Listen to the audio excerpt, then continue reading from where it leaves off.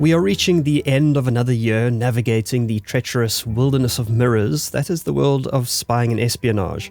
This year, I've continued to delve into the clandestine realm of secret agents, double crosses, and hidden agendas. I've explored the lives of individuals who operated in the grey areas of morality, where loyalty and betrayal are engaged in a delicate dance. My journey this year through these true-life spy stories has reinforced two fundamental truths.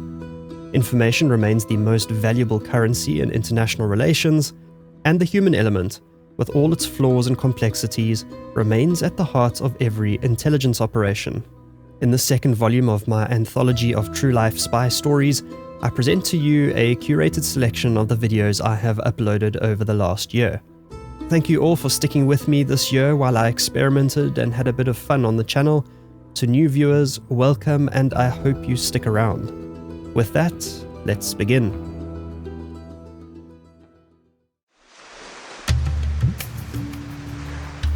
Mata Hari is a name that has for more than 100 years captured the public's imagination. The woman behind the persona acquired her fame as an exotic dancer and courtesan living in Paris during the French Belle Époque. Meaning Eye of Dawn in Javanese, Mata Hari would have had you believe that she was a Hindu princess born of a union between a Dutch adventurer and a Javanese temple dancer. As the story goes, she blossomed into a beautiful young lady and learned the sensuous and sacred temple dances from her mother. It was then her gift to bring these lithe routines to the Western world, where she entertained, enthralled, and seduced. Yet the character of Mata Hari was just that, an invention. According to biographer Pat Shipman, Mata Hari loved men, but she did not love the truth. Ultimately, the myth that she had created was turned against her as she faced a French firing squad.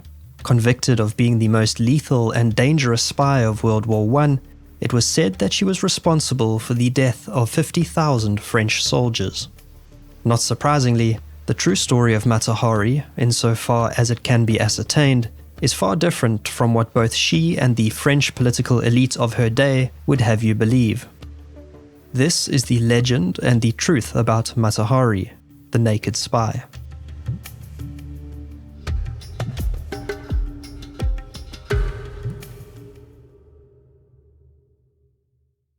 Mata Hari's real name was Margaretha Zeller MacLeod. She was born in 1876 to Adam and Anna Zeller, a middle-class Dutch family living in Leeuwarden, the Netherlands.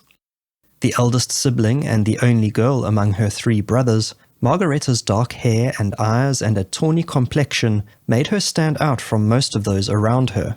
Her father Adam was a successful haberdasher, but also made some well-timed investments in the oil industry. This brought enough wealth for the family to live in comfort, and for Margaretha and her brothers to be sent to private schools. Margaretha's father doted on her, spending lavishly on gifts and dressing her in fine clothes. She took piano and horse riding lessons from an early age and was taught English, French, and German at school. The fortunes of the Zeller family soon, however, took a turn for the worst, with Margaretha's father declaring bankruptcy in 1899 and her parents divorcing soon after.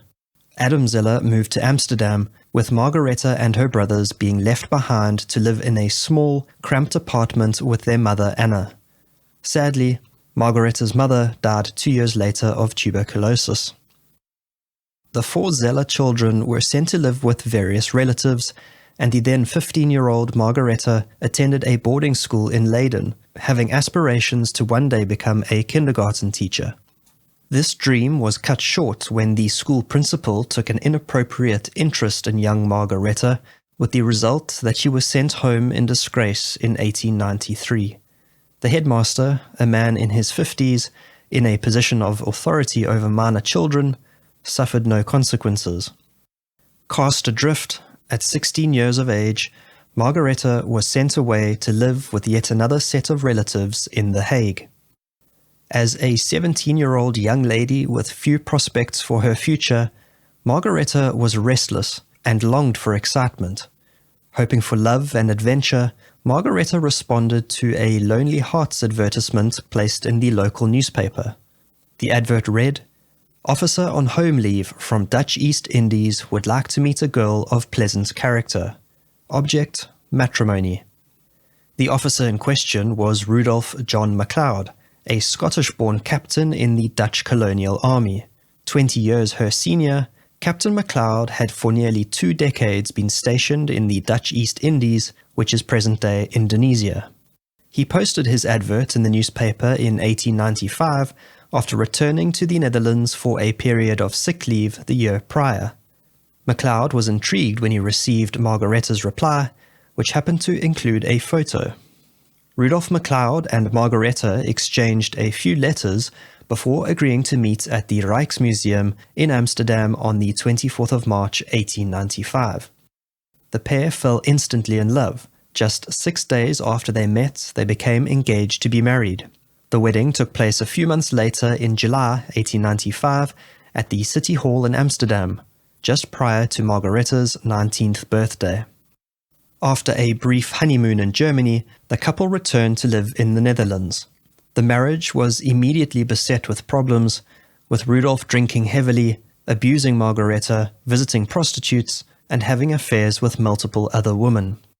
Margaretta, on the other hand, was a flirt, was discontent with the meager pension her husband was earning, and had no intention of being a housewife.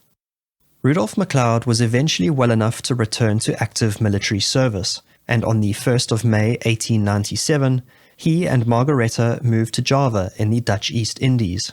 Given Rudolph's officer's status, the couple were set up in a grand colonial residence complete with servants. When Margaretta was 20 years old, she gave birth to a son who was named Norman John. The family soon welcomed a second addition, this time a daughter named Jean-Louise, affectionately nicknamed Non. The marriage, however, remained far from the idyllic union Margaretta hoped for. Rudolph's struggles with alcohol, infidelity, and financial irresponsibility contrasted starkly with Margaretta's vibrant and passionate demeanor. She quickly became known in her community for her elegance and charm, and her beauty did not go unnoticed among the military men stationed on the Indonesian archipelago. Her flirtatious nature served only to fuel the fire of her husband's ire. Despite the domestic strife, Margaretta thrived living within the social circles of the high-ranking military elite. She entertained guests regularly and became a fixture at dinner parties and events. She also became enamored with Indonesian culture, in particular, the style of dance she observed the local women performing. It was here that she began to create for herself a new persona, adopting for the first time the name Matahari. The excitement of living in an exotic location soon wore out when the MacLeod family relocated to a secluded village after Rudolph retired from the army. The isolation of rural life and Rudolph's increasing bitterness and antagonism towards his wife pushed their marriage to the brink of collapse. Compounding the couple's marital woes was the sudden sickness that befell their children in the summer of 1899. Norman, who was just 2.5 years old, succumbed to his illness. Nonnie, though barely a year old, managed to pull through and recover. The circumstances surrounding young Norman's death were unclear. Rumors swirled that he had been poisoned by his nanny. What is more likely is that he was suffering from congenital syphilis, a disease introduced to the MacLeod family thanks to Rudolph's many visits to prostitutes and his affairs with other women. In those days, the disease was treated using mercury, the toxicity of which more than likely contributed towards the young boy's death. The tragedy of their son's passing took Rudolph and Margaretta's marriage to breaking point. Not only did Rudolph abuse Margaretta, on one occasion even attacking her with a bread knife, but he also openly kept a Javanese woman as a concubine. This was enough to drive Margaretta from the family home, and she went to live with another Dutch family on the island who agreed to take her in. In March of 1902, the MacLeod family returned home to the Netherlands. This did little to mend the marriage, and by August of that year, Rudolph and Margaretta had officially divorced. The court granted Margareta custody of Non, but with Rudolph's refusal to pay alimony, Margareta wasn't able to support her daughter. As a divorcee with few opportunities available to her, Margareta was compelled to surrender her 4-year-old daughter to her ex-husband. Then aged 26, Margareta faced a bleak reality, devoid of financial resources and family support. In 1903, Margareta set her sights on Paris, driven by the hope of earning enough money to get her daughter back. Her first attempts at working as a painter's model and teaching German and English conversation were unsuccessful, and she was soon compelled to return penniless to the Netherlands to live with Rudolph's aunt and uncle. When Rudolph learned of this, he forced his uncle to turn her out of the home. Faced with few options and nowhere else really to go, Margareta returned to Paris in 1904. A city known for being a haven for runaways and romantics, she joined the circus performing as a horse rider under the name Lady MacLeod. The owner of the circus, noticing Margareta's exquisite body and charm, suggested to her that she should take up dancing. It was then that Margareta took a definitive first step to reinvent herself. Drawing inspiration from the time she spent in Indonesia, she crafted a series of exotic dances inspired by the cultural traditions of the Javanese women she had observed. She imbued her movements with an eroticism and religiosity that shattered the boundaries of acceptability set by Victorian conservatism. Using the name that she had adopted in Indonesia, Matahari began to create her mythology, centered around the claim that she was a Javanese princess who held the secrets of Oriental sacred dance. Some have said that she was a pioneer of early modern dance, but her exotic dancing style was more akin to a theatrical striptease or burlesque. Her routines involved the shedding of her veils until she was wearing nothing except her jewelry and a gold-plated breastplate. Although she customarily wore skin-toned tights which only gave the appearance of her being naked, she did at least on one occasion appear totally nude on stage. Her first few dances were performed at private parties in Paris, but her sensual form of dance and exotic backstory soon started to attract the attention of the public at large. Matahari had her big break when on the 13th of March 1905, she performed at the Guimet Museum for an audience of the Parisian social elite. Margareta happened to be the mistress of the museum's founder, French millionaire industrialist Émile Guimet. She became an overnight sensation, her admirers and the press alike showering Matahari with praise and adoration. This success paved the way for her to tour across Europe's most prestigious theatres, including the Scala in Milan, the Olympia in Paris, and the Opera of Monte Carlo. At the height of her career as an exotic dancer, Matahari was being paid as much as 10,000 francs per show, which is approximately $42,000 today. By 1907, Matahari had amassed for herself a considerable fortune. Her problem was that she spent her money just as fast as she earned it. Her immense popularity opened other opportunities for her beyond the stage.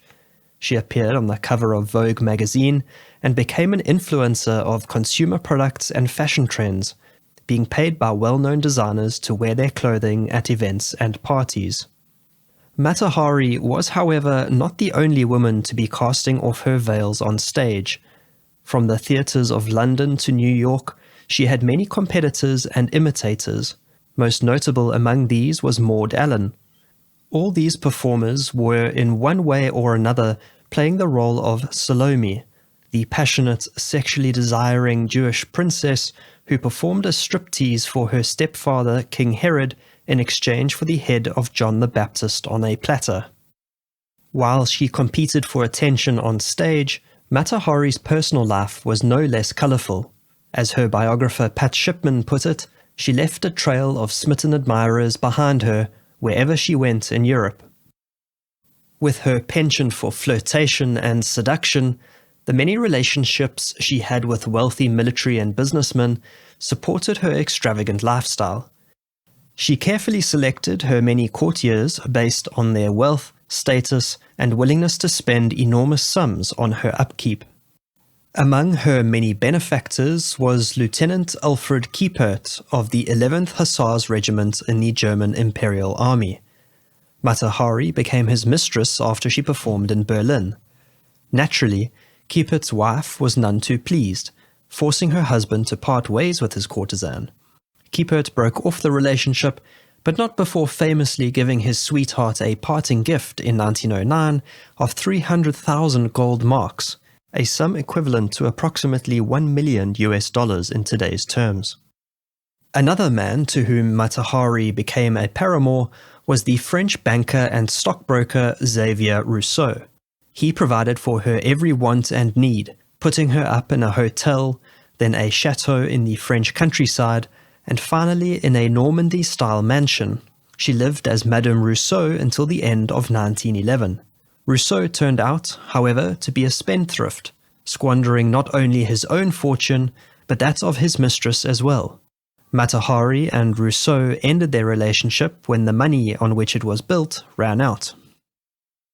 By 1912, Mata Hari was entering her late 30s. Her ex-husband Rudolf MacLeod had divorced from his second wife, which prompted Margareta to petition the courts for custody of her daughter Non. Her request was denied. Mata Hari's allure was also starting to fade by that time. Her star was most definitely on the wane. She had set the stage ablaze for nearly 10 years, a career much longer than many of her contemporaries. In truth, she was not a particularly good dancer, relying more on her sex appeal and mythological backstory than her dancing skills. She sought work in the more traditional theatre, but her self-confidence took a knock when she was turned down for a role after being described by its producer as looking too matronly. Mata Hari was starting to get a little older and a bit more curvy. She couldn't compete with her many younger imitators then gracing Europe's stages. She nevertheless managed to sign a 6-month run of her new performance called The Profane Vision, which she was to perform at Berlin's Metropole Theatre. Before even her first performance, Europe descended into chaos. The First World War marked the end of the optimism and prosperity of the Belle Époque. The formerly vibrant world of performance, art, and the theatre was virtually snuffed out. When Germany declared war on France on the 3rd of August 1914, the continent braced itself for a period of bitter fighting. The hostilities brought Mata Hari's already declining career as a performer to a complete standstill, forcing her to rely increasingly on the financial support of her many male patrons. Mata Hari was in Berlin when war broke out. Although she was Dutch, a country officially neutral in the war, she was marked as a citizen of an enemy nation because of how long she had spent living in France. In a move that left her both indignant and financially strapped, the German authorities froze her assets and confiscated her belongings. Margareta's show was cancelled, and after a dispute with the costume maker, her prized collection of fur coats was garnished to defray expenses. She was thus compelled to leave Germany in 1915 to return for the first time in many years to The Hague. There she rented a fashionable home courtesy of one of her patrons, Baron Eduard Willem van der Capellen. But she quickly grew bored with her new, quiet life. Her Dutch citizenship allowed her the ability to travel relatively freely between warring nations France and Germany, although she was compelled to pass through Spain and Britain to avoid the front lines of battle. As she planned what to do next, she was unaware that her movements across Europe had attracted the watchful eyes of espionage agencies the world over. The British, French, and Germans all shadowed her, intrigued by her social connections, frequent cross-border travels, and many lovers, all of whom were senior military officers. During one such excursion, she was stopped by the authorities in Britain and questioned about her travels and intentions. She answered that she was on her way to Paris to sell some personal effects and to book some new shows, MO5, which would be renamed MI5 just a few months later, marked in a report that Margareta Zeller was most unsatisfactory and should be refused permission to return to the UK. In the autumn of 1915, when she was back in The Hague, Mata Hari received a visit from Karel Koecher, the German consul in Amsterdam.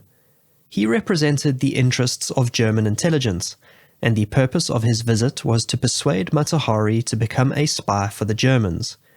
The elite social circles within which she moved, her feminine wiles, and her ability to speak multiple languages made her the perfect candidate to gather intelligence from enemy officers. Margareta was reluctant at first, but couldn't resist when the promise of payment of 20,000 francs was dangled in front of her. She accepted the offer, considering the payment compensation for the fur coats and jewels that had been confiscated from her by the Germans. She later claimed that she never intended to fulfill her end of the bargain, but rather saw the acceptance of the money as a form of retribution. Margareta was codenamed Agent H21. The H stood for the name of her handler, Captain Hoffman, and she was the 21st agent to be recruited by the Germans. Now enlisted as a German spy, Margareta was sent to Cologne to receive training in spycraft from the renowned Dr. Elisabeth Schragmüller, including in the use of invisible ink and writing in secret code. Again, Mata Hari would claim that she never actually intended to spy for Germany, saying that she poured the contents of bottles of invisible ink given to her over the side of a ship. When she returned to Paris in May 1916, Mata Hari attempted to fall back into her former life of glamour and luxury. However, her celebrity status and the sheer number of her high-profile lovers, which when war broke out included French Minister for War General Adolphe Pierre Messimy, now served a dual purpose. Margareta was a key person of interest to the French intelligence service. While living at the Grand Hotel in Paris, she routinely spotted two men following her. The men were French intelligence agents eager to uncover any evidence of pro-German activities or espionage. They observed, with great suspicion, their cosmopolitan target receiving a large number of male visitors, many of whom were military officers.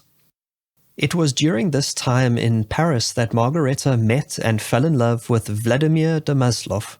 The 23-year-old Russian army officer was fighting for the French as a member of the Russian Expeditionary Force.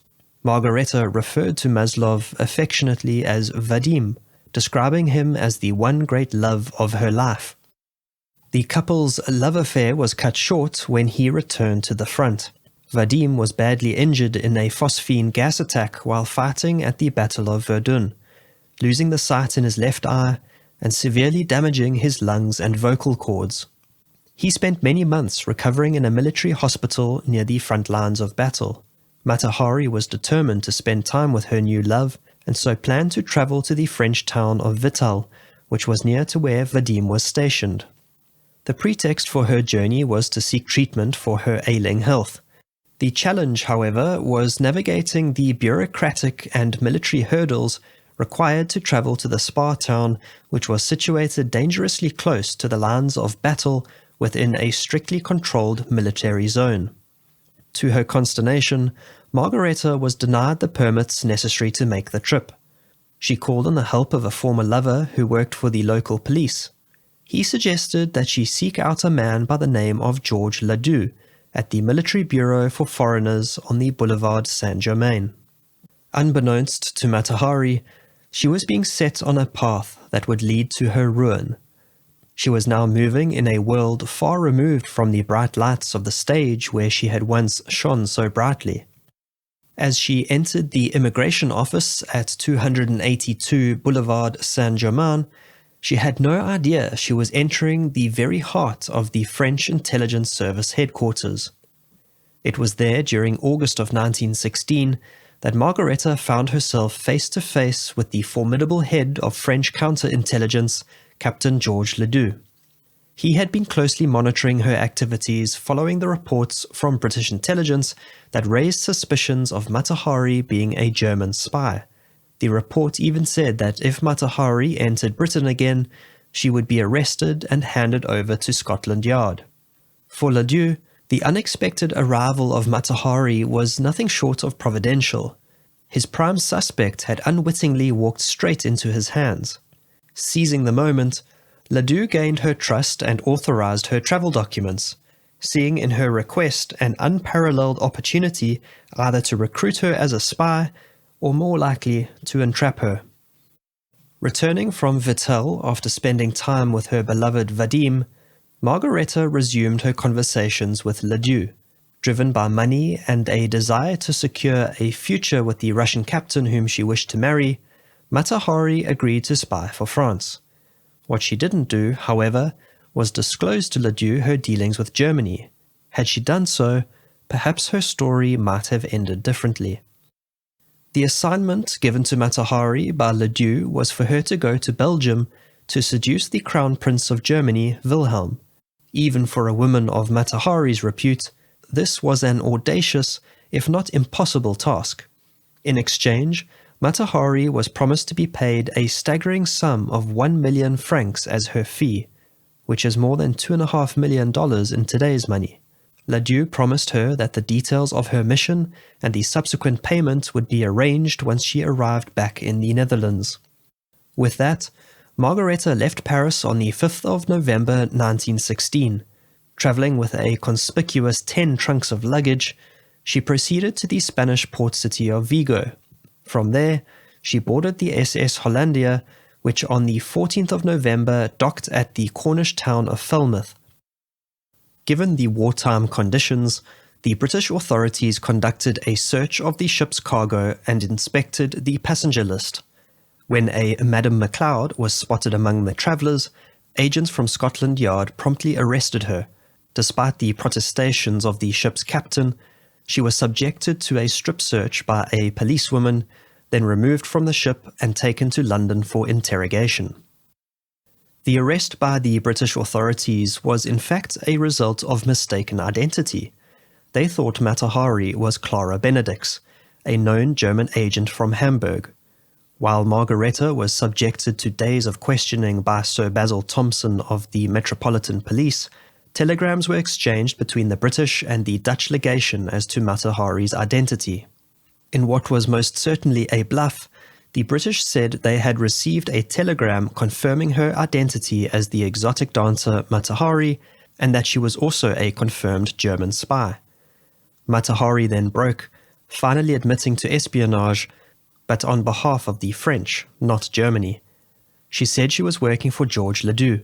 The British made inquiries with Ledoux, who replied saying that he had always suspected Matahari of being a German spy, and had only recruited her with the goal of exposing her. With no evidence of having committed any crime, the British reluctantly released Margareta, but she was not permitted to continue her journey onwards to The Hague. She was instead forced to return to Spain.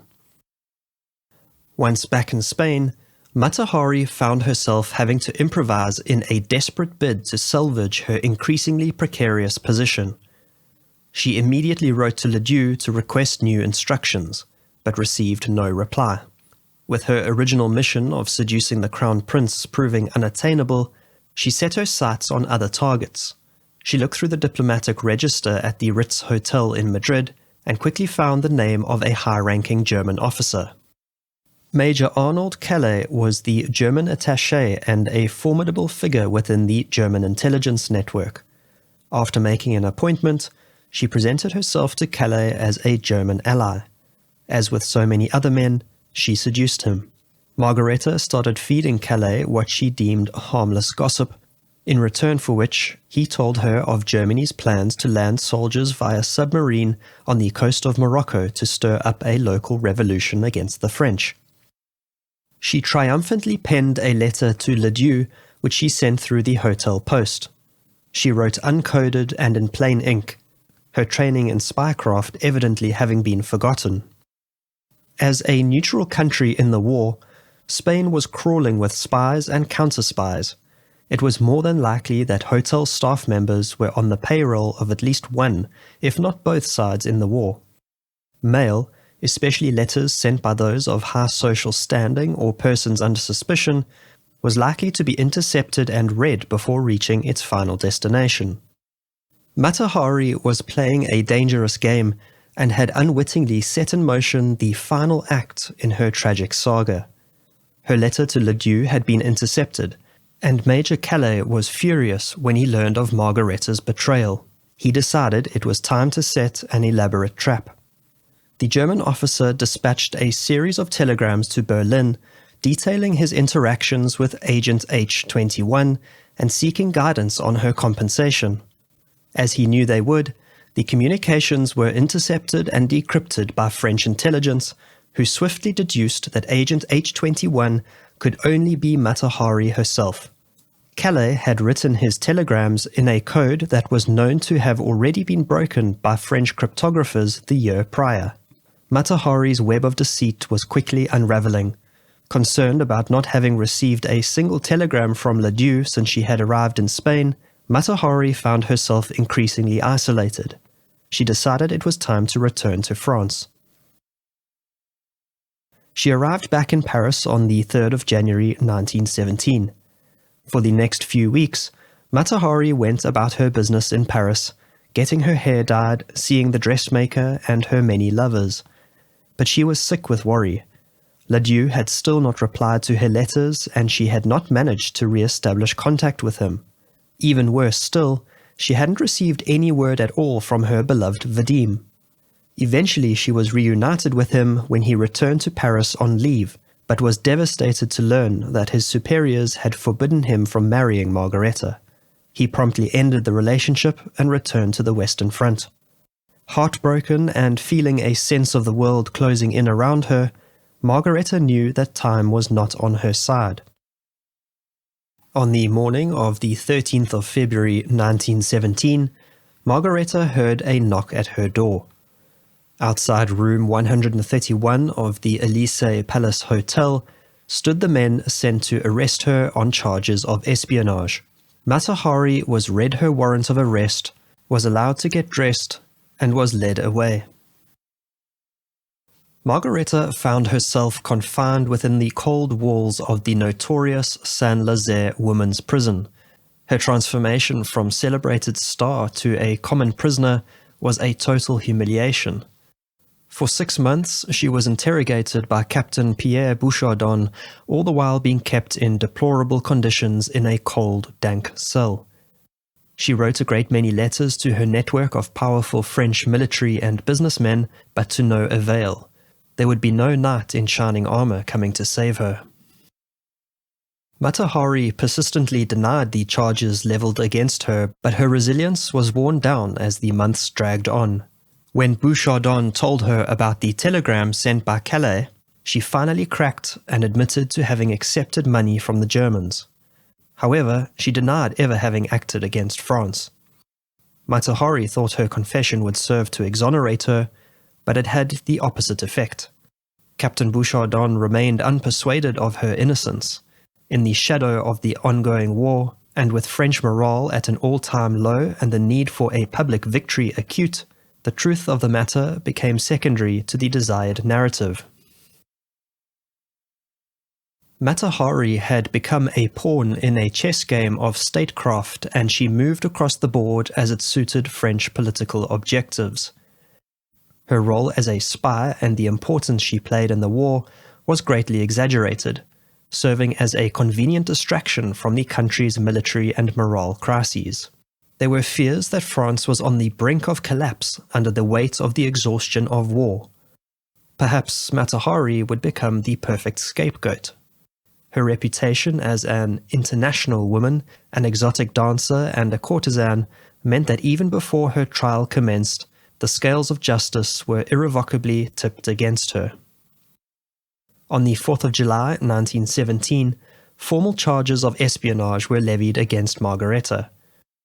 Her trial, which was little more than a fait accompli, commenced on the 24th of July 1917 and was held in camera at the Palais de Justice.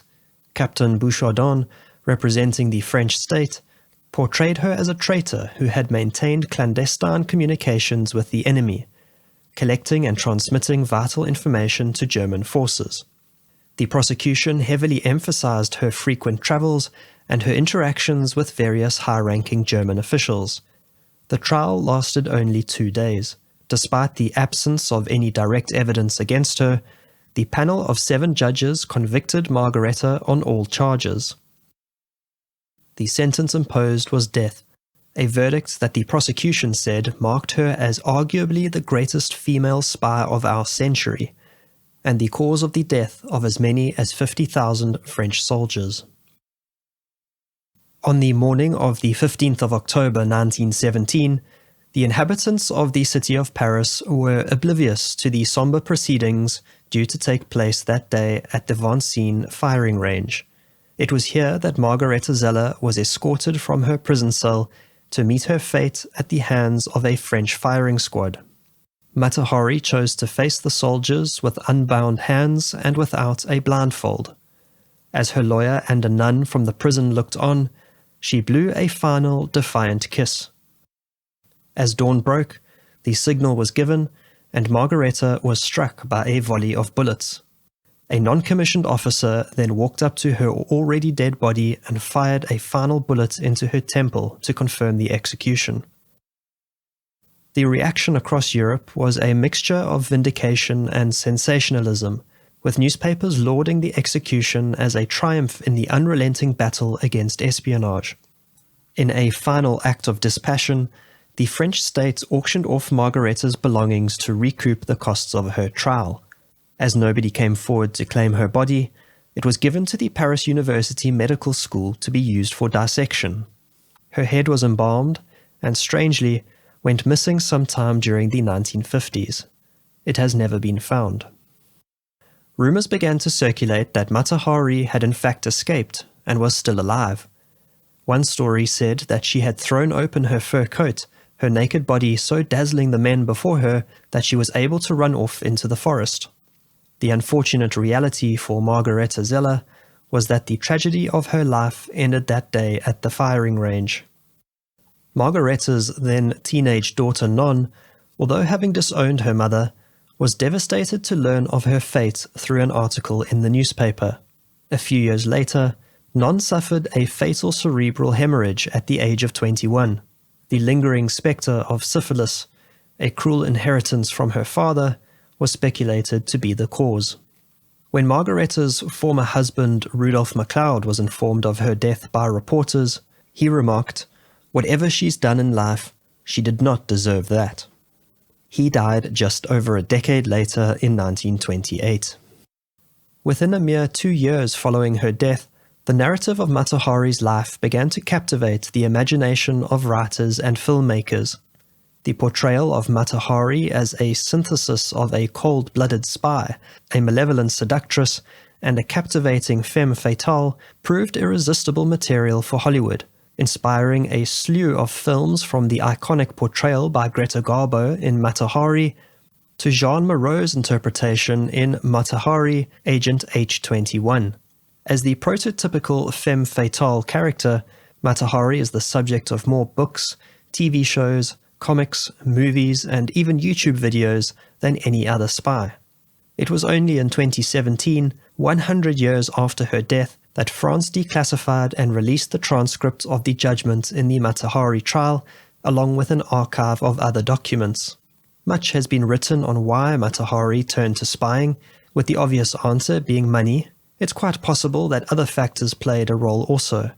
Mata Hari was, after all, a performer, both on and off the stage. She constantly reinvented herself and became all things to all men. Perhaps for Mata Hari, spying was just another performance. In the words of Ernest Volkmann, no single individual has ever done so much to glamorize the world of espionage. As she passed from life unto death, her myth and legend became immortal.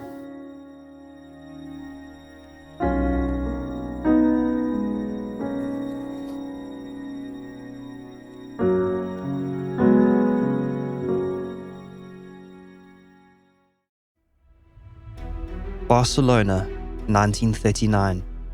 Amidst the ruins of the Spanish Civil War, a man finds himself standing at a crossroads.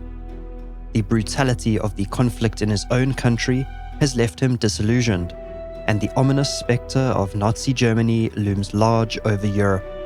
He can continue to run and to hide, or he can face his enemy dead on and fight against tyranny. Armed with nothing more than his wits and imagination, Juan Pujol Garcia embarks on a remarkable journey that would transform him from a chicken farmer and a failed businessman into a self-made spy. Using his elaborate network of fictional sub-agents, he has the Nazis hanging on his every word. As the Allies meticulously plan their invasion of Normandy and the liberation of Europe, he becomes their secret weapon. Arguably the most successful double agent in all recorded history, this is the true story of the brilliant, eccentric Agent Garbo, the myth, the spy, the legend.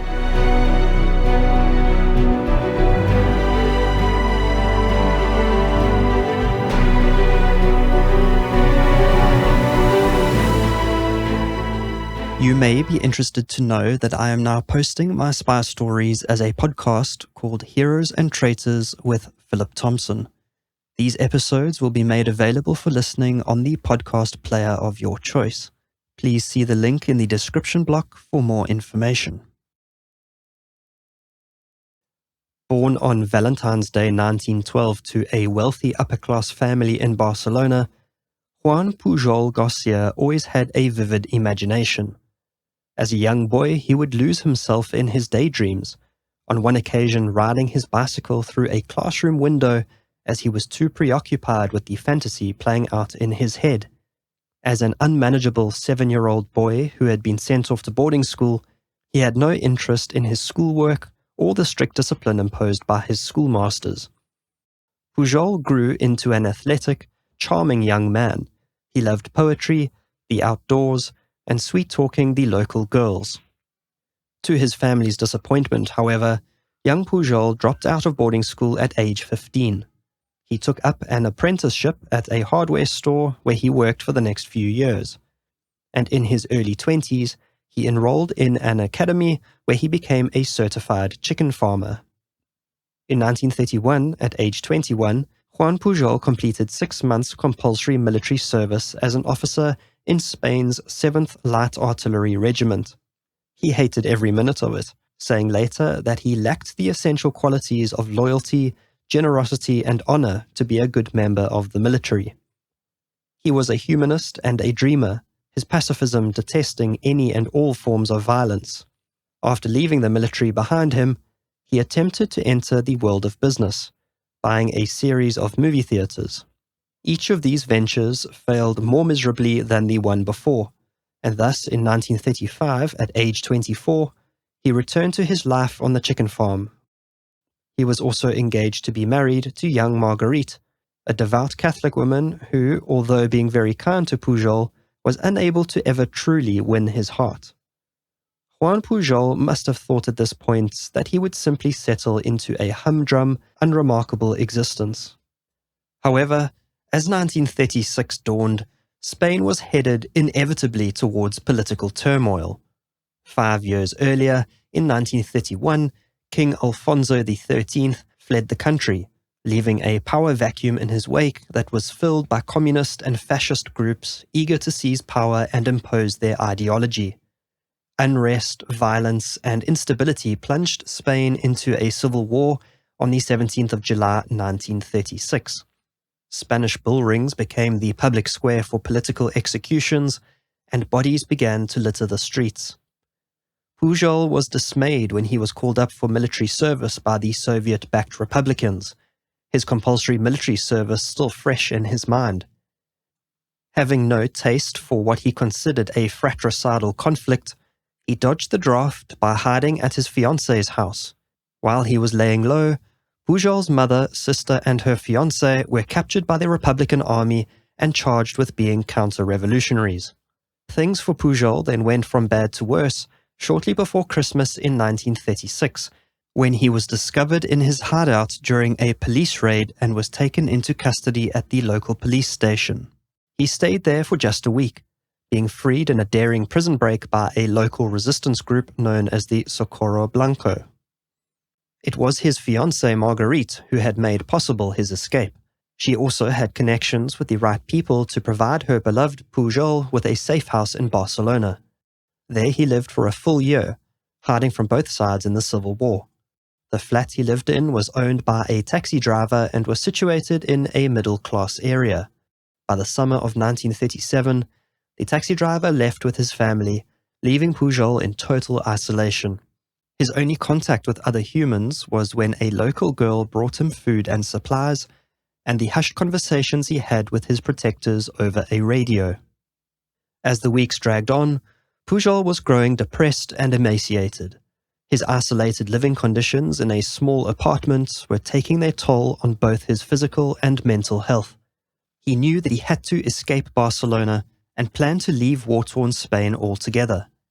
Through a contact in the resistance network, Pujol managed to obtain forged identity papers that showed him to be too old for military service. He quickly realized, however, that the only way that he would be able to cross borders was to do the very thing that he had been hiding from for months. Pujol joined the Republican Army and was sent to the front lines of battle near Mont Blanc. One night in 1938, under the cover of darkness, he and two others fled their posts and crossed enemy lines by entering the nationalist camp. The deserting soldiers were promptly taken as prisoners of war and put into a concentration camp in the Basque province. After some weeks in captivity, one of the many letters he sent out to family and friends was answered. Having come from a wealthy background, a family friend with the right contacts was able to negotiate for his release. In extreme poor health, Pujol was taken to a hospital in the city of Burgos to regain his strength. One day during his convalescence, a young nurse walked into his ward. Pujol was immediately infatuated by the dark-haired beauty. Their casual conversations soon turned more serious, and they fell in love. Araceli González Carbello was very much like her beloved, a dreamer and an adventurer. But Araceli's dreams were, unlike Pujol's, centered around fine clothes and a glamorous lifestyle. She was described as fiercely intelligent, adventurous, dramatic, and a bit vain. The Spanish Civil War ended on the 1st of April 1939, with General Francisco Franco seizing power of a crippled and crumbling Spain. Juan Pujol and his young fiancée Araceli did their best to settle in the battered shell of the city of Madrid. Desperate to earn an income, Pujol became the manager of a 3-star hotel called the Majestic. The war had seen the once popular hotel fall into decline, and Pujol's ambition to restore the hotel to its former glory was in vain. If nothing else, his job at the failing hotel offered him the opportunity to meet a wide array of people and personalities. When the Spanish Duke of Torre came to stay at the Majestic, Pujol struck up a conversation. Pujol learned that the Duke's elderly pro-Franco aunts were complaining about their inability to get hold of any scotch in the wartime conditions. Seizing the opportunity, Pujol propositioned the Duke as follows. If he could be provided with a passport that allowed him to exit Spain and travel to Portugal, Pujol knew a man who could supply the Duke's thirsty aunts with enough of their coveted scotch to keep dehydration at bay. The Duke gratefully accepted what he considered to be an excellent plan, and soon Pujol was issued with a passport. Thus, for simply guiding the Franco royals through Portugal in search of 6 bottles of liquid gold, Pujol had earned for himself something of far greater value, a means to leave war-torn Spain. The world outside of Spain was, however, hardly faring any better. In September of 1939, Britain declared war on Germany after the Nazis began their march through Europe. As the fighting continued, Pujol started to hear rumors about the concentration camps popping up across Europe and the evils that were going on inside. He was incensed. My humanist convictions would not allow me to turn a blind eye to the enormous suffering that was being unleashed by this psychopath. These were words he wrote many decades later when reflecting on his life's journey. Juan Pujol was a man with progressive ideals. These were instilled in him by his father. Human dignity, liberty, and the value of the individual were to him paramount. He hated any form of extremism and considered Hitler to be a demon. In his own words, he wanted to start a personal war with the Führer. By January of 1941, Pujol felt compelled to do whatever he could to fight the Nazis and contribute towards the good of humanity. He wanted to do something practical, but knowing that he was no good as a soldier, decided to do the next best thing. He marched bold as brass into the British Embassy in Madrid to offer his services. Services of what? Was probably the reaction he received. 3 times Pujol was rebuffed. An eccentric Spanish chicken farmer who barely spoke a word of English was hardly the sort to rank highly on MI5's list of potential recruits. Spain was also officially neutral in the war, and MI5 didn't want to risk the fallout if discovered to be running a Spanish agent. Yet Pujol's enthusiasm and persistence was not to be dulled. He set his sights on proving to the British that he could be of some use to the war effort. Naturally, he decided the best way to achieve this was to become a spy for the very organization he hated, the Nazis. He knew nothing about espionage, and even less about the Abwehr and how it functioned. He knew that he would have to learn to play a role, that of the devoted Nazi committed to Hitler's vision for the new Europe. After exposing himself to as much propaganda and Nazi doctrine as he could lay his hands on, he called the German embassy in Madrid from the hotel telephone and asked to speak to the military attaché. After giving his best pro-Nazi spiel, he was surprised when the person on the other end of the telephone said somebody would soon call him. When he received a call back the following day, he was told to present himself at a nearby cafe the following afternoon at 4:30 p.m. Hitler hated spies and the dirty game of espionage.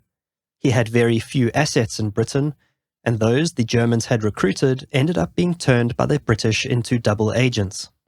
It seemed thus that the Abwehr were less picky in choosing their agents and decided to give Pujol a shot. It was at the meeting at Café Leon that Pujol was introduced to a fair-haired, blue-eyed Abwehr agent codenamed Federico. This was the man who would go on to become his German handler. Juan Pujol again spun his tale of love and devotion to Hitler and his new order. He also said that he had a great many diplomatic connections which he could put to good use to further the Nazi cause. Federico was impressed and decided to schedule a second meeting at a beer house. It was at the second meeting that Pujol was formally recruited by the Abwehr, being codenamed Arabelle, from the Latin meaning, ironically as it would prove for the Germans, prayerful or answered prayer. Pujol's first assignment as Agent Arabelle was to head to Lisbon, the veritable capital of espionage, which he did on the 26th of April 1941, leaving behind his pregnant wife Araceli. There he was to obtain for himself an exit visa to allow his onward travel to England. This was, however, easier said than done, with Pujol's request through official channels being refused by the consulate officials. Pujol spent days drinking in hotel bars, becoming increasingly desperate. He couldn't return to Madrid empty-handed. He felt he had no choice but to complete his mandate and prove his bona fides to the Germans. For a man like Juan Pujol, fate was bound to intervene. One day he was introduced by the hotel manager to a man named Señor Sousa. A fellow Spaniard, Pujol didn't think much of the man until during a trip to Estoril, he brought out with a flourish a diplomatic visa issued by the Spanish Ministry of Foreign Affairs. Pujol had to contain his excitement upon seeing the document, which would be his ticket not only to England, but also to gain the trust of his Abwehr handler. He immediately began to charm the man, taking him on trips to amusement parks, cafes, and nightclubs. When he invited Señor Sousa on a week-long gambling trip to the Casino Estoril, Pujol feigned sickness as an excuse to return to their hotel room.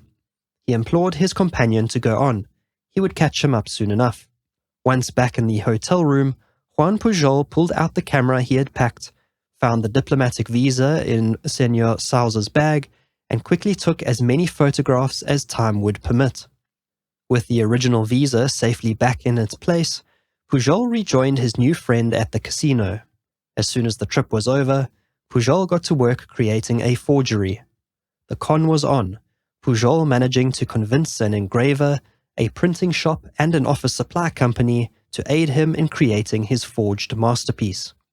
When all was said and done, Juan Pujol held in his hands a passport that allowed him to travel around wartime Europe with comparative ease.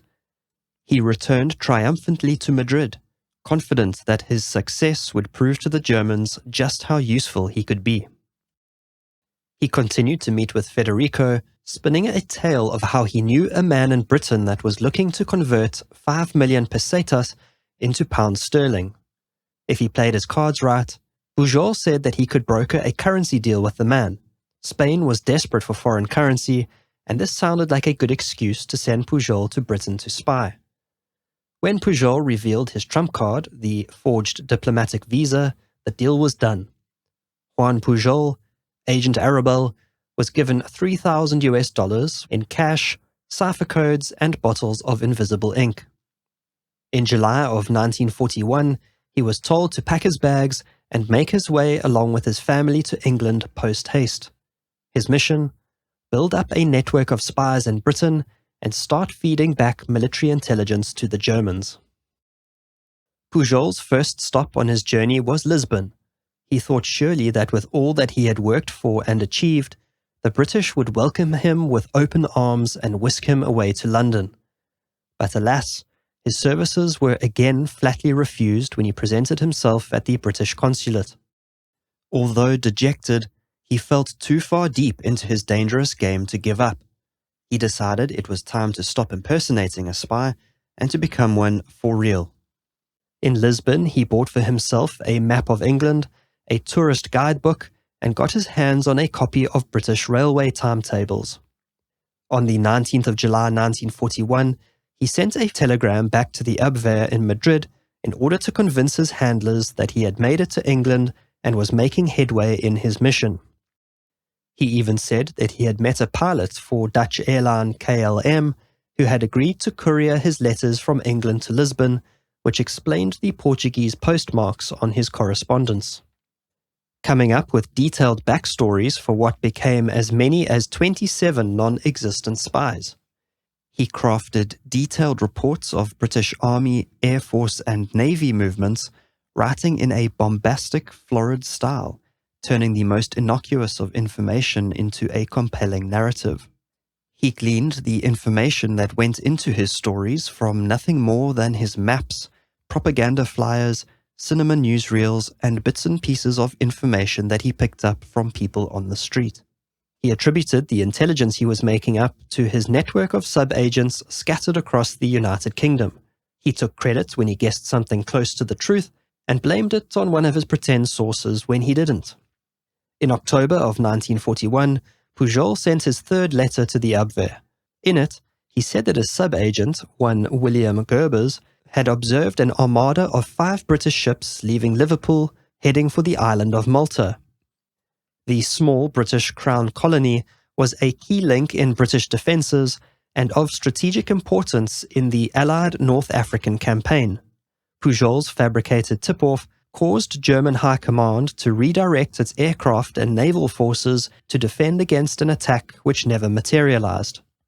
On another occasion, Pujol reported that a major British armada was leaving from Wales. This time, German U-boats and Italian planes were scrambled to intercept the non-existent armada, wasting valuable time and resources for the Germans. Pujol knew, however, that he couldn't keep up his ruse forever. If all he provided to the Germans proved to be false, he would soon be abandoned, or worse. Federico was applying ever-increasing pressure for him to produce more valuable intelligence. Yes, a tip-off about the location of an RAF pilot school near Sandwich, or a British ship spotted in a dry dock being equipped with a new prototype weapon was interesting to the Germans. It didn't advance their war effort or provide any real strategic advantage. Provide the details of a new expeditionary force, recruit an agent in Northern Ireland, and obtain copies of specific pamphlets issued by the Institute of Statistics in Oxford were just a few of the items on Pujol's to-do list. Feeling like a rat lost in a maze, and having no first-hand experience of actually living in Great Britain, he was also making mistakes. In one of his reports, he wrote that men from Glasgow would do anything for a litre of wine, not being aware that whiskey was the only drink of choice in Scotland. He also made mistakes when speaking of British currency, quoting figures using only shillings and pence when he should have been referring to pounds sterling. These may sound like minor details, but an astute German intelligence officer poring over every jot and tittle of what Pujol wrote may soon have noticed. Another problem was that the money was drying up. Pujol was by no means a spendthrift, but he had burned through the $3,000 given to him at the outset and was being sent only measly allowances, barely enough to keep a roof above his head and food on his plate. For a fifth time, Pujol approached the British consulate, this time in Lisbon, to offer his services as a double agent. For a fifth time, he was refused. Pujol's wife, Araceli, was sensing her husband's panic and was herself starting to feel desperate. She thus took it upon herself to do whatever she could to convince the British they were making a mistake. Araceli, in a moment of ingenuity, convinced an acquaintance to write out what seemed a harmless note for her in French. Araceli then wrote the text in invisible ink, substituting words to make it read as if one of Pujol's agents was providing key intelligence about a planned sabotage attack. She marched up to the American embassy and managed to meet with the naval attaché whom she showed the note. She said that she knew the source of this information, which just so happened to be her husband. This was enough to convince the Americans to put her in touch with MI6. Juan Pujol Garcia was finally a blip on British radars. While all of this was going on, the British had been intercepting and deciphering telegrams sent from Lisbon by a mysterious Agent Arabel to the Abwehr in Madrid. These messages read like intelligence reports from a spy within Allied ranks. Hairs at MI6 were set running when a dossier containing the decoded messages was handed to its subsection head of counterintelligence. The mysterious agent's reports were so meticulously detailed that MI6 was suddenly convinced that they were dealing with a genuine spy. What confounded the British, however, was that the information being leaked was not very accurate, and some of it was downright absurd. The messages were, however, near enough the truth that MI6 began to scramble to identify the Agent Arabel. What perhaps finally convinced the British that Arabel was no simple conman was how the Germans reacted to his messages, diverting large forces in response to his tip-offs, which were written in the most convincing prosaic style, yet were almost entirely made up. After sending out inquiries all across its intelligence networks in Europe, British intelligence received a telegram from MI6 in Lisbon, advising that a man by the name of Juan Pujol had approached the American naval attaché in Madrid to offer his services as a spy for the Allies in London. The Spaniard, having made this very peculiar offer, had also mentioned that he was feeding disinformation to the Abwehr from Portugal. As soon as MI6 had confirmed Juan Pujol to be Agent Arabel, it was decided to smuggle him to England via Gibraltar. In April of 1942, and leaving his wife and young son behind, Pujol secretly boarded a British merchant ship bound for the United Kingdom. Upon arrival, Pujol was whisked off to a North London safe house where he was debriefed by his future case officer, Tommy Harris. As enticed as they were by the prospect of recruiting a man out of whose hand the Abwehr greedily ate, MI5 proceeded with caution, wary of the possibility of Pujol being a Nazi triple agent. When asked about what motivated him to spy for the Allies, Pujol recounted a tale about his brother Joaquin, who had gone to France and had seen the Gestapo pull people from a farmhouse and execute them by the side of the road. Pujol said that when his brother told him the story, he decided then and there that he had to do something. This proved a lie. While he did have an older brother named Joaquin, he had never left Spain, let alone travelled to France. Nevertheless, after passing muster, Juan Pujol finally realized his life's ambition. He was recruited into MI5 and, likening his acting ability to that of the famed actress, was codenamed Garbo. Juan Pujol was brought into the double-cross system, a counter-espionage and deception operation chaired by Oxford historian and sportsman John Cecil Masterman. The double-cross system was coordinated by the 20 Committee and was created to run double agents who fed disinformation to the Germans. MI5 was careful not to run Agent Garbo too hard too soon. Aside from still being a little cautious over the possibility of Pujol being a triple agent, they also felt it wise to undertake some build-up. That is, that period during which an agent builds confidence with the other side. Agent Garbo passed on chicken feed to the Abwehr, that is, true but not very useful information, mostly about battalion movements that the British felt comfortable to pass on to the enemy. Pujol continued to expand his network of fake agents, from a travelling salesman to an Indian poet, and even an employee at Britain's Ministry of War. His spy ring grew to number 27 non-existent characters, each with detailed backstories and unique personas. The Nazis even paid the salaries of all these fake agents, handing over as much as $340,000 to Pujol to distribute among his network to keep his operation running smoothly. Agent Garbo was incredibly relieved to now be working for the British, which meant that he no longer had to invent the intelligence he fed back to the Germans. He knew, nevertheless, that he was still playing an incredibly dangerous game. He had to concoct excuses for when he failed to report on military matters his German handlers believed he would have access to.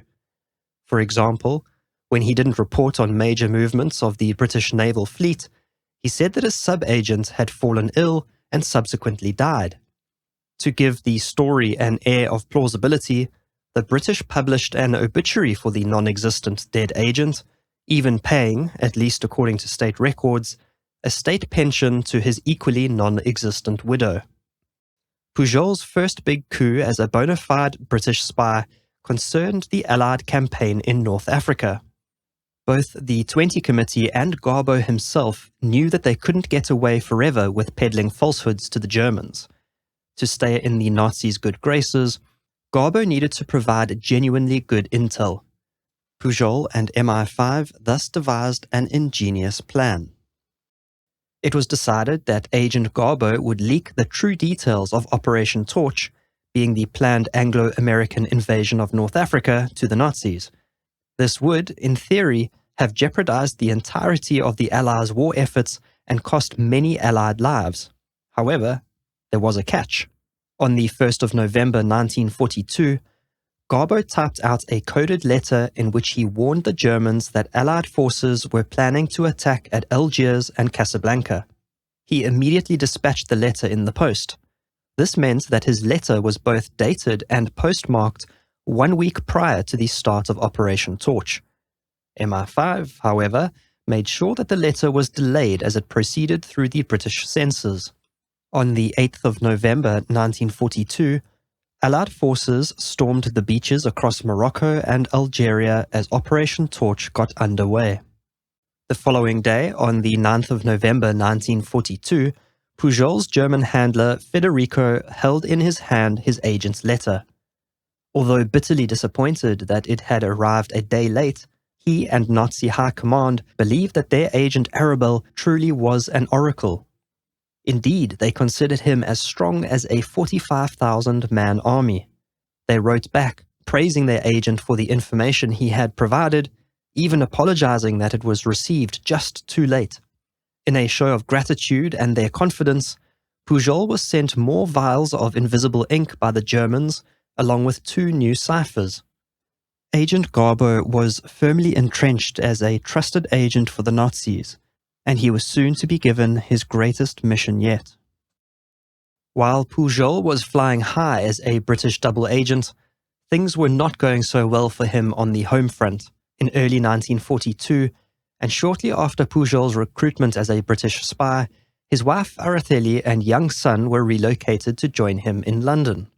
Araceli was even less conversant in English than her husband, and, being made subject to MI5's tight limitations on her freedoms, found herself isolated in a foreign country.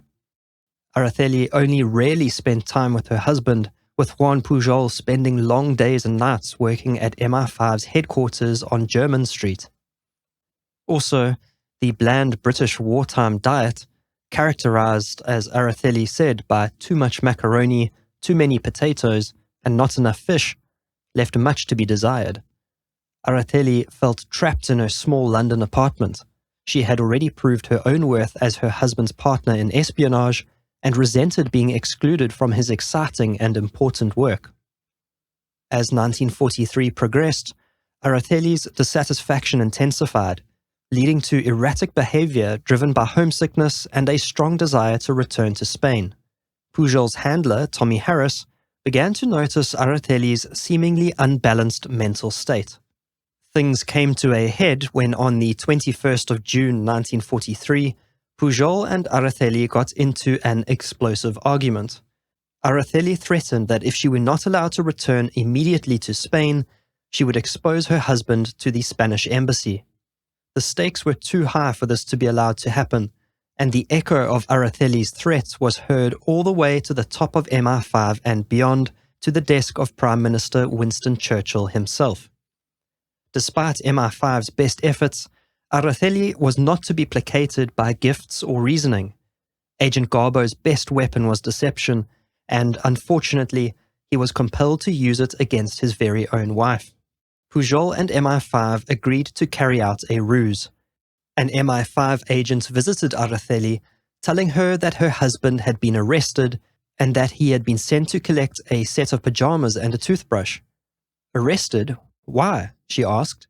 It was then explained to her that Pujol had been deactivated as an agent because of her threats. When this news was broken to Pujol, in a fit of anger he attacked an MI5 agent and thus found himself in jail. Araceli refused to cooperate and went on a rampage. She called Tommy Harris in anger and then Pujol's wireless operator, Charles Haynes. She insisted that he be at her London home within the next 30 minutes. Haynes rushed over to the Garcia home, where he found Araceli lying on the floor in a staged suicide attempt.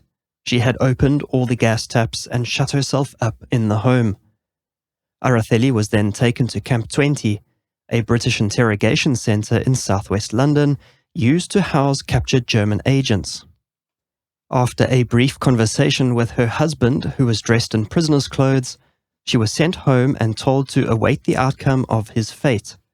Pujol returned home the next day, telling Araceli that the British had taken mercy on him and would allow him to continue working as a double agent on condition that there would be no more trouble. Although it was partly of his own making, Pujol was shaken by the distasteful episode and never spoke or wrote about it again. Having to set aside the tumult of his personal life, the war continued on unabated as 1943 marched on. Juan Pujol was preparing for his biggest deception yet, and one which would help to secure the Allied victory in World War II.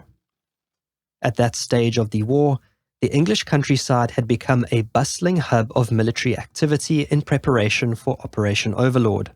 Military personnel, planes, jeeps, and tents filled the rural roads. This, of course, had not gone unnoticed by German reconnaissance. The key to the success of the invasion was surprise. If the Allied armies hoped to break through Hitler's seemingly impenetrable Atlantic Wall, they needed German forces distracted elsewhere. Operation Fortitude was the Allies' answer, with Agent Garbo being prepped to play a key role in the Allies' series of interlocking and ever more elaborate deception operations. Pujol's mission was to deceive the German forces into believing that the invasion would take place at the Pas de Calais, a location 200 miles north of the actual target, Normandy. If successful, this strategy would ensure that the bulk of Nazi troops were positioned far from where the real action would unfold. Garbo was not the only double agent involved in this grand operation. The 20 Committee was running a handful of spies who had embedded themselves within the Abwehr and who were sending similar disinformation to the Nazis. To orchestrate this grand illusion, Garbo had to convince the Nazis that a fictional million-man army called the First United States Army Group was gathering in southeastern England. This elaborate ruse involved lifelike inflatable tanks and ships dotting harbors and fields, fake hospitals springing up, dummy wooden aircraft being constructed, and even a sham oil facility near Dover, complete with dust-enhancing wind machines borrowed from film studios. The media played its part too, with staged photographs and fabricated letters from frustrated locals adding to the spectacle. General George Patton himself was seen rallying these imaginary forces across southeastern England to bolster the illusion. Garbo's fictitious sub-agents dispatched reports on all these military preparations. These maneuvers left Hitler and Nazi high command feeling ever more anxious. For months, Hitler believed the invasion would start at Pas-de-Calais. But as time dragged on, he became more and more focused on Normandy and Brittany as the likely targets. Garbo intended to reverse Hitler's thinking. By 1944, Garbo's intelligence and the strategic bombings near Calais by the Allies, leaving Normandy virtually unscathed, had thoroughly bewildered the German high command, convincing them that the Pas-de-Calais was indeed the target. Thanks to Agent Garbo and others like him, Hitler chose to hold back 250,000 troops in Scandinavia to defend against an attack in Norway. The culmination of the ruse came on the 6th of June 1944, when Allied forces landed at Normandy's Omaha Beach. The German 7th Army were caught off guard and at low readiness, thinking that the poor weather conditions meant that no attack would come that day. Even General Erwin Rommel, the Desert Fox himself, was back in Germany that day celebrating his wife's birthday. Even as Allied troops poured onto the beaches of Normandy, Berlin's high command hesitated to awaken Hitler from his sleep, convinced that the real assault by a much larger force would come at Calais. For 2 days following D-Day, German command remained deceived, waiting for an attack from the non-existent Fusag and the opening of the real Second Front. It wasn't until 9 June that a desperate plea from General Gert von Rundstedt moved Hitler to deploy the fearsome Nazi panzer divisions. However, Garbo transmitted a crucial message on this day, reinforcing the diversion at Normandy and suggesting that a major offensive would still target Calais. This message reached Hitler's desk and, demonstrating how much faith the Nazis had in Garbo, led to a critical halt by Hitler of German armored divisions en route to Normandy. This was a moment that shifted the tide of the invasion, saving countless Allied lives and securing a strategic foothold in Europe. Even by December, 22 German divisions still lingered at Pas-de-Calais in anticipation of Fusag's phantom assault. In fact, there were then even more forces in the Pas-de-Calais than there had been before the Normandy invasion had even begun. The key to the work done by Agent Garbo and other brave double agents like him was the fact that it was not only on D-Day itself that the Germans were fooled, it was during D-Day +1, D-Day +2, D-Day +3, and so on, when reinforcements were continuously delayed, that made all the difference. By August of 1944, Allied troops and French resistance fighters were gearing up for the Battle of Paris, and the Soviets were pressing in on the Nazis from the east. Agent Garbo's career in intelligence was nearing its end. German intelligence agents were turning themselves into the Allies in droves as the Third Reich crumbled. Juan Pujol had continued to operate as a double agent long after D-Day, playing a key role in ensuring that German bomb attacks using their powerful V-1 rocket missed their intended targets in London.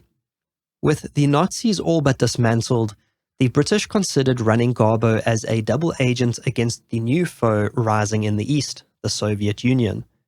But it was decided that this was too dangerous. Pujol was terrified that his identity would eventually be uncovered, and there were enough Germans about who would have considered him a traitor and meant to do him harm. Juan Pujol Garcia had emerged victorious in his personal war against Hitler. On the 29th of July 1944, in a twist of irony, Pujol received a message from the Abwehr to let him know that he would receive the Iron Cross, Germany's highest military honor, reserved usually only for frontline soldiers. Shortly before Christmas in 1944, Pujol was also honored by the British in a secret ceremony in which he was named a member of the Order of the British Empire. This made Juan Pujol Garcia the only individual decorated by both sides in World War II. Agent Garbo continued to communicate with the Germans right up to the end of the war. When jubilant crowds poured out onto the streets on Piccadilly Circus and Regent Street on the 8th of May 1945, Pujol sent his final message to the Germans to tell them that he was fleeing to South America. In June of 1945, Juan Pujol traveled to the United States with his best friend in MI5 and former handler Tommy Harris. There they met with FBI Chief J. Edgar Hoover, who, to Pujol's surprise, did not try and recruit him. The Americans were in awe of what Garbo had achieved and provided him with much-needed documents to allow his travel to South America. After his brief time in the US, Pujol went on a tour of South America in search of a new home for him and his family. He settled on Venezuela, seeing a country with a prosperous democratic future. Before settling down, and for his final flourish, Agent Garbo traveled back to Madrid, where he met with former Abwehr members, including his old handler Federico. If nothing else, the manner in which he was received by the then defeated Germans, including payment of a sizable reward for his efforts for the Reich, proved that his deception was believed until the very end. Pujol then returned to a quieter, more routine way of living, starting his new life in Venezuela teaching English to local employees of the Shell Oil Company, and later opening a stationery shop. Juan's marriage to Araceli unfortunately did not survive the war. Although she joined him in Venezuela and bore him another daughter, their relationship could not be salvaged. Araceli returned to Spain with their children in 1948. The following year, and to protect him from possible reprisals, MI5 had spread a rumor that Pujol had died in Angola after contracting malaria. This story was spread far and wide, relayed even to Araceli and her children, who sadly were left to believe that their husband and father was dead. For more than 3 decades, Juan Pujol lived peacefully in Venezuela, far removed from the danger, intrigue, and heroics of his former life. He remarried and had 3 more children with his second wife, Carmen Cilia. His anonymity was, however, shattered when author and British intelligence historian Nigel West tracked him down in South America shortly before the 40th anniversary of the D-Day landings. West was adamant that Pujol should travel to Great Britain to be honoured by the Duke of Edinburgh, husband to Queen Elizabeth II.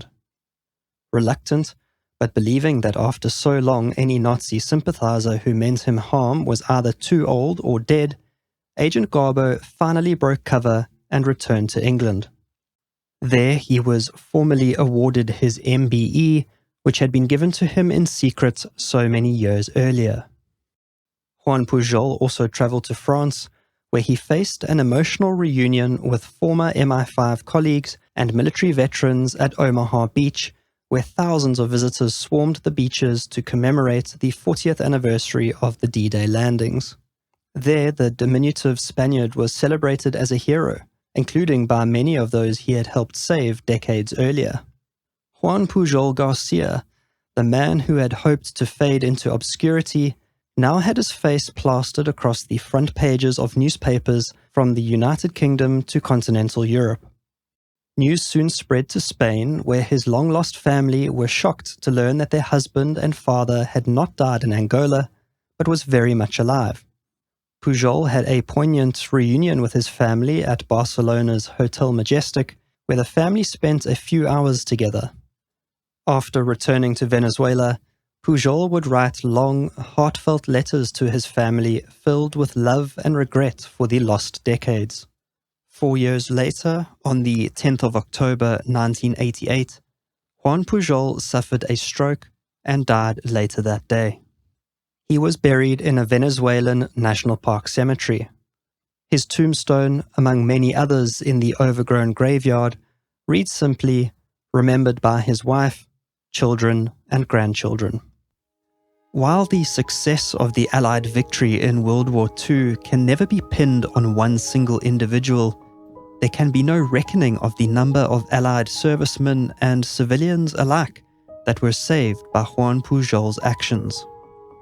For this, he has been referred to as the most successful double agent in history, and the spy who defeated Hitler. However true these monikers may be, they wouldn't have mattered to Agent Garbo. Agent Garbo was among the few spies in history who can claim to have undertaken their work with pure motives. Juan Pujol Garcia was a man driven by idealism and a hope for a better future.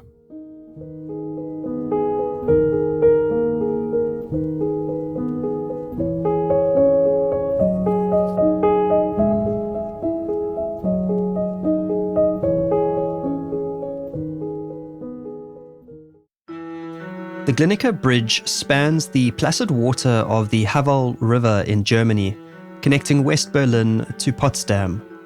The bridge's stark, almost austere simplicity belies the great many human dramas that unfolded along its length during some of the most tense periods of the Cold War. It was on this very bridge, dubbed the Bridge of Spies, under the watchful eyes of two global superpowers, that a tension-filled prisoner swap took place on the 11th of February 1986. A crowd of journalists and TV crews gathered on the western side of the bridge to observe the spectacle. Standing on the bridge that day was Karel Koecher, dressed in a Brooks Brothers suit and wearing expensive Gucci loafers. He was flanked by his equally well-dressed wife, Hanna Koecher. 20 years earlier, the Czechoslovakian nationals had fled to America to start a new life. As Soviet émigrés, they set out to live the American dream. For Karel, this meant climbing the ranks of academia. For Hanna, it was a lucrative career in the diamond trade. Both had become naturalized US citizens. But all of this was a smokescreen. Karel was in fact a sleeper agent deployed by Czechoslovakian intelligence to spy on the United States.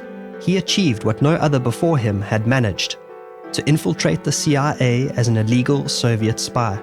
As they strode confidently across the bridge of spies to their freedom, American authorities could not help but feel that an American traitor had slipped through their fingers. This is the story of Karel and Hanna Koecher, the last of the Cold War super spies. Karel Koecher was born on the 21st of September 1934 in Bratislava, the Slovak capital of Czechoslovakia.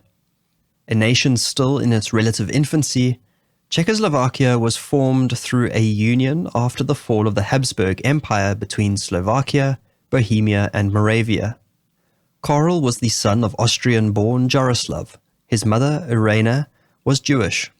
Czechoslovakia comprised a number of disparate people groups, but this notwithstanding, in the 1930s, the country was set to become a European industrial powerhouse. However, the rise of Nazism in Germany would bring a premature end to this hopeful outlook. With the German Führer nearly installed, anti-Semitism became rife in Czechoslovakia by 1934.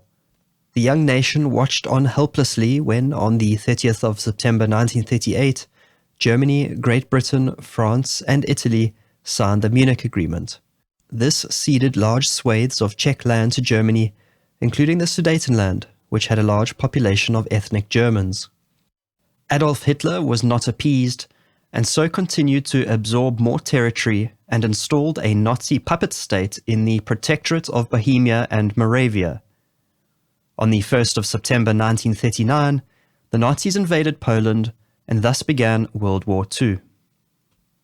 The crackdown on Jews in Czechoslovakia was severe, with the Koecher family moving when Karel was just 4 years old from Bratislava to Prague, where they thought they may blend in among the more cosmopolitan society.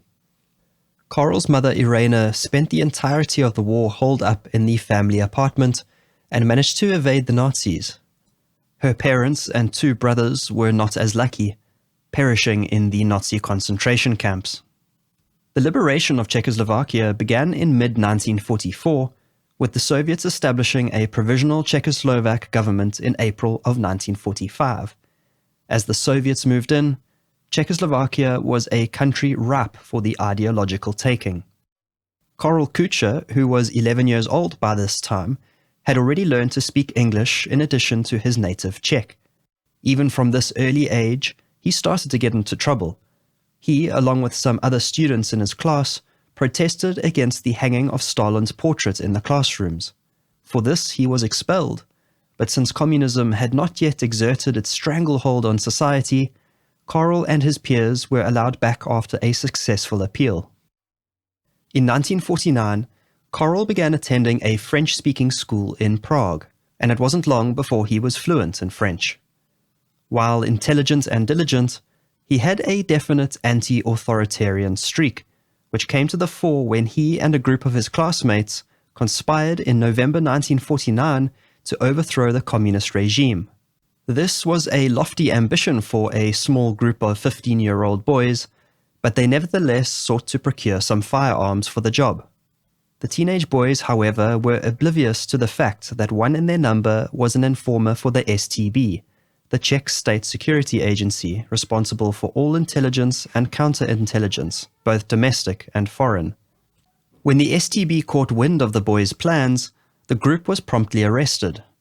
After a thorough interrogation, the boys were released without charge, the authorities perhaps recognizing that teenage boys sometimes get up to mischief.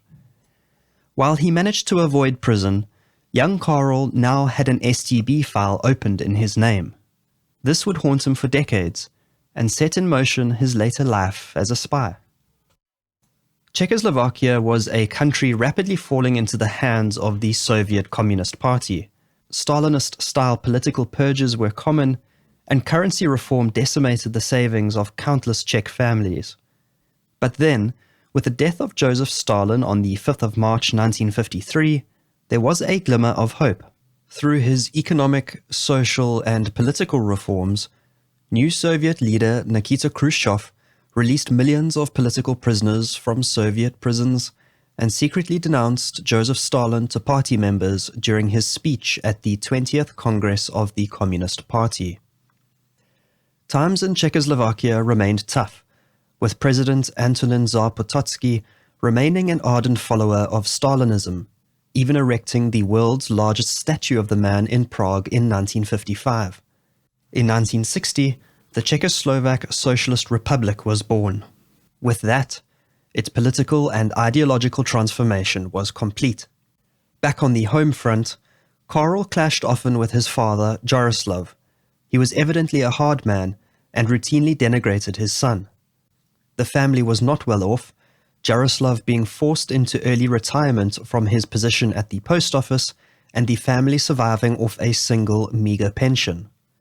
To earn his keep, Karel began working as a tour guide in Prague from age 15. He was by then fluent in Czech, English, French, and Russian. His language and storytelling abilities served him well, and he relished the opportunity to exercise his creative streak, something that his father did not encourage. After graduating from his French high school with top marks in 1953, Karel applied to study at the prestigious Charles University, but, strangely, his application was rejected. He applied for a second time with the same result. Only after his third application later that year in 1953 was he accepted to study mathematics and physics, subjects chosen for him by his father. Evidently, Karel Koecher's STB file, which marked him as a troublemaker, was harming his future career prospects and social standing. Karel nevertheless pursued his studies diligently, enrolling also in the Prague Academy during the last year of his studies at Charles University, where he studied film theory and script writing. Karel also wrote part-time for Czechoslovakia television and taught science and maths at a vocational high school, eventually being appointed an assistant professor of mathematics at the Czechoslovakia Institute of Technology. Karel had by then spent 7 years working as a tour guide in Prague. He received a call one day from a professor who worked in the philosophy department at Columbia University in the United States. It was a phone call that would change Karel's life forever. Professor George Klein had been told that Karel spoke good English and wanted to know whether Karel could be his guide as he toured the country studying Czech and Eastern European literature. Karel accepted the offer, and what solidified the relationship between the two men was when Karel took Klein to see the grave of Franz Kafka, a still obscure Czech author whose work wouldn't find international recognition for many years to come. Klein introduced Karel to a new world of people and ideas he seldom encountered in Czechoslovakia, instilling in him a desire to see and experience what the world had to offer beyond the Iron Curtain. To this end, Karel Koecher applied to join a teaching group that was due to travel to Mali. While he was accepted into the program, he was denied a passport. Then, after he won a competition through UNESCO to teach in Cameroon, his passport was again denied. Karel's suspicions about his record with the STB would only be confirmed years later. He had been blacklisted for travel outside of Czechoslovakia. In an attempt to clean up his record, Karel applied for membership with the Communist Party of Czechoslovakia in 1960. A friend had convinced him that this was a good idea, arguing that if Karel could not beat them, he may as well join them. Frustrated, yet intent on not giving up, Karel successfully applied in 1962 to work as a comedy writer for Czechoslovakia radio. The opportunity would, however, be short-lived, after Karel got into a spat with an undercover STB agent after a night out on the town. Karel was approached by the STB agent after he was seen kissing his date goodnight on her doorstep. An argument ensued, with Karel being reported over the incident and later convicted of committing criminal activity of amoral character. Following an appeal, Karel was sentenced to 2 years probation. This was enough for him to be fired from his job at the radio station. This put Karel in a difficult position, for to be unemployed in Czechoslovakia was in fact a felony at the time. He was eventually able to find work as a night watchman at a construction yard. He moved between jobs for a period, teaching at a planetarium and then working as an agricultural laborer. For a man of Karel Koecher's intellect and ambition, he was never going to be satisfied with that kind of life. In 1962, Karel contacted a friend from his former film school whom he knew to be working for his arch-nemesis, the STB. Working within the counterintelligence division, Jan Lischke's job was to snoop on actors and filmmakers who were considered soft targets for enemy recruitment. Lischke withdrew Karel's file from STB records and saw that it contained a thorough accounting of all of Karel's past indiscretions. Karel's suspicions as to why he could never seem to get ahead in life were then confirmed. The two friends gave the matter some thought. Applying for party membership hadn't been enough to clear Karel's record. Yet, if he could be employed by the very organization harassing and holding him back, maybe then he could arrange for his record to be expunged. It was a plan so crazy, it might just work. Karel began joining his friend Jan Lischke at the bars and cafes frequented by the local STB agents. Slowly, he began to ingratiate himself, his comrades soon realizing that the former professor and polyglot may be of use to the agency. It's not clear exactly when he was recruited, but for the next 3 years, Karel was given extensive training in spycraft, including secret communications, detecting and avoiding surveillance, and how to pass polygraph tests. Karel Koecher, anti-authoritarian as he may have been, had just signed up to become a small cog in the colossal Soviet machine. Karel continued working as a laborer in the agricultural sector, which he knew would serve as an aid in his ongoing rehabilitation. One night in 1963, during a party held in the warehouse where he worked, Karel laid eyes on Hanna Pardamsova. Karel was instantly besotted with the young woman 10 years his junior. Not only was she strikingly beautiful, but he soon learned that she came from a family with good communist credentials. Hanna's father joined the party in 1945 and climbed the ranks to become the head of a local party branch and later a senior member of the Communist Party's national infrastructure. The feelings were mutual, and within 3 months of meeting, the couple were married in November of 1963. Hanna knew about Karel's training and association with the STB, and both had their sights set on traveling abroad for their first big assignment. Soon enough, Karel and Hanna got their big break. They had earned enough trust with the STB to be asked to travel to the USA to pose as dissident refugees. Once in America, their goal was to ensconce themselves within the artistic, journalistic, and scientific circles of the eastern United States.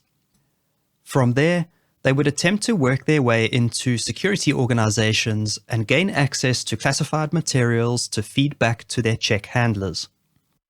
If this plan sounds simplistic, it was. Karel and Hanna were being treated as guinea pigs in the STB's first attempt to deploy a sleeper agent behind enemy lines. There was not much of a plan apart from getting the couple to the USA and then seeing what they could do. Traveling from behind the Iron Curtain to the West during the Cold War was no simple task. Fortunately, Hanna had an uncle living in Austria. Uncle Joseph was going to be their gateway to the West. On the 11th of September 1965, Karel and Hanna traveled to Austria. They traveled light, taking with them almost nothing except the clothes on their backs and a bar of soap containing a hidden set of cipher codes needed to communicate with the STB.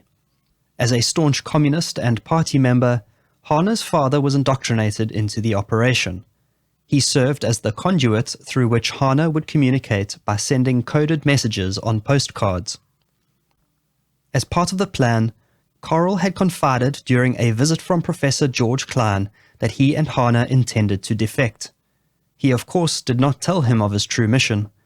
Ironically, Klein was strongly suspected by the STB, and Karel for that matter, of working for American intelligence. Once in Austria, Karel and Hanna presented themselves at the American embassy, which had been tipped off to their arrival by Klein, and sought asylum in America. The beauty of Karel's cover story was that it was more or less true. His record with the STB that had plagued him his entire life now served another purpose: credibility in the eyes of the West. Karel and Hanna were granted asylum, and on the 5th of December 1965, they boarded a charter flight arranged by the American Fund for Czechoslovak Refugees. They were bound for America and would soon start their mission. Back in Prague, the STB were left wondering whether they had made the right decision in selecting Karel as their subject. The agency was aware of his progressive views and, of course, his history of run-ins with the law. They also knew that he had a violent temper, was emotionally volatile, and was primarily driven by money. Only time would tell if they had made the right choice. It didn't take long for Karel and Hanna to start building their new life in New York. Both soon found jobs which allowed the couple to rent an apartment on 55th Street near 8th Avenue and to purchase a used Chevy vehicle. Hanna worked for Harry Winston's famed 5th Avenue jewelry store sorting diamonds. Karel, again through his relationship with Professor George Klein, secured a position working at Radio Free Europe. This was a radio station run by the CIA, which broadcast pro-American news and political analysis to the Eastern Bloc. To the Soviets, Radio Free Europe was propaganda enemy number one. It was popular among students and intelligentsia, and the USSR would have wanted nothing more than to stamp it out completely. Having a man behind enemy lines, they hoped would prove useful in getting information on RFE's staff, who consisted of many dissidents and second-generation Soviet émigrés. Karel, however, refused to inform on his colleagues at the radio station. His STB handlers were routinely frustrated by the dearth of information he supplied, and what he did share they found not to be particularly useful. Karel's persistent refusal to cooperate in this area remained a bone of contention between him and the STB for years. Karel Koecher's handler during this initial phase of his deployment was Miroslav Pollard, an STB agent operating under diplomatic cover, working out of the United Nations. Miroslav and Karel met from month to month, with Karel being paid a few $100s on each occasion. Karel was, however, still very much a sleeper agent, biding his time until he managed to burrow his way into the depths of American intelligence. In 1966, with his sights still set on finding his way into the fold of American academia, Karel applied for and was granted a fellowship to study at Indiana University. Karel and Hanna thus packed their things and moved to Bloomington, Indiana in September of 1966. Bloomington was no Manhattan, and so by springtime the following year, Karel and Hannah were angling to move back to New York. George Klein proved useful once again, introducing Karel to a professor at Columbia University.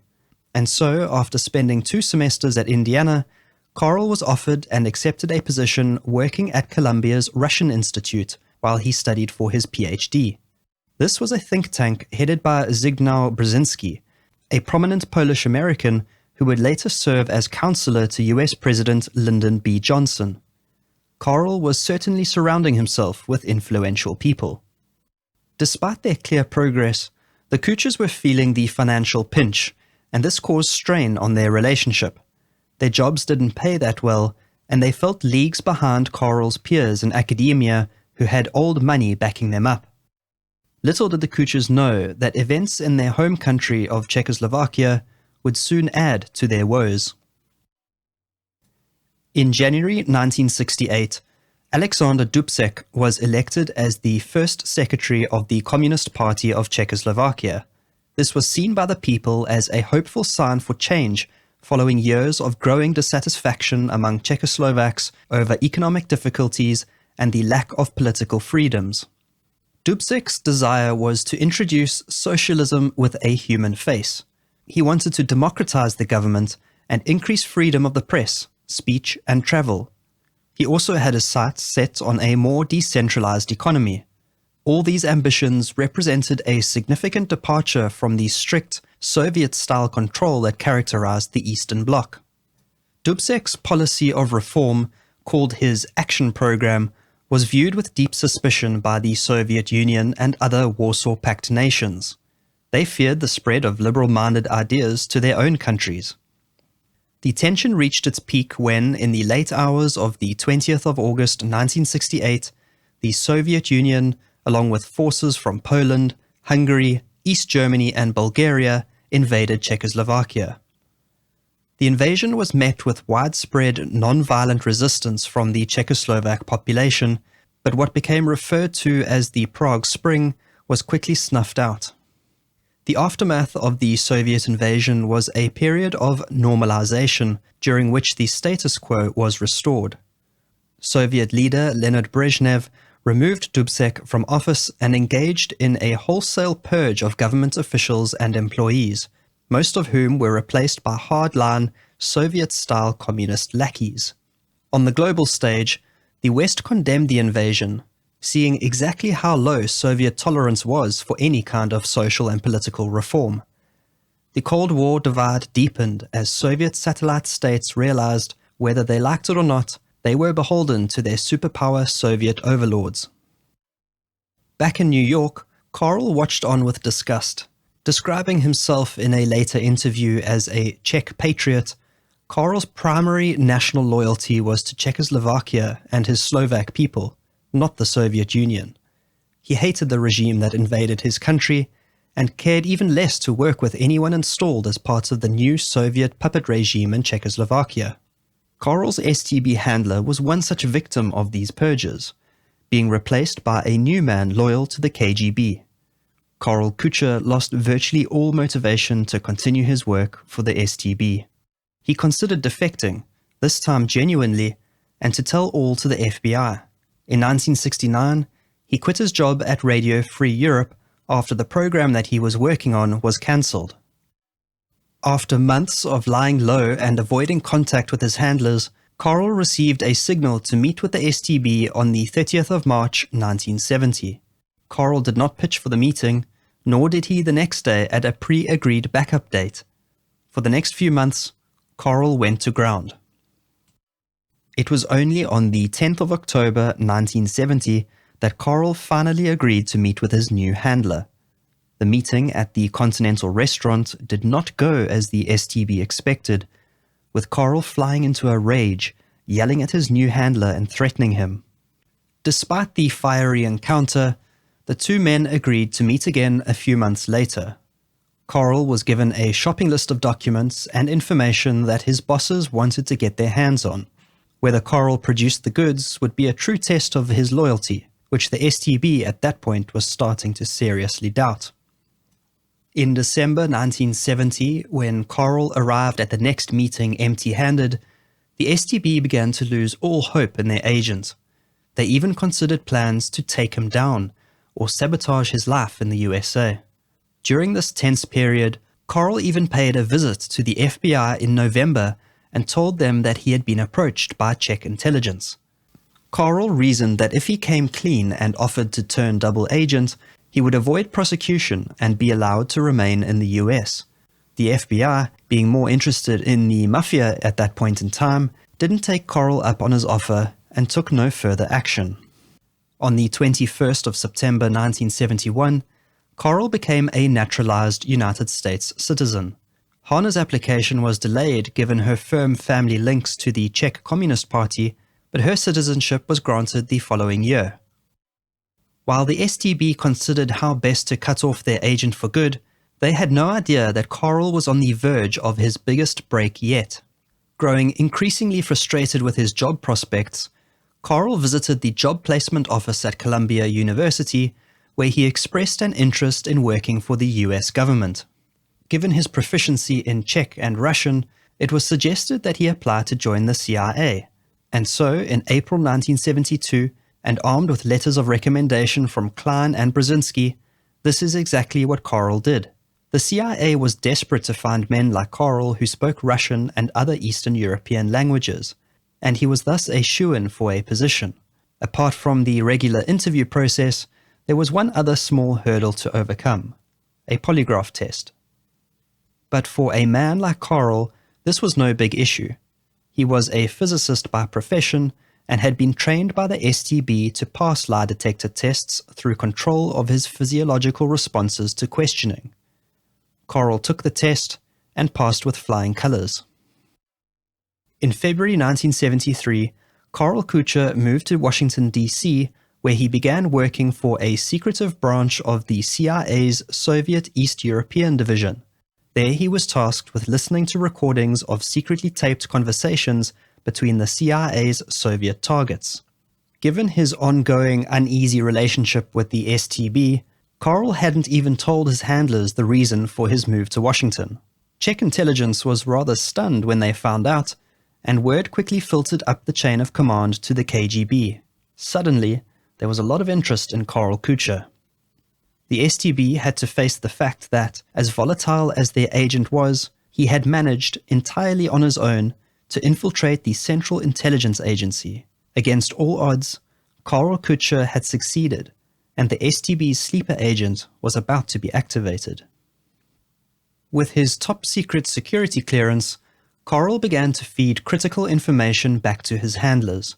He told them that the KGB station chief in Beirut was being monitored, that Czechoslovakia's military mission in West Berlin was being actively watched, and that 4 different phone lines had been tapped by the CIA at the Soviet embassy in Bogota. After listening to and translating dozens of conversations from these tapped phone lines, Karel learned that the CIA was attempting to recruit a Soviet diplomat stationed in Bogota. In 1973, Alexander Ogorodnik had been enjoying his time away from Moscow in Latin America, perhaps just a little bit too much. He had just found out that his Colombian mistress was pregnant, and his bosses were going to be none too pleased when they found out. Through a joint Colombian intelligence and CIA operation, Ogorodnik was recruited as a spy for the West. Codenamed Trigon, Ogorodnik was soon recalled to Moscow to take up a position in the Global Affairs Department of the Soviet Foreign Ministry. The CIA was thrilled to have an agent working for them in the heart of the Soviet Union. His case was run by Martha Marty Peterson, the first woman to serve as a case officer in the CIA's Moscow station. Ogorodnik was arrested in July 1977 after the KGB got wind of a dead-drop exchange arranged with Peterson. During his interrogation, Ogorodnik bit down on a pen supplied to him by the CIA. Inside was a cyanide capsule. Within seconds, he was dead. A later investigation into the compromised operation revealed that translations of Agent Trigon's report from Russian into English had been prepared by none other than Karel Koecher. Whether he appreciated it or not, there was a very real human cost to the work that Koecher was doing. Having outed a Soviet double agent, Karel knew exactly how much his position at the CIA was worth not only to the STB, but to the organization pulling its strings that had much deeper pockets. He used this as a bargaining chip to demand much more compensation from the KGB. Hannah was no mere passenger in her husband's duplicitous dealings. She had chosen to remain in New York to continue her work in the diamond trade. She was earning a good living of $20,000 per year working for Savion Diamonds, but also became a courier for her husband, meeting with STB agents and receiving payment in cash for documents and information that she handed over. Her job as a diamond dealer, which required extensive travel all over the world, provided excellent cover for her many trips overseas. Karel was eager to return to New York City, which he did in the summer of 1975 after accepting a transfer to the CIA's Office of Political Research, where he worked on a contract basis, earning $12,000 a year. In their endless pursuit of wealth and status, Karel continuously demanded more money from the Soviets. He argued that he couldn't fit in unless he was on an equal financial footing with his colleagues and contemporaries. Karel was paid another $20,000, which he used in January 1976 to make a down payment on an apartment at the luxurious Park Regis building on the Upper East Side of Manhattan. Life was going well for the Koechers by this stage. They had fully assimilated into their new American lives, were earning good money, and Karel was the STB and the KGB's golden boy. The couple, however, took their hedonistic lifestyle to extreme levels. Theirs was a life fueled by materialism. Money, drugs, and sex were the orders of the day. From around the time that Karel started working for the CIA in Virginia, he and Hannah began to attend sex parties together on the weekends. They became active swingers and partied hard among the social and political elites from Washington to New York. The couple would attend these parties weekly at such venues with names like Plato's Retreat, the Hellfire, the Swinging Gate, and Capital Couples. These extramural activities were in addition to the many holidays that Karel and Hannah took together, both at home in the US and in Europe. Karel also became a fitness fanatic. If he wasn't out jogging, he could be found training at the Young Men's Hebrew Association gym on 92nd Street. Karel's life as a spy was soaring to new heights. As he became more senior in his role at the CIA, he was being asked not just to translate recordings and reports, but also to provide his own political analysis of the documents he translated. What had started as a gamble by an inexperienced Czechoslovakian spy agency was paying major dividends. Karel's success was so prolific that reports of his activities had come across the desk of Oleg Kalugin, the KGB's head of foreign counterintelligence. He was, in essence, one of the KGB's top spy catchers. There was, however, one small catch. Oleg Kalugin was rumored to secretly be working for the CIA. In August of 1976, Karel and Hannah arranged to meet with the STB in Austria while holidaying in Europe. When they arrived, they were told that they were being recalled to Czechoslovakia for further meetings. Once there, Karel was taken to an STB safe house in a small village outside Prague, where he was confronted by Kalugin. For hours, he was put through the ringer, being interrogated about his every movement since landing on American shores. By the end of the session, Karel was given an ultimatum: appear on Czech TV to admit to espionage and denounce the CIA, or be cut loose. Karel refused point blank, saying that if he was not allowed to return to the USA, people would come looking for him. He and Hannah were, after all, American citizens. The two spies had reached a stalemate. Karel and Hannah were reluctantly allowed by the KGB to return to the United States, but their lives had been turned firmly upside down. Returning to Moscow, Kalugin wrote a report denouncing Karel as an American spy. Kalugin was powerful enough within the KGB apparatus for his decision to be taken as final. Now cut off from their handlers, Hannah continued working in the diamond trade and Karel returned to a quiet life of academia after his contract with the CIA came to an end. For the next 5 years, the Koechers lived, perhaps for the very first time since arriving in America, an honest life. By the beginning of the 1980s, Oleg Kalugin's power was starting to erode. Rumors circulated about the possibility of him being a traitor, and he was demoted to deputy head of the Leningrad KGB. As the Soviet intelligence world began to lose faith in their former general, questions started to arise about some of the decisions he made along the way. Viewed with fresh eyes, Kalugin's interrogation and denouncement of Karel Koecher in 1976 started to be seen in a new light. The STB realized how they were squandering one of their most valuable, albeit volatile, illegal agents. In May 1981, KGB head Yuri Andropov launched Operation Ryan. This was a Soviet military intelligence program designed to establish evidence of plans by America for a nuclear first strike against the Soviet Union.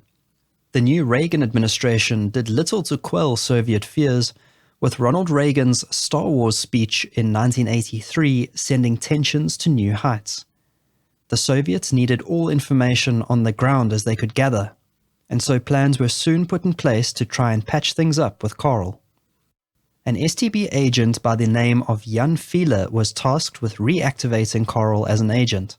He was a face familiar to Hane, who had met the man on occasion in previous handover meetings. He traveled to the USA in 1982 and re-established contact with Karel. Bored and unfulfilled, Karel Koecher didn't hesitate to accept Jan Fiele's offer. Karel managed to secure for himself a job working for the political campaign team of New York gubernatorial candidate Louis Lerman. He was thus making important contacts in Republican circles and had keen insights on the developing political situation in America. As pleased as Karel was to have resumed his work as a spy, he was getting anxious. From the conspicuous man with binoculars across the street to the strange occasional clicking sound on his home telephone and the guy Karel kept bumping into at the gym, he was convinced that he was being watched. Hane had become so concerned about surveillance that she stopped working as a courier entirely by October 1983. By January 1984, Karel followed suit, communicating the end of his cooperation with the STB by sending a message to Prague. Karel and Hane's concerns of compromise were such that they had for some months been planning an exit from the United States. In November of 1984, they sold their Manhattan apartment, transferring the proceeds to a bank account in Zurich in anticipation of a move to Austria. Their concerns about surveillance were valid. For some months, the FBI had been watching Karel and Hane. Through routine surveillance by the FBI's counterintelligence squad, Karel began to make a regular appearance among the various Czech nationals the FBI had on its watch list. It is believed also that Jan Fiele, who recruited Karel, had in fact been working for the CIA at the time. Fiele suddenly disappeared without trace, possibly into the CIA's witness protection program. The KGB's official position was that Oleg Kalugin had betrayed Karel Koecher. On the 15th of November 1984, the Koechers left a meeting at the bank following the sale of their apartment. Karel walked Hane to her office in the Diamond Club building on 47th Street and escorted her inside. A few minutes later, he exited the building, alone. He then spotted a familiar face. It was the man he kept seeing at the gym. The man caught his eye and walked directly up to Karel, hand outstretched. "I have some friends that would like to speak to you," the man said. Karel knew immediately that he was looking into the eyes of an FBI agent. While he knew he wasn't under arrest, Karel thought better of declining the man's invitation. A car pulled up, and Karel climbed in. Karel was driven to a nearby hotel and taken up to a suite overlooking Central Park. This was a joint CIA-FBI operation. Karel was told to take a seat, and the questioning began immediately. Hane, they said, had also been picked up and was being questioned in another room. Despite being subjected to many hours of questioning and being directly accused of being a Soviet spy, Karel maintained his nerve. If the FBI and CIA's intention was to extract a confession from Karel, they were not going to succeed. Having no direct evidence of espionage, the agents had no choice but to let Karel and Hane go later that day. Karel did, however, agree to meet again with the CIA and FBI, but further interviews yielded little more for the investigators. Eventually, Karel was offered a deal by the CIA, confess to his espionage and cooperate fully with the investigation, in which case he would eventually be allowed to leave the country a free man, or face prosecution and potentially spend the rest of his life behind bars. Self-preservation kicked in, and Karel took the deal. After providing a confession of sorts, the Koechers were scheduled to leave the United States for good, bound for Austria. On the 27th of November 1984, it was arranged that the FBI would drive the couple to the airport. Instead, reneging on the deal offered them by the CIA, the FBI arrested Karel Koecher for espionage and detained Hane as a material witness. Karel was locked up in New York's Metropolitan Correctional Center, although he knew he faced the possibility of a life sentence, or even worse, capital punishment. He also knew that investigators didn't have much dirt on him.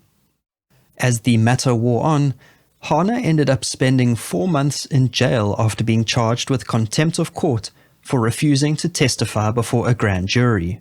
She was released pending an appeal. The handling of the Koecher case serves as a lesson in how to bungle an operation. The confession that Karel had provided as part of his deal with the CIA was tainted and would not be admissible in court. Without the confession, investigators had little more than circumstantial evidence. Prosecutors were nevertheless under pressure to take the matter to trial, and so Karel languished in jail while he awaited his day in court. Running out of options, Karel devised a cunning plan. Through his lawyer, he wrote a letter to the head of the KGB, Vladimir Krychov. Karel proposed that he be traded for Nathan Sharansky. If that name is not familiar to you now, it would have been in the mid-1980s. Nathan Sharansky was the world's most famous political prisoner at the time, having been detained in Russia after attempting to immigrate to Israel in 1973. In 1977, he was imprisoned on charges of espionage. In reality, he was no spy. He just had a knack for exposing the corruption and cruelty of the Soviet Union. He was a dissident and a global symbol of resistance. It was a bold call for Karel to think that the KGB would agree to exchange him for their most high-profile prisoner. Even Karel's lawyer was doubtful, considering his client at the time to be nothing more than a second-rate spy. The gamble, however, paid off.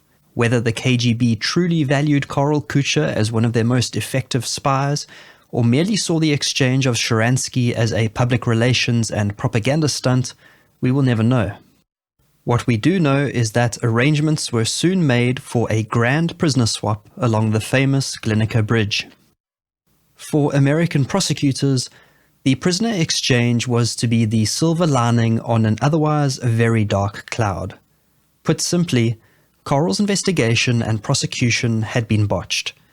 There was very little prospect of prosecutors actually securing a conviction. At least in a prisoner exchange, they would get something out of the whole fiasco. As part of the deal, Karel pleaded guilty to espionage charges on the 3rd of February 1986 and was compelled to accept a life sentence, commuted to actual time served. Both he and Hane forfeit their American passports and were declared persona non grata. After the formalities were out of the way, the two Czech spies were flown from New York to Frankfurt and then traveled to Berlin for the swap. Karel, wearing a pair of Gucci loafers and a tailored Brooks Brothers suit, and Hane, wearing a black fur coat and white fur hat, strutted across the bridge as cameras snapped away.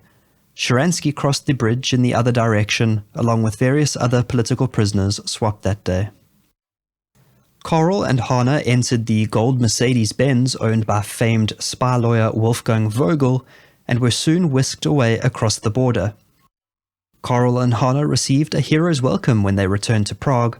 They were given a house and a new Volvo as a reward, and Karel soon secured a position working at the Prague Institute for Economic Forecasting.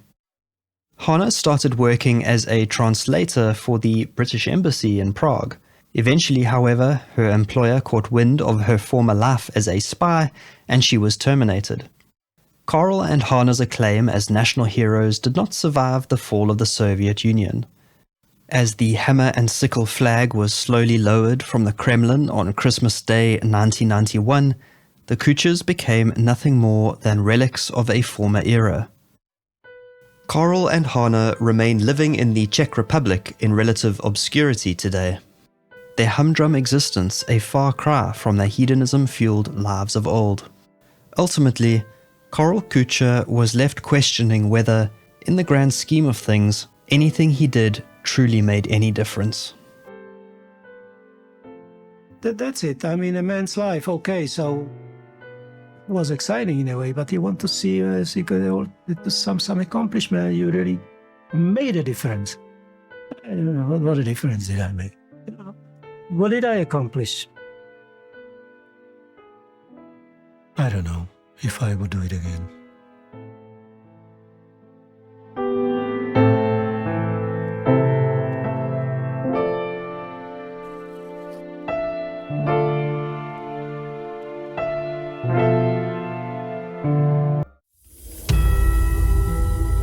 In 1985, the Cold War was entering its final throes. The policies of openness and reform by newly installed Soviet leader Mikhail Gorbachev marked the beginning of the end of the Soviet Union. 1985 was also the year of the spy. This was owing to the dozen or so high-profile espionage cases that dominated American news headlines. One of the spies arrested that year stands out from among his peers. His story is remarkable not only for the quantity of secret material he delivered over his short spying career, but also for whom he delivered it to. Jonathan J. Pollard was a civilian intelligence analyst at the US Navy's Anti-Terrorist Alert Center in Maryland. He delivered the equivalent of 30 filing cabinets worth of top-secret and classified material to Israel over an 18-month period. The revelation that a Jewish American had been run as a spy by Israeli intelligence on American soil sparked a major controversy and caused two allies to teeter on the edge of a diplomatic crisis. Pollard's arrest marked the beginning of a saga that would captivate and polarize opinions for decades. His imprisonment made him a symbol of one of the most contentious episodes in the history of American intelligence.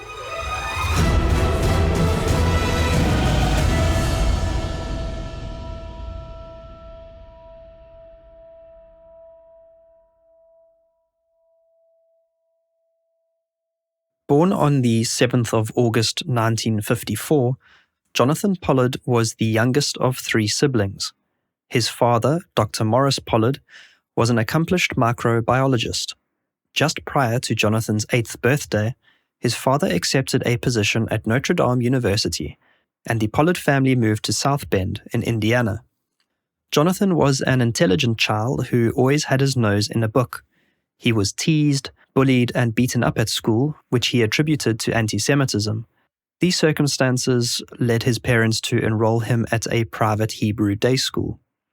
The Pollard family was proudly Jewish, and Jonathan and his siblings grew up within a strong Jewish tradition and culture. At his new school, Jonathan started to develop a zeal for Judaism and established the foundation of his later Zionist beliefs. He observed Israel's existential crisis and ultimate victory in the 1967 Six-Day War, and shortly after his bar mitzvah, Jonathan visited the memorial site at the Dachau concentration camp, the notorious World War II Nazi death camp. These were experiences that left lasting imprints on him and heightened his sense of devotion to the Jewish people and the Israeli state. There is no doubt that young Jonathan Pollard was a gifted student. His abilities led him in 1970 to be awarded a chance to attend a science camp at the prestigious Weizmann Institute. His love for Israel grew exponentially during this period of his life, with Jonathan's mother having to convince him not to make Aliyah, that is, to return to the Jewish Holy Land. However, notwithstanding his ethnic and religious devotion, He had a penchant for mischief, getting involved in a fight while at the camp and being remembered by one of the scientists there as an unstable troublemaker. After graduating high school with honors, Jonathan enrolled at Stanford University. Here he developed a fantasy for espionage and a desire to become a secret agent. He bragged to his classmates about being a spy working for Mossad, Israel's intelligence agency.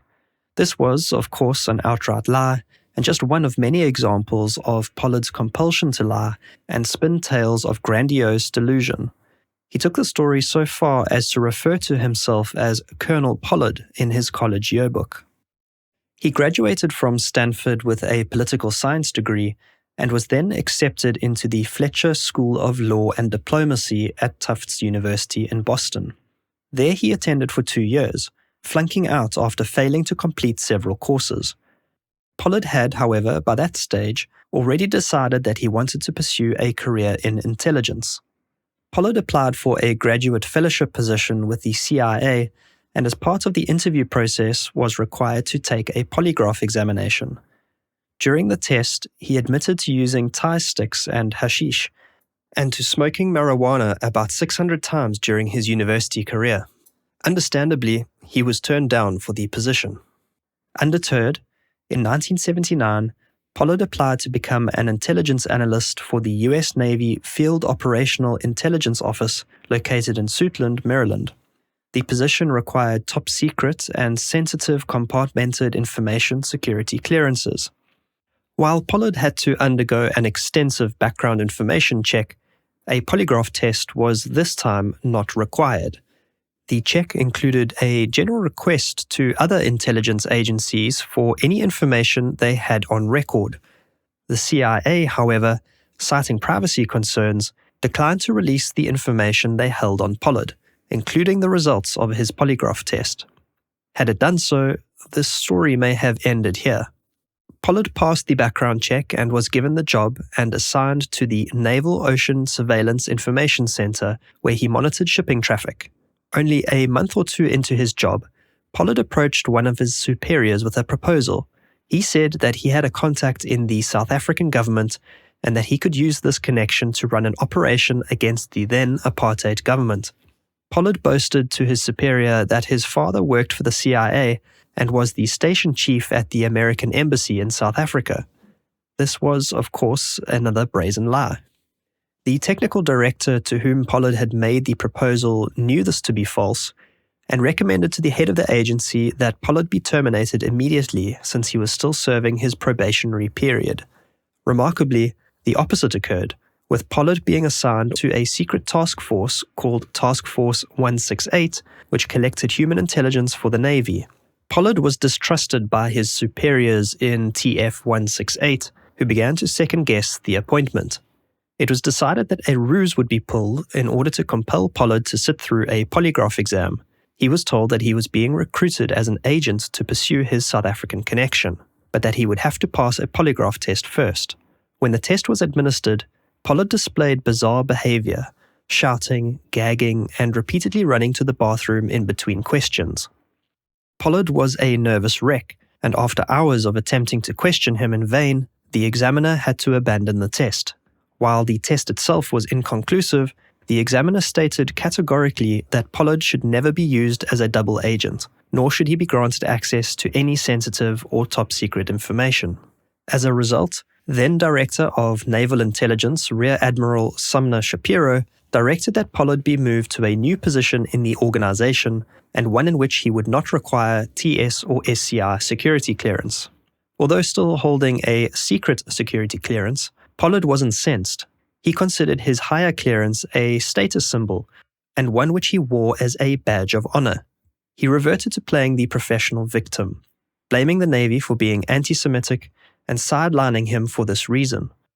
He lodged a grievance with his employer and effectively went to war with the Navy. Eventually, and after threatening legal action, Pollard had his security clearance restored on the 19th of January 1982. This reinstatement, made reluctantly, was subject to quarterly monitoring and reporting by his line manager.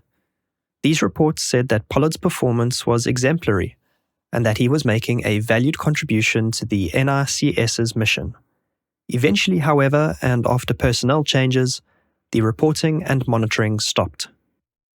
In 1981, Pollard met Anne Henderson, an attractive and intelligent 21-year-old woman from New York who worked in the press room of the National Rifle Association.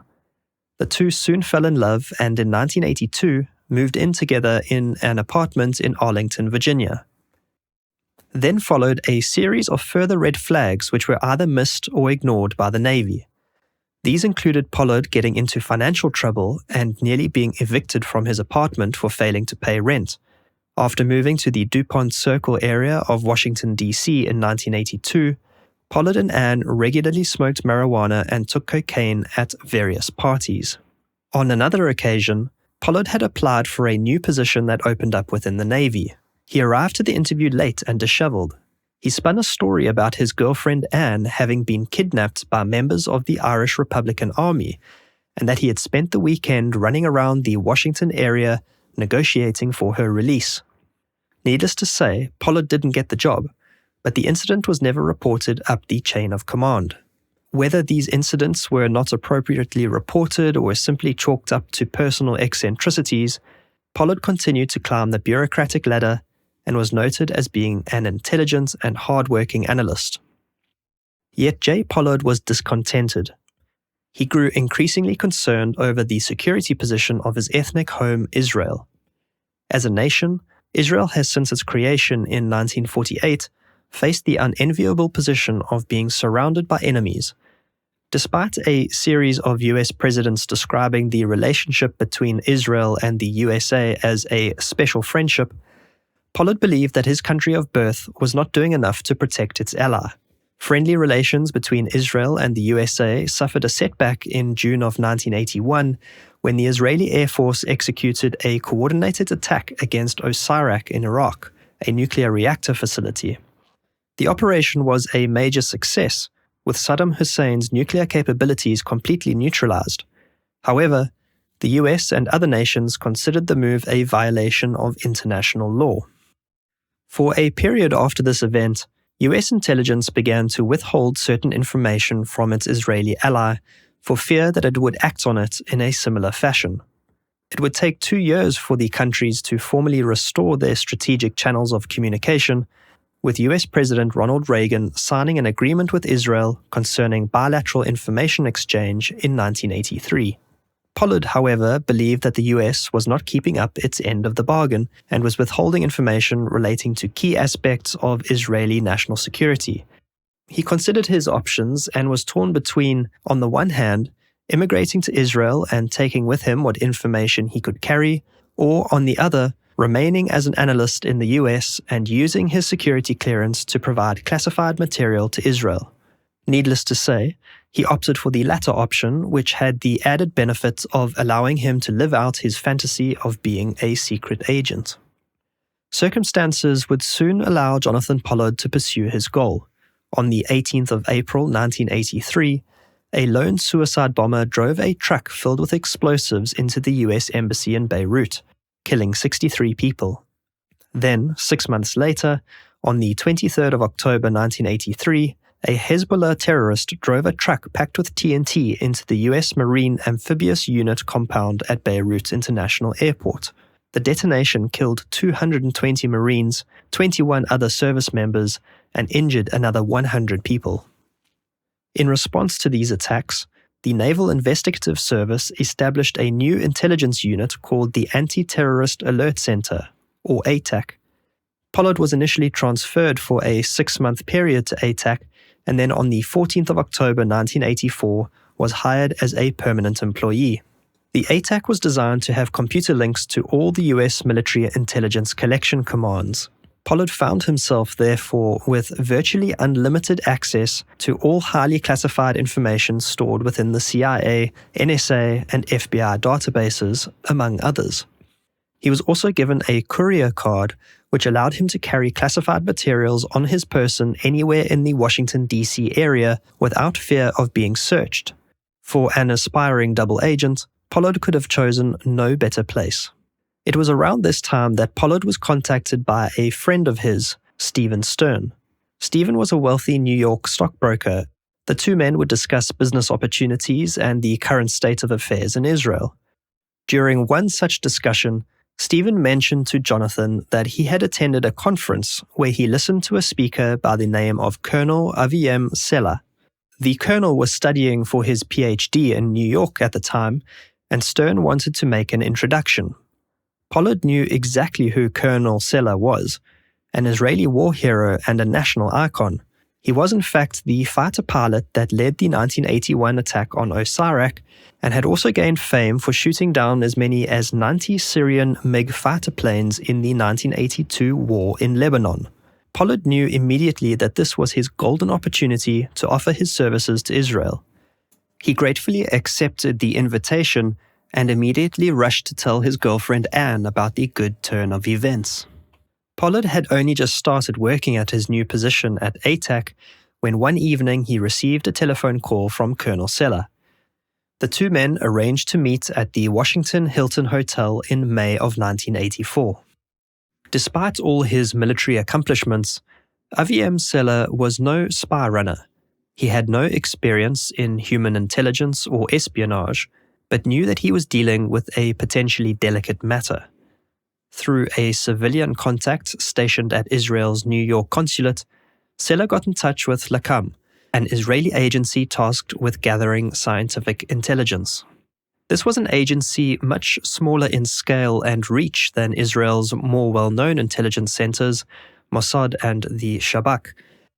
It was, however, headed by one of Israel's preeminent spy masters, Raphael Rafi Eitan, famous for his role in capturing notorious Nazi leader Adolf Eichmann.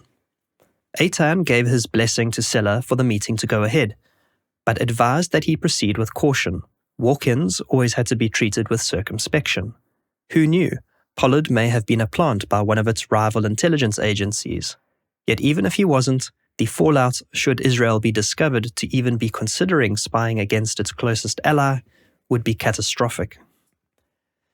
The first meeting between Jonathan Pollard and Aviem Sela went ahead on the 24th of May 1984. The two men immediately found common ground in their shared love for Israel and a growing concern for its welfare. Pollard wasted no time in telling Sela the kind of information he had access to at work, which to Sela sounded almost too good to be true. As a test, Sela requested to see a small sample of the type of intelligence Pollard had access to. To arrange their next meeting, Sela told Pollard that he would call him at home and mention a Hebrew letter. This directed Pollard to one of the several payphones located near to his home, which had been assigned that specific letter. A week later, Pollard and Sela met again at the Hilton Hotel, but then traveled together to a park adjoining the Dumbarton Oaks Research Library in Georgetown. Pollard had brought with him a briefcase stuffed with classified material, including a 3-volume series on Saudi Arabian ground forces and a ground logistics study. But what clinched the deal was when Pollard pulled out satellite photos of the Osirak site following the Israeli operation. Sela was amazed. He had never seen the fruit of his labors for which he had gained so much fame. Any doubts that he had about Pollard immediately evaporated. A third meeting was soon arranged for the 21st of July 1984 at the Holiday Inn in Chevy Chase, Maryland. This time, Pollard brought with him 2 large suitcases packed to bursting with classified and top-secret documents. Sela and Pollard traveled together in a rental car to a house on Deborah Street in Potomac, Maryland. This was a house owned by Ilan Ravid, the attaché for scientific affairs at the Israeli embassy in Washington. The documents Pollard had brought with him, marked TS or SCI, and which Pollard had to return to his office by the next Monday morning, were photographed and handed back to him. At this meeting, Pollard was told that he would be required to travel to Paris that November to meet the man in charge of the whole operation. The compensation to be paid to Pollard for his efforts was also discussed, it being loosely agreed that he would be paid the equivalent of his annual salary working for the NIS, which was $1,000 per month. By this stage, Pollard and Anne had gotten engaged. This was used as the cover story for his trip to Paris. Anne was to accompany Jonathan, with the couple posing as lovebirds on vacation to purchase an engagement ring and celebrate their upcoming nuptials. Pollard could never have afforded the trip and the engagement ring on his federal salary, and so he invented a fictitious wealthy uncle whom he named Joe Fisher. Uncle Joe was not able to attend the wedding, and so generously paid for the couple's holiday, along with an expensive sapphire and diamond engagement ring. Pollard was told not to tell Anne the true reason for their trip, but that horse had already bolted. Although he assured Zeller that Anne knew nothing, Pollard was telling Anne every last detail about his new career as a double agent. The couple journeyed to Paris in November 1984. They stayed at the expensive Paris Hilton International Hotel and dined at expensive restaurants, all on the account of the Israelis. Pollard was also introduced to Yosef Yossi Yager, who he later learned was the scientific attaché to the Israeli consulate in New York City. For 3 days, while the men discussed operational planning and tasking, Anne was taken on shopping trips, which included the purchase of the engagement ring. Once business had been attended to, Lacombe sponsored a 3-week tour of Europe for Pollard and his fiancée. Returning to the US flush with cash and very much in love, Jonathan and Anne blew their newfound money on food, drink, and drugs. For the next 18 months, Pollard's spying went into overdrive. He provided the Israelis with reams of classified material pilfered from his office in Suitland. Every Friday, Pollard would cram his briefcase full of classified materials, which he would take to his 1980 Ford Mustang, sometimes doing this multiple times in the day. He then transferred the documents to suitcases, often while parked at a nearby car wash. Pollard then rendezvoused with Zeller and other Lacombe agents twice a week. The meetings were moved to an apartment nearer the Israeli embassy, which was home to Embassy Secretary Irit Erb. Pollard would also meet Yago on the last Saturday of each month at Erb's apartment to be given a shopping list of further documents that they required and to discuss the value of the previous delivery. The primary information Israel was after concerned the military and nuclear capabilities of Pakistan and Israel's Arab neighbors. The Israelis also chiefly wanted to learn about the assistance those countries were receiving from the Soviet Union. Pollard and his handlers proceeded with reckless abandon. They didn't follow any form of standard spycraft, such as dry cleaning en route to their meetings or arranging dead drops to exchange information.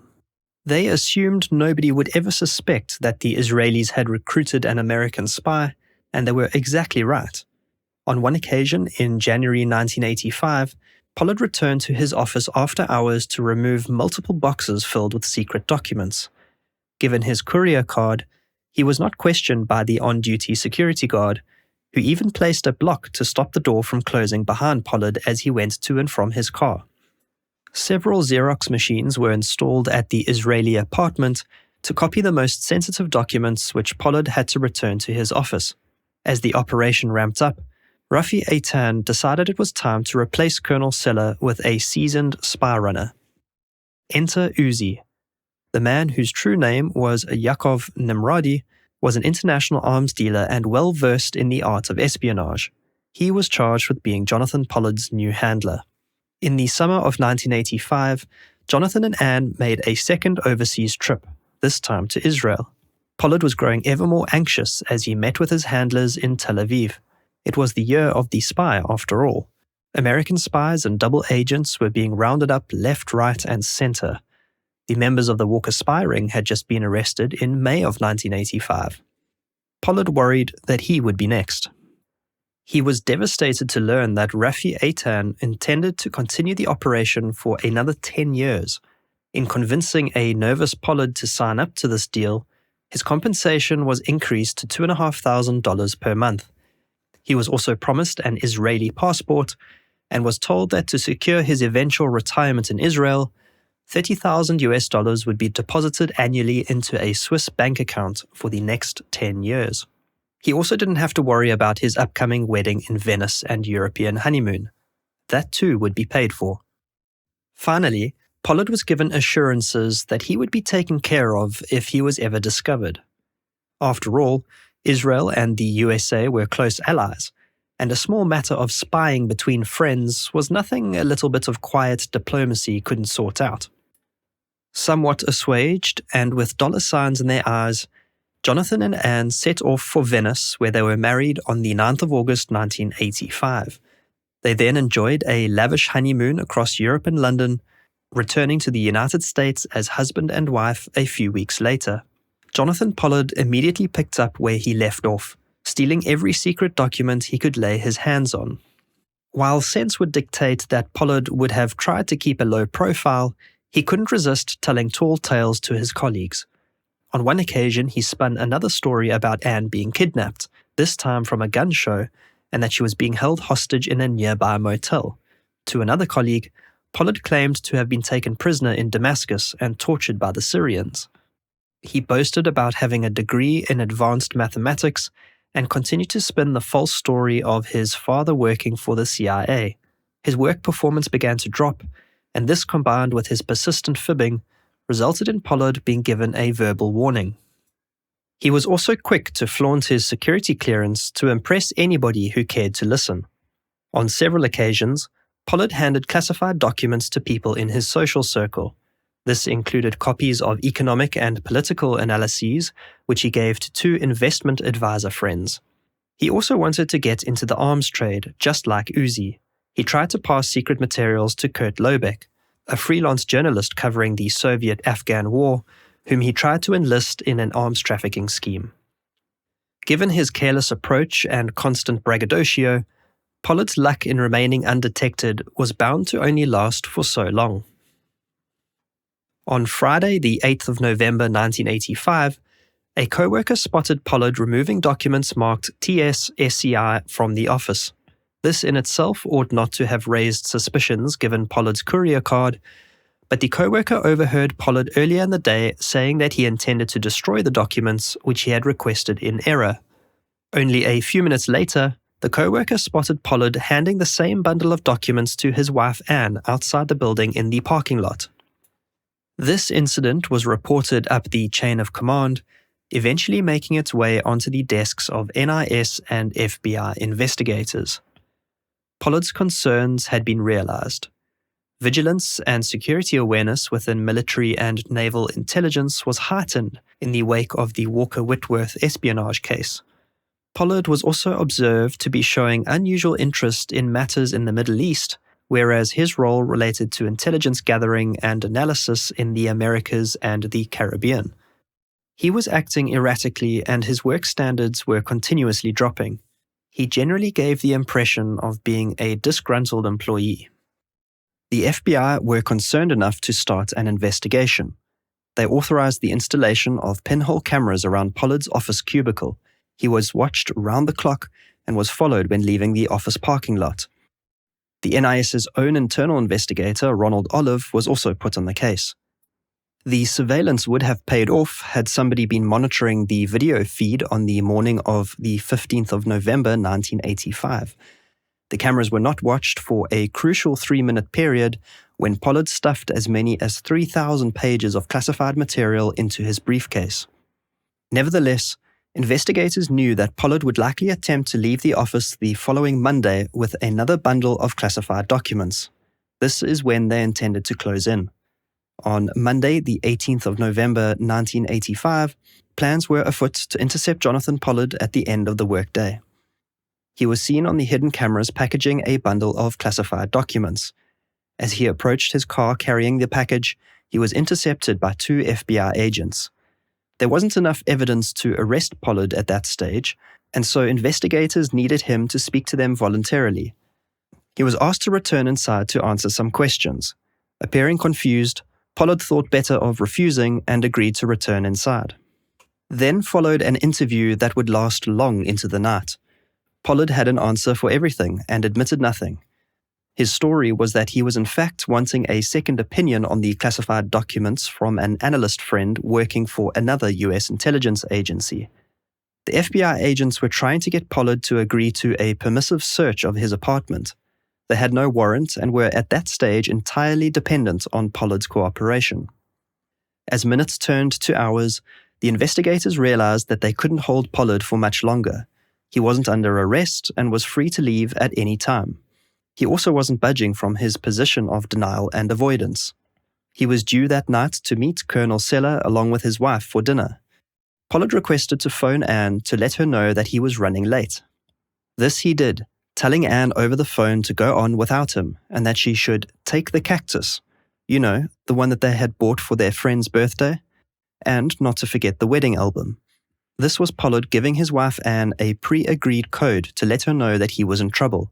This was her signal to remove or destroy any classified documents that were being stored at their apartment. On the other end of the line, Anne quickly hung up and got to work. She filled a suitcase with all the documents she could find lying around the flat, and convinced a neighbor to hold onto the suitcase for the time being. She contacted Seller and told him that Jay was in trouble. Colonel Seller had no intention of hanging around and jumped on the first plane back to Israel. Jonathan and Anne would have done well to do the same. Back at ATAC offices, investigators took a break from the interview. As Pollard was returning from the restroom, he bumped into NIS Special Agent Olive. Using his best good cop routine, Olive suggested to Pollard that he agree to a cursory search of his apartment. After all, he had nothing to hide, right? Better to dispel the cloud of suspicion that was hanging over his head than risk a lengthy investigation. Reluctantly, Jonathan Pollard agreed. Agent Olive and the two FBI agents went immediately to Jay Pollard's apartment. He was counting on Anne to have stashed away any incriminating evidence. She arrived a few minutes later, breathless and agitated after stashing the heavy suitcase of documents with the neighbor. Jonathan and Anne sat on a couch while investigators tore through their apartment. Both must have been mortified when a pile of 60-odd classified documents were brought out from their bedroom, which were found in a box under a pile of dirty laundry in the closet. Jay Pollard, of course, had an answer for everything. He was a hard-working analyst. He worked long hours and sometimes brought home classified documents to work on after hours. Pollard agreed, despite his prior experiences, to take a polygraph test. In a bizarre turn of events, the FBI withdrew from the matter at that point, telling NIS to deal with it internally. After Agent Olive and the others left the Pollard apartment that night, Jay and Anne raced to a nearby 24-hour coffee shop to regroup and plan their next move. They tried to call Aviem Seller, but received an answer from Joseph Jago. He told Jonathan to stall the investigators for 72 hours and hung up. Pollard assumed that this was how much time was needed to implement a rescue plan. But oh, how wrong he was. The next day, Tuesday, the 19th of November, Jonathan Pollard tried to avoid the polygraph test by calling in sick. After being convinced to still take the test, Pollard arrived at the office wanting to first speak to Agent Olive. While somewhat unconventional, it was decided that Agent Olive would interview Pollard. His story was at first that the documents he had taken related to possible arms smuggling to Afghanistan through South Africa. The documents, Pollard said, he had supplied to freelance journalist Kurt Lobeck. Agent Olive wasn't buying this story, but he allowed Pollard to ramble on. He initially denied receiving any compensation, but eventually admitted to receiving $2,500 a month for his efforts. Agent Olive then broke the meeting to inform the FBI that they were dealing with a full-blown case of espionage. When the meeting resumed, now with an FBI agent in tow, Jay Pollard signed an 11-page confession detailing his crimes. The confession was, however, a mix of half-truths and outright lies, making no mention of the Israelis. The investigators needed more before making an arrest. The interview was adjourned for the night and Pollard was driven home. He and Anne were surveilled, but not closely enough, as it turned out. Pollard managed to evade his minders and got to a nearby payphone that night. After trying unsuccessfully to reach Jago, he contacted the Israeli embassy. He desperately wanted an update on the plan to extract him and Anne. Meanwhile, investigators were tipped off as to the suitcase full of classified documents, which was quickly retrieved and later searched. As fate would have it, Pollard's interview would never resume. Anne was suffering from a medical condition and was due to undergo a minor procedure in hospital the next day. Jay and Anne decided it was time to make a run for it. They had waited 72 hours, but the Israelis had not made contact. On the morning of Thursday, the 21st of November, Jonathan and Anne loaded their packed suitcases into the car and left their apartment building, managing again to evade FBI surveillance. Jonathan called the Israeli embassy from a payphone, and he was told that, provided he could shake off the FBI tail, they would be allowed refuge inside. After Anne's procedure at the hospital that morning, the FBI followed Jonathan's 1980 Mustang as it left the premises. They assumed that he would be returning to their apartment, but instead, Pollard led the investigators on a wild goose chase across the city, going this way then that, in an attempt to shake off the tail. Eventually, Pollard turned the car into a compound. When the agents realized that Pollard had entered the Israeli embassy, they were stunned. They didn't know at that stage which foreign power Pollard was supplying to, perhaps the Soviets, maybe one of the Arab countries, but the thought that a close ally was involved had never even entered their minds. Agents looked on helplessly as the embassy gates shut behind Pollard's vehicle. They saw Pollard exit the car and an exchange occurred between him and a guard. As a few minutes ticked by, the area outside the embassy began to swarm with police and FBI activity. But then, Pollard, appearing exasperated, got back into his car and turned it around. As he rolled out onto the street, he was immediately apprehended and taken into custody. Jonathan J. Pollard had just then joined the ranks of spies having been left out in the cold. He was taken immediately to a nearby FBI field office. Anne hadn't yet been implicated in any wrongdoing and was thus free to go. Crying hysterically, she was driven back to her apartment. She was arrested the next day after the situation involving the suitcase was brought to light. The news of the arrests soon broke and the American public was stunned.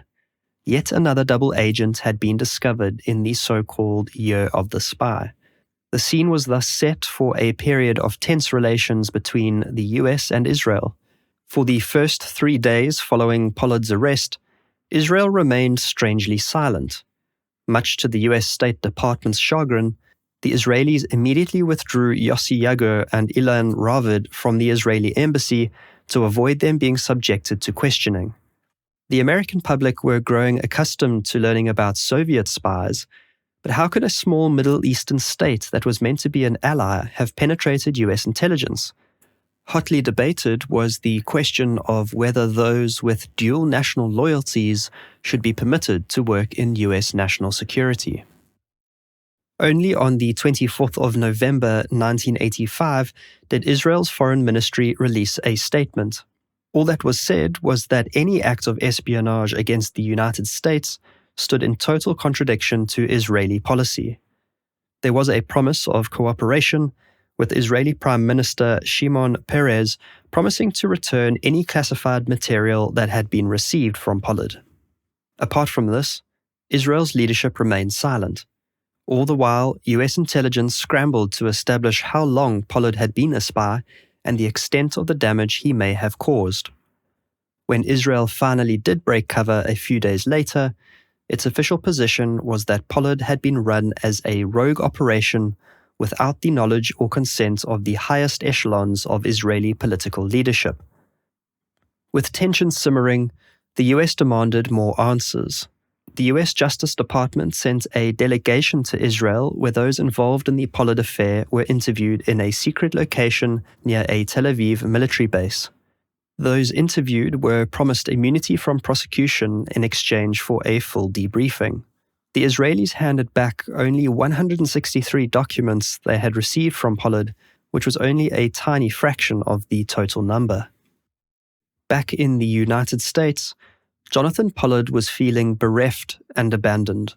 As the evidence against him was now overwhelming, and he had already partly admitted his espionage, he decided his best option was to fully cooperate with the authorities in the hopes of receiving leniency. After consulting with their attorneys, Jay and Ann Pollard decided to plea bargain. On the 4th of June 1986, Jonathan Pollard pleaded guilty to conspiracy to commit espionage. He confirmed that he was aware that the maximum sentence for such an offense was life in prison and a $250,000 penalty. Anne pleaded guilty to conspiracy to receive embezzled government property and accessory after the fact to possession of national defense documents. After their pleas were entered, a later date was arranged for a sentencing hearing. Jonathan was remanded to jail, whereas Anne was released on bond on medical grounds. The two plea agreements reached between prosecutors and the Pollards recorded the US government's agreement not to seek the maximum sentence of life imprisonment. Among these conditions were that Jonathan Pollard agreed to submit to a full debriefing and damage assessment, and, crucially, that he and Anne would not speak publicly about the matter without the prior permission of the Director of Naval Intelligence. During his extensive debriefing, Pollard was first to name Aviem Seller as being involved. Beyond his spying for Israel, Pollard also admitted to passing classified information, albeit on a comparatively smaller scale, to officials of other foreign governments, including apartheid South Africa. In the lead-up to the sentencing hearing, the defense and the prosecution exchanged various memoranda in aid of sentencing to Judge Aubrey Robinson. In a contentious move, Pollard submitted a 61-page memorandum in which he claimed to have spied to save Israel and to cause damage to the Soviet Union. He denied becoming a spy for financial gain, saying rather that he was motivated by the constant anti-Semitism he experienced in his daily life. On the 19th of January 1987, U.S. Secretary of Defense Caspar Weinberger filed a lengthy classified memorandum which detailed the extent of the damage that Pollard had caused to U.S. national security. In what became known as the Weinberger Memorandum, the sheer volume of material Pollard made off with in 18 months was emphasized, enough to fill a room of 6 by 6 by 10 feet. Weinberger highlighted how dangerous it can be for classified information to be passed on, even to an ally, for who knows what other third parties may come into possession of it. There are those that believe Israel repackaged some of the intelligence they received from Pollard, passing it on to the Soviet Union in prisoner exchanges, and to allow for the continued immigration to Israel of Jews living in the Soviet Union. Then, just weeks before the sentencing hearing, Pollard agreed to be interviewed by Wolf Blitzer, a journalist at the time for the Jerusalem Post. On the 15th of February 1987, Blitzer's article titled "Pollard, Not a Bumbler but Israel's Master Spy" was published in the Washington Post.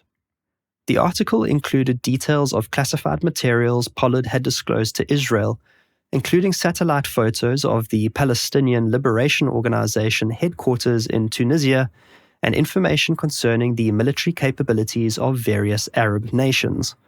This was a clear breach of his plea deal, and prosecutors were incensed.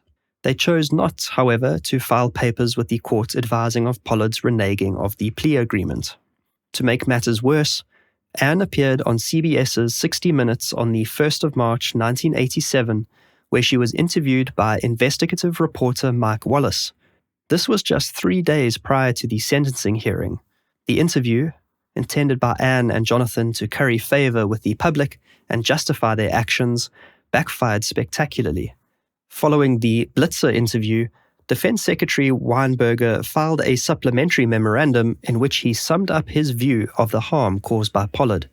He said, "It is difficult for me, even in the so-called Year of the Spy, to conceive of a greater harm to national security than that caused by the defendant in view of the breadth, the critical importance to the United States, and the high sensitivity of the information he sold to Israel." On the 4th of March 1987, Jonathan Pollard was sentenced to life imprisonment. Anne was sentenced to 5 years imprisonment. Pollard's sentence immediately sparked controversy, with many considering the US government to have reneged on the plea deal by seeking a life sentence. Many were shocked by the severity of the sentence, given that many other US spies who had spied for the Soviet Union had got off far more lightly. In truth, what prosecutors had agreed with Pollard was to bring to the court's attention the nature, extent, and value of his cooperation in the investigation. Prosecutors still, however, recommended to the court that it impose a substantial period of incarceration and a monetary fine. It always remained within the judge's discretion to impose a sentence which could never be limited by any plea deal. In the media, opinions from Pollard's sympathizers and critics spanned the full gamut, portraying him in turn either as a selfless hero or a self-aggrandizing criminal. In Mark Shaw's Miscarriage of Justice, the author emphasized the disproportionality of Pollard's sentence, painting him as an intelligent but desperate and overly idealistic naval analyst. In The Hunting Horse, The Truth Behind the Jonathan Pollard Spy Case, Elliot Goldberg argued that Pollard was merely a scapegoat in a massive US effort to cover up its dealings with Saddam Hussein and his chemical weapons arsenal. In contrast, Agent Ronald Olive, the NIS investigator who played a key role in uncovering Pollard's espionage, wrote in his book, Capturing Jonathan Pollard, that he was greedy, arrogant, and unrepentant, the damage he caused being incalculable and colossal. Following sentencing, Pollard was moved around the U.S. prison system until being transferred to the Butner Federal Correction Complex in North Carolina. This is where he served the majority of his sentence. Anne Pollard served just 3.5 years of her 5-year sentence before being released on parole due to her ongoing health condition. After release, she immigrated to Israel. Despite campaigning for her husband's release, she received divorce papers from Jonathan out of the blue, seeking separation on the basis that the marriage had irretrievably broken down. Pollard soon remarried Esther Elaine Zeitz, a Canadian schoolteacher who had also campaigned for clemency. As Jonathan languished in jail year after year, support for him, both domestically in the United States and in Israel, began to mount. It was only in 1998 that Israel formally acknowledged Pollard as having been their spy. A formal proclamation said Jonathan Pollard had acted as an official Israeli agent handled by those serving as high-ranking senior officials of the Israeli Bureau for Scientific Relations. While still in jail, Pollard was granted Israeli citizenship. He failed in all appeals to have his sentencing overturned, and a succession of US presidents declined to grant clemency or to commute his sentence. Pollard even found himself being used as a bargaining chip in then US Secretary of State John Kerry's attempts to broker a Middle Eastern peace deal in 2014. But that too came to nothing. After spending 30 years behind bars, Jonathan Pollard was released on parole in 2015. His parole was subject to strict conditions, including that he live within the New York area, have limited to no access to the internet, report regularly to his parole officer, and wear an ankle bracelet. Once his parole conditions expired in 2020, Pollard realized his lifelong ambition to make Aliyah and immigrated to Israel with his wife Esther on the 30th of December 2020. Upon his arrival in Israel, he kissed the tarmac and was welcomed as a national hero by Israeli Prime Minister Benjamin Netanyahu. Today, Pollard remains living in Israel. His second wife, Esther, sadly passed away of COVID in January 2022. Jonathan makes interview appearances on TV and gives keynote speeches telling of his life and experiences. He remains a celebrated hero in his new home, while his legacy of betrayal in the United States lives on, nearly 40 years later. The United States and Israel were able to put the Pollard saga behind them, although both sides likely remain more vigilant than before. During Pollard's many debriefings and polygraph exams, a common line of questioning was whether any others were involved in his espionage activities. Conspiracy theories circulated concerning a mysterious Mr. X, a shadowy top US government official rumored to be the kingpin in a much larger network of spies. Occam's razor would suggest, however, that this is an unlikely scenario. As with all spies and double agents, the factors and circumstances that led Jonathan Pollard to spy are varied. In his own mind, he was justified in what he did. In the mind of the law, he committed a criminal act and received a just punishment.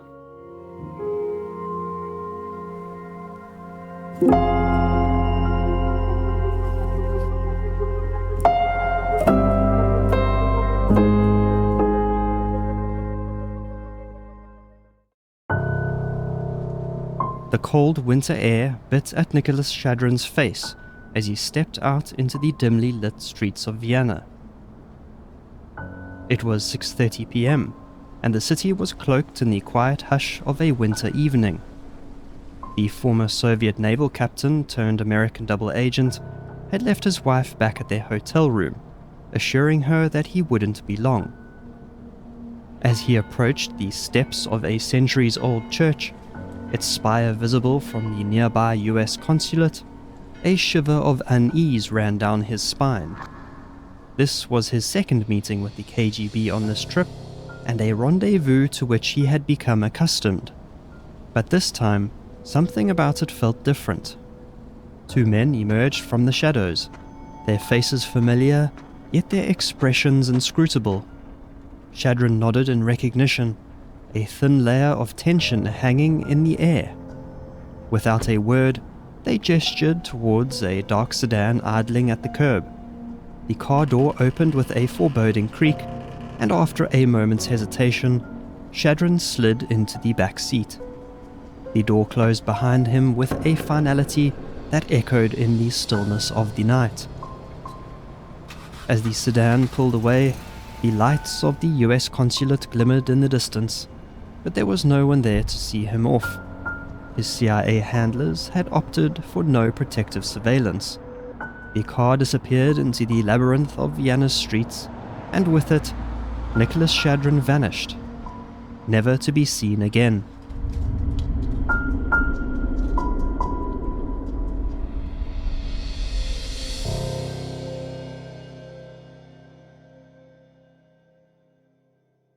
He was not always named Nicholas Shadrin. He was born Nikolai Fedorovich Artemonov. It was the 19th of May 1928 in Leningrad when Nikolai was welcomed into a family that was, prior to the Russian Revolution, rather affluent. His mother was a teacher and his father a mechanical engineer.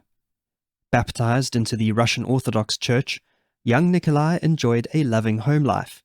He became a member of the Young Pioneers while attending elementary school. This was the communist equivalent of the Scouts.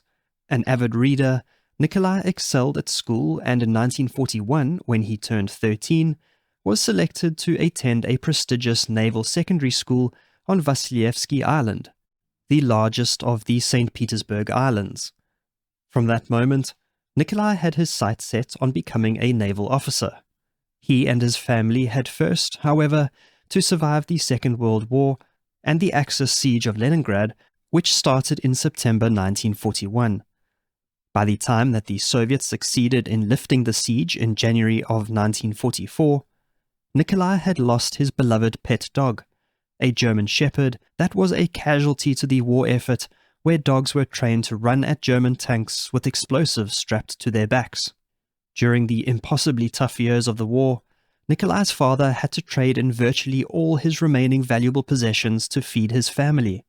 But even this was not enough to save Nikolai's mother from starving to death. Nikolai himself didn't emerge physically unscathed, losing some of his teeth due to malnutrition.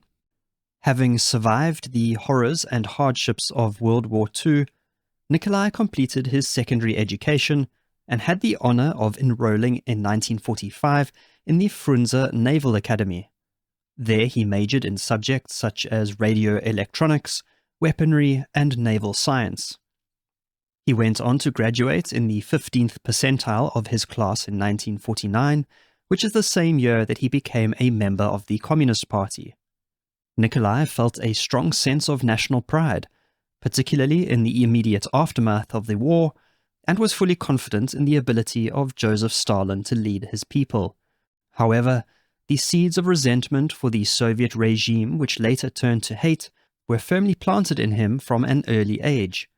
When he was a young boy, he was taught that enemies were everywhere, and that, if necessary, he should be prepared to denounce even his own family members.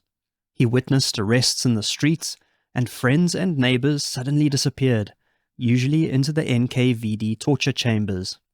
After joining the Soviet Navy, Nikolai was laser-focused on his goal of becoming an officer.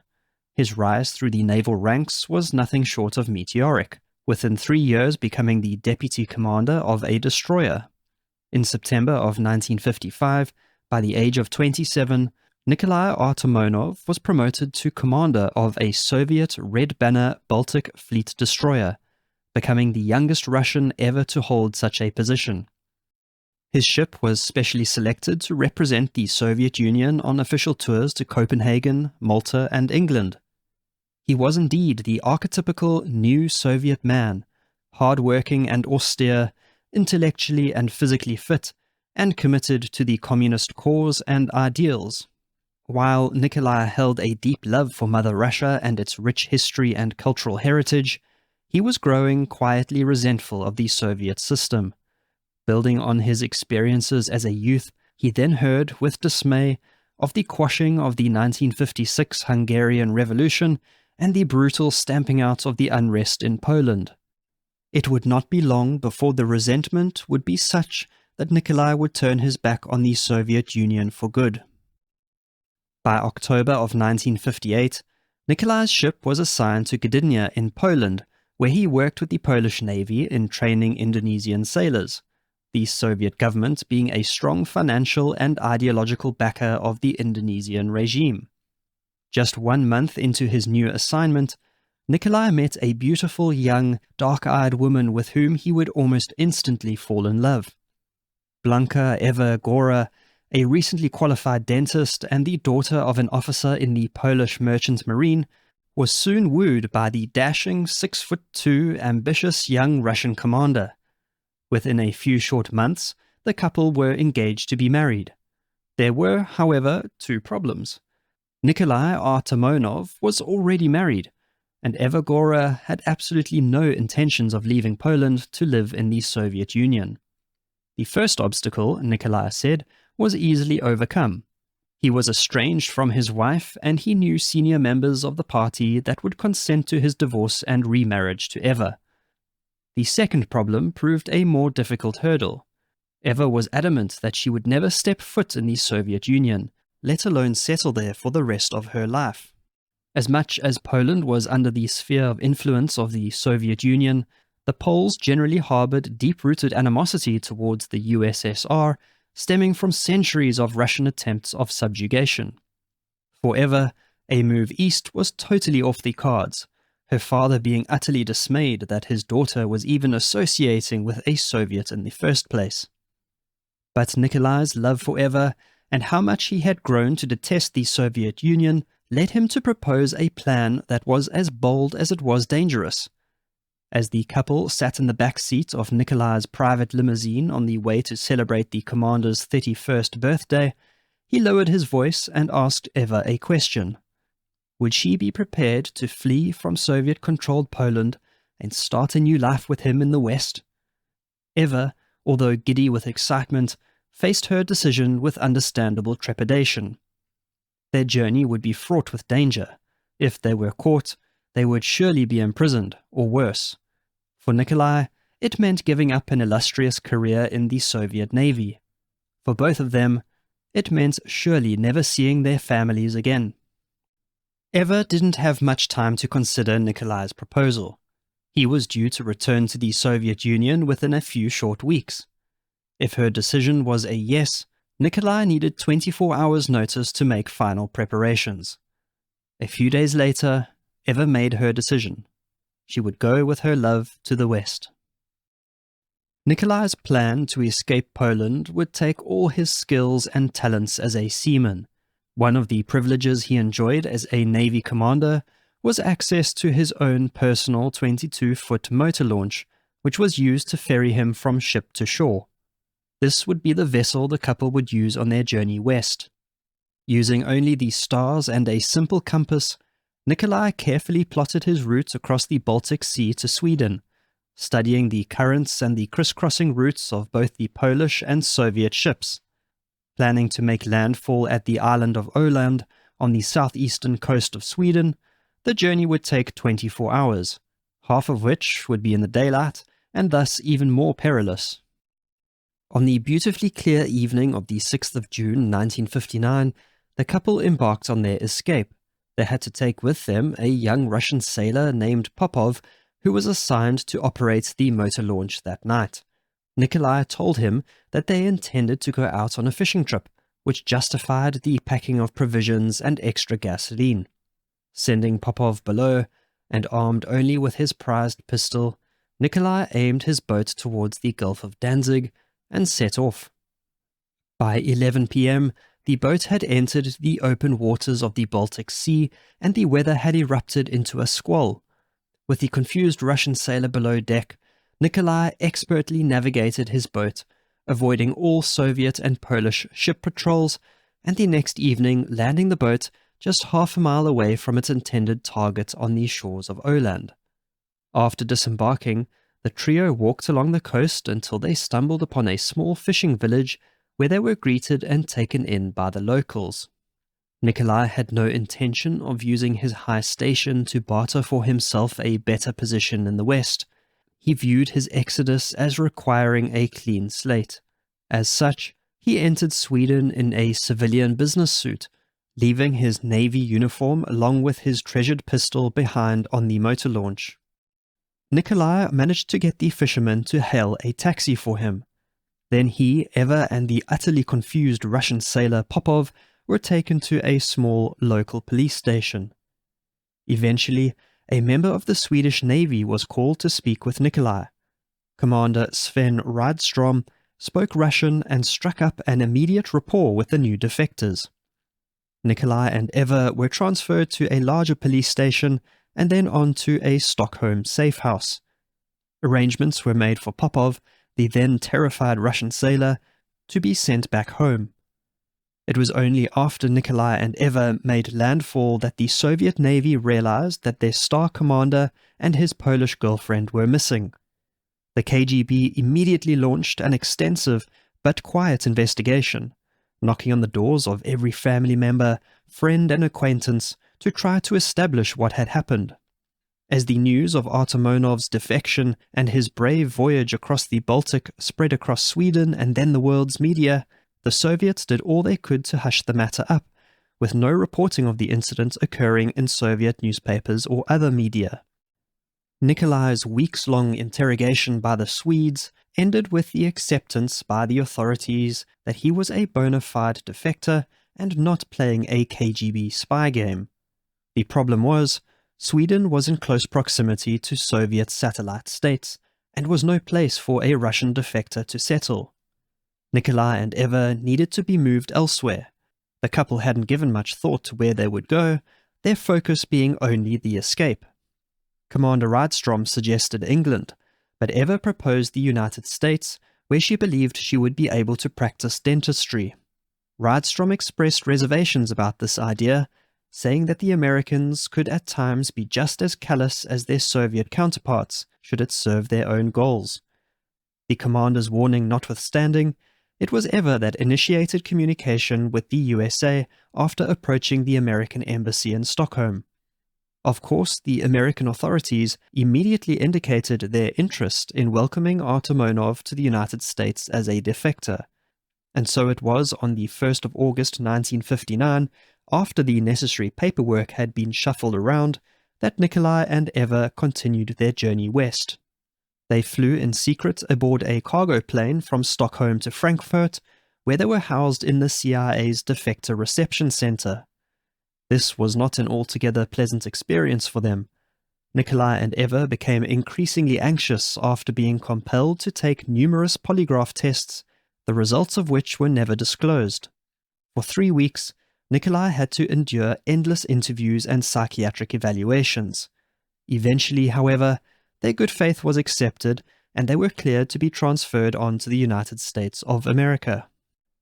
Nikolai and Eva landed at Andrews Air Force Base at 2 a.m. on the 22nd of August 1959. The Office of Naval Intelligence had been preparing for their arrival, and could not wait to meet the highest-ranking Soviet naval officer ever to defect to the United States. The timing of Nikolai's arrival could not have been more fortuitous.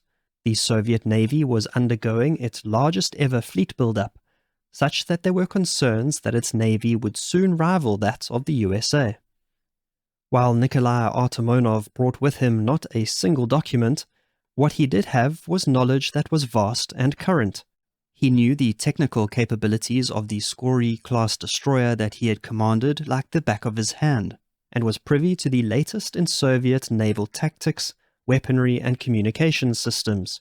His debriefing could potentially save millions of dollars and allow the USA to better focus their research and development goals and spending. Initially, the CIA was not much interested in Nikolai Artemonov, given that he had no physical documents to share. This suited Nikolai just fine. He took a dim view of spying and espionage, having a disdain for the KGB and little interest in dealing with their Western counterparts, the CIA. As a trained military man, he regarded the tactics of intelligence agencies as crude and underhanded. Nikolai was relieved to learn that he would be dealing primarily with the ONI, the Office of Naval Intelligence, with the goal that he would bring the agency up to speed on Soviet naval technology and tactics. Nikolai Artemonov was no name for a newly settled defector wanting to blend in. Nikolai naturally changed to Nicholas, or Nick, and ever chose for themselves the surname Shadrin. Ironically, the name was taken from the arch-villain in Alexander Pushkin's famed work, The Captain's Daughter. Before his work with the ONI could begin, Nicholas Shadrin had to undergo an arduous CIA interrogation. For 8 hours a day, he was grilled about his former life in the Soviet Union and the reasons for his decision to defect. The CIA wanted to extract from Shadrin all information that was considered perishable. In other words, his knowledge of Soviet cryptographics and current operating plans, which were things that the Soviets would no doubt quickly change as a result of the defection. Shadrin loathed the long days dealing with the CIA officers, whom he referred to in a derogatory sense as plumbers. He also grew increasingly anxious, which soon turned to anger over the fact that he and Eva had not been issued with any identity papers or US passports. They had nothing to show who they were, and Shadrin felt at the complete mercy of an agency he did not respect nor trust. While all this was going on, Eva was improving her command of the English language thanks to her larger-than-life tutor, a Polish woman named Mrs. Forrester. She was also growing accustomed to a new Western lifestyle and intended to study to qualify for an American dentistry license. At the end of September 1959, Nicholas and Eva were moved from their Washington safe house to an old farmhouse near Leesburg, Virginia, where they stayed only a few months, being moved to a luxurious new safe house in McLean, Virginia in December of 1959. It was around this time that Nicholas and Eva were married in a small civil ceremony by a justice of the peace, Nick's previous marriage having been dissolved by means of a Mexican divorce. After 9 months of debriefing, it was decided finally that Nicholas Shadrin would be hired as a consultant for the ONI. As valued as he was as a defector, granting him a security clearance was always going to be a risk. One could never say for certain where exactly the loyalties of a defector such as Nicholas Shadrin lay.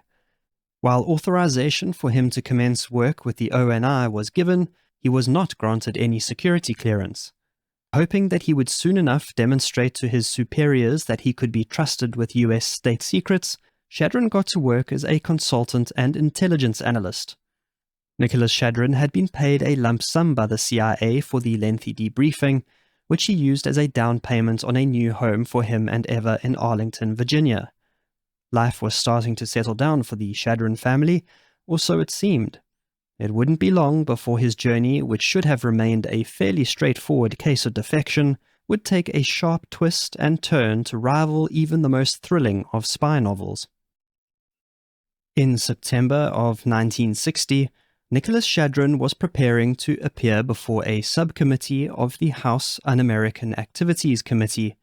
Established by the U.S. House of Representatives in 1938, the HUAC had as its primary objective the investigation of alleged disloyalty and subversive activities by private citizens, public employees, and organizations suspected of having communist ties.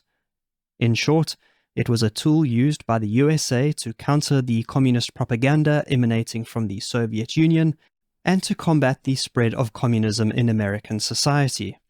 It was no coincidence that Shadrin's appearance before the committee occurred just 5 days before the arrival of Soviet Premier Nikita Khrushchev in the USA on the 20th of September 1960 to attend the United Nations General Assembly. Khrushchev made a now famous state visit to the USA a year prior in 1959, and so the Kennedy administration knew what to expect in terms of the propaganda that would be peddled. The purpose of Shadrin's appearance before the HUAC was intended to counter this propagandizing by him describing his life in the Soviet Union. For 2 days, Shadrin had makeup and a disguise applied to his face by cosmetic specialists. He appeared before the committee using his birth name, Nikolai Artemonov, and everyone knew exactly who he was, so it was not clear then, both to Eva or Nicholas, why his appearance needed to be altered. Nevertheless, at the hearing, Captain Artemonov railed against the Soviet Union and its political system. He disclosed to the committee the adoption by the Soviet Union of their doctrine of a surprise first nuclear strike against the United States. Artemonov said that, contrary to Khrushchev's appeal to disarm, the Soviet Union were themselves preparing for a first strike and that the USA should not fall for his false promises. He also disclosed the fact of the Soviet Union using fishing trawlers to spy on American ships off the coast of the USA. All this was, of course, information that was not news to US intelligence, but it was the first time that the public at large had heard it. Nicholas Shadrin's testimony had its intended effect, shocking the American public and making the front pages of newspapers across the USA. The damaging testimony was also beamed by Radio Free Europe into communist bloc countries, serving to bolster US propaganda and encourage local anti-communist groups. The Soviet regime was surprised to see the re-emergence of their former naval commander when he appeared before the HUAC. The leads in his disappearance had quickly gone cold, with the KGB knowing only from Popov, who had the misfortune to be piloting the motor launch on the night of the escape, that Nikolai Artemonov had escaped to Sweden. After breaking cover at the committee hearing, Nicholas Shadrin was tried in absentia in the Soviet Union and sentenced to death. Brushing aside the thought of capital punishment, Shadrin showed his true value to the USA during the Cuban Missile Crisis in October of 1962. He made a massive contribution towards the ONI's assessment of Soviet naval strength, being able to state with full confidence that the Soviet Navy lacked the range to include Cuban waters. This sort of information was critical to US President John F. Kennedy in making minute-to-minute policy and strategy decisions. While her husband was making global news headlines and helping to stop the outbreak of World War III, Eva had enrolled to study for her US dentistry license. She went on to graduate from Howard University in 1964, and 3 years later set up her own dental practice. Nicholas Shadrin also returned to his studies in 1961, reading for his master's degree in engineering at George Washington University. For a defector as prominent as Nicholas Shadrin, the danger of Soviet reprisals was always lurking behind every corner.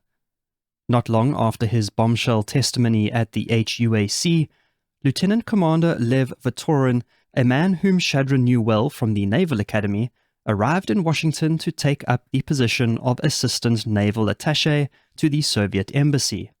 Being a highly trained Soviet agent, Shadrin also knew him to be the best pistol marksman in the Soviet Baltic Fleet. Shadrin became immediately convinced that the man had been sent to America to track him down and kill him. For the next few years, Shadrin was forever looking over his shoulder and felt a constant sense of unease. Shadrin feared the worst one night after he fell ill during Eva's graduation dinner. Suffering from acute stomach pain, Shadrin was convinced that he had been poisoned by the KGB. After being rushed to hospital, it was determined that he was simply suffering from a bout of stomach flu. For a man as confident and calm as Nicholas Shadrin, even he feared the KGB, knowing how they handled defectors. In reality, the KGB had not forgotten about their traitor Nikolai Artemonov. They intended, or so it seemed, not to kill him, but to recruit him. In 1966, the newly appointed Director of Central Intelligence, Richard Helms, received a puzzling phone call early one morning. The man on the other end, calling himself Igor and speaking with a heavy Russian accent, said that he was an officer of the KGB stationed in Washington and that he had a very important matter to discuss. The caller was Igor Koshnov, a senior KGB officer and the head of counterintelligence for the KGB station at the Soviet embassy. He was, of course, very well known to the CIA and was a man that was highly politically connected to people within the inner circle of Soviet leadership. A meeting was quickly arranged. If Koshnov could be recruited as an agent for the CIA, he could likely help American intelligence weed out the moles they knew they had within their own ranks. 5 hours later, at a meeting in a Washington safe house, Koshnov said that he had been assigned by the KGB to recruit Nicholas Shadrin as a double agent. He was due to return to the Soviet Union within a few months. If, upon his return to Russia, he could confirm that the recruitment had been a success, he would surely be on a fast track to promotion. His proposal was that if the CIA could help him recruit Shadrin, he, in return, would start providing intelligence to the CIA on KGB penetration of the agency. The offer sounded too good to be true, with many in the know at the CIA being convinced that Koshnov was a KGB dangle. Nevertheless, the desire to root out spies was far too great, and the CIA accepted Koshnov's offer. It was reasoned by CIA head James Angleton that even if Koshnov was a provocateur, Shadrin faced no danger so long as he never left the United States. At this point, Nicholas Shadrin had no idea that he was soon to become the center of a dangerous spy game. Given how he couldn't stand intelligence agencies, Shadrin was going to be an almost impossible nut to crack. It remained obscure how the CIA planned to convince Shadrin to become a CIA agent and then allow himself to be recruited by the KGB as a double agent. It was eventually decided that it would only be a Navy man that could convince Shadrin to play along. Admiral Rufus L. Taylor, the then director of the Office of Naval Intelligence, was held in very high regard by Nicholas Shadrin. Taylor would later go on to become the deputy director of the CIA. It was the admiral who was tasked with winning over Shadrin. He proposed that he serve his country by pretending to be recruited by the KGB should the opportunity arise. The opportunity had, of course, already arisen, but to this, Shadrin was none the wiser. At first, and as expected, he flatly refused the proposal. Admiral Taylor would, however, not give up so easily. Taking advantage of his relationship with Nicholas, Taylor told him that the operation would be run by the FBI's Soviet counterintelligence section. The CIA would only get involved if he traveled overseas, which was never going to happen due to the obvious safety concerns. This was an assurance that would later ring in his ears. Shadrin pondered his decision. As the years had worn on, the value of his intelligence began to wane. He was no longer ensconced in the Soviet Navy, and thus his knowledge of its internal affairs and strategies was growing stale. Admiral Taylor told Shadrin that playing the role of double agent would surely pave the way to him finally being granted a security clearance. Shadrin had felt that his lack of a security clearance is what was holding back his career. If he could just be given that, his career would surely soar to new heights. In the spring of 1966, and still mulling over his decision, Shadrin began working at the Defense Intelligence Agency. For him, this was at best a sideways move professionally. He felt that his new role, which mostly involved translating Russian articles into English, was a far cry from the high-value consulting work he had been undertaking for the ONI. As much as he didn't enjoy the work, it was still of value to American intelligence, and his output included reports that were sent directly to the White House. By the summer of 1966, Nicholas Shadrin finally relented and agreed to allow himself to be recruited by the KGB should an opportunity present itself. The operation would be run jointly by the FBI and the CIA. The bureau assigned Albert Turner, an experienced operative, as Shadrin's handler. The agency, on the other hand, chose Bruce Soley, an officer with limited experience in Soviet operations and running foreign agents. Within a few days of him agreeing to the plan, and as if by pure chance, Igor Korshunov approached Nicholas Shadrin in a public place in the Washington area. Blissfully unaware that the meeting had been contrived by American intelligence, Shadrin immediately reported the contact to the FBI. Shadrin then agreed to participate in the operation, a decision that would lead him to act as a double agent for the next decade. Shadrin and his KGB handler, named Oleg Kozlov, began to meet in secret, with Shadrin handing over low-grade material, known as chicken feed in the espionage trade, to the KGB via dead drops around the Washington area. Shadrin played the role of disillusioned Soviet defector with aplomb, convincing the KGB that he was committed to helping the motherland and hoped to one day return home. Meanwhile, Igor Korshunov returned to the Soviet Union after the end of his tour in the USA and a thorough debriefing by the CIA. Korshunov remained a key priority for the CIA after he left the US. The hope was that Korshunov would be promoted in the wake of his success with recruiting Nicholas Shadrin, and that American intelligence would have eyes and ears within the upper echelons of the KGB leadership. However, with Igor back in Moscow, there was no way to communicate with him safely. The entire operation thus depended on Nicholas Shadrin stringing the KGB along and hopefully re-establishing contact with Korshunov. After 3 years of playing his role of double agent, Eva was surprised when her husband proposed that they take a holiday to Europe. It was to be the first time they had returned to the continent since their terrifying escape to Sweden a decade earlier. Traveling abroad, even for pleasure, came with its unique set of risks for a man like Nicholas Shadrin. But evidently, he was confident that he had duped the Soviets into believing that he was a genuine double agent. So in 1969, Nicholas and Eva departed the US, arriving first in England and then touring continental Europe for 17 days. This was genuinely a trip for tourism, with Nicholas not meeting with the KGB. It would, however, be 2 years later that the KGB proposed to Shadrin that he meet with KGB officers outside of the USA for the first time.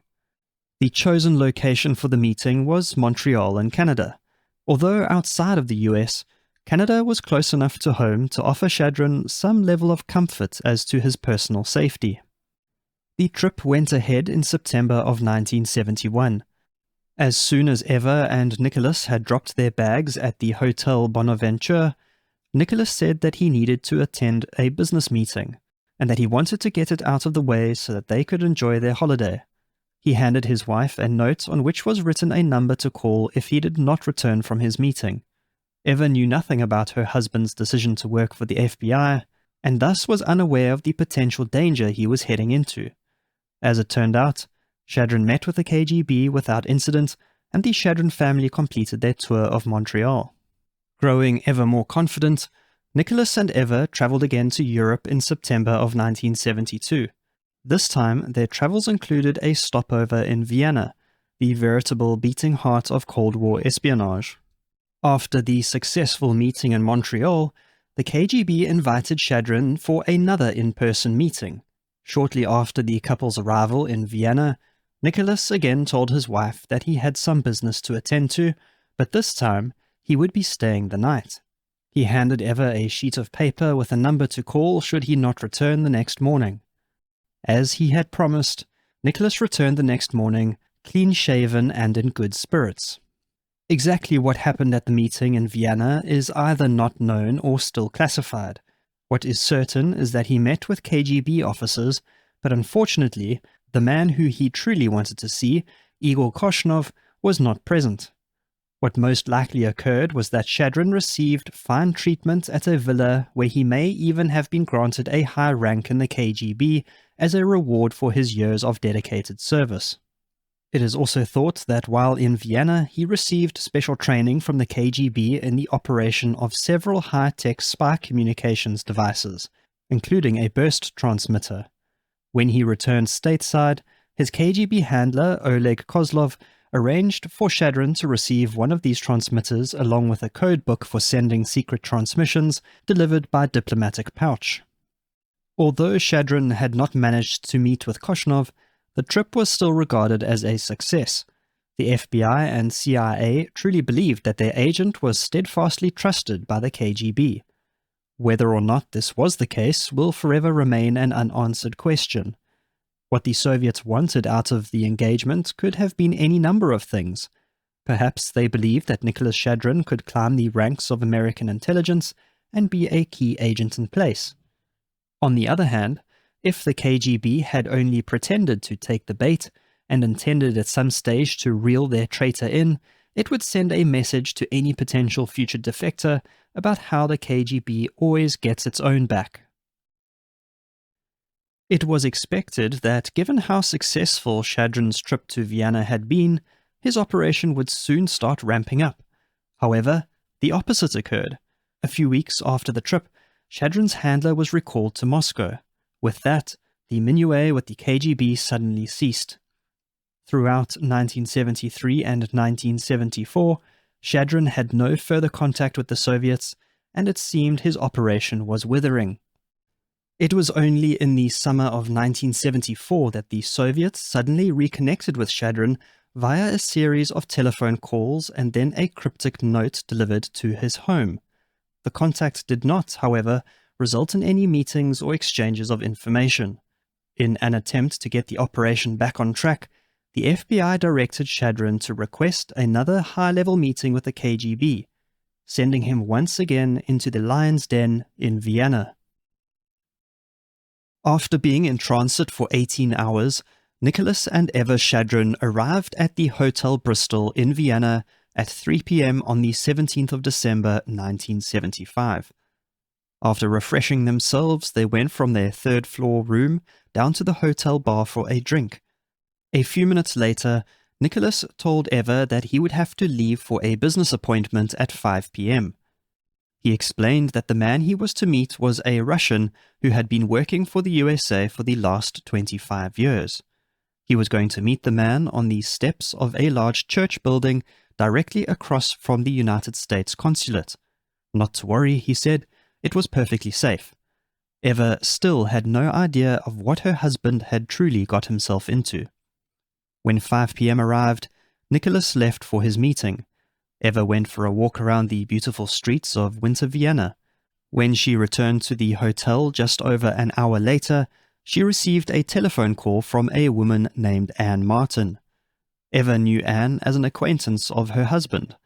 What she didn't know was that Anne, not her real name, was in fact her husband's CIA minder. Eva joined Anne in her hotel room while she waited for her husband's return. Finally, at 10:30 p.m., Nicholas knocked at the door. He enthusiastically told both women how successful the meeting had been, but then spoke privately with Anne in the bathroom to give her more details. Shadrin said that he had been asked to attend another meeting in a few days' time. Eva, seeing her husband's jubilance, understood that the meeting might be the key to unlocking the professional success he so longed for. As the night of the 20th of December 1975 approached, after much deliberation, the CIA decided that it would not observe Shadrin when he attended the meeting with the KGB.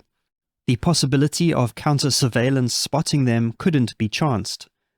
The risk of revealing Shadrin as being under CIA control was deemed greater than allowing him to go it alone. And so, fatefully, on the night of the 20th of December 1975, Nicholas Shadrin went off by himself. In front of the same church as before, he met two KGB agents who invited him into the back seat of a waiting sedan. The car drove off, and it was the last that Nicholas Shadrin would ever be seen or heard from again. Meanwhile, back in the hotel room, Eva delayed having dinner, expecting her husband to return later that evening once his brief business had concluded. She waited patiently, thinking to herself that until 12:30 p.m. there was no point in worrying. However, as time ticked away, Eva sat by the hotel telephone in vain, waiting either for Nick to call or to arrive back at the hotel room. By 2 a.m., her husband was nowhere to be seen, and Eva could wait no longer. She anxiously called Anne Martin, who simply said to sit tight and to deadbolt the hotel room door. By the next morning, Eva was a nervous wreck. Deep down, she knew her husband was never coming back. As there was no point hanging around in Vienna, on the 23rd of December 1975, Eva Shadrin was escorted by a US government official back to Washington. As the distraught wife departed Vienna without her husband, the CIA had most likely already accepted that their operation was over and their agents had been lost forever. After returning home, Eva faced a week of anguish over the Christmas and New Year period with no news from the authorities as to the fate of her missing husband. As difficult as it was, she had to keep silent because if the news of the disappearance was leaked to the press, it would likely compromise the already tiny prospect of Shadrin's return. It was only revealed to Eva months after the fact that her husband had been acting as a double agent against the Soviets. She found this hard to believe given Nicholas's view of espionage and was only convinced when the Soviet burst transmitter was retrieved from her attic where her husband had hidden it away. As 1976 dawned, there was a flurry of activity as the CIA scrambled to try and establish what had gone wrong. Secretary of State Henry Kissinger opened lines of communication with Soviet Ambassador Anatoly Dobrinin and the Soviet Foreign Minister Andrei Gromyko. US President Gerald Ford even made a direct appeal to Soviet leader Leonid Brezhnev, but it was all in vain.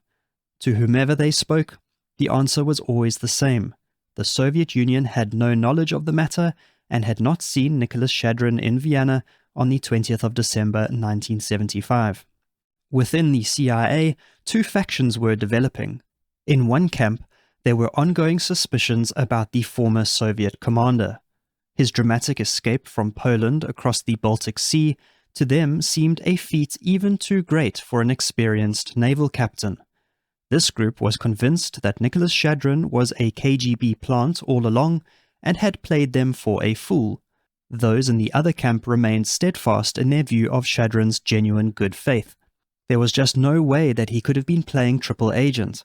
This camp believed that Shadrin's operation had been compromised and that their agent had been kidnapped and taken back to the Soviet Union.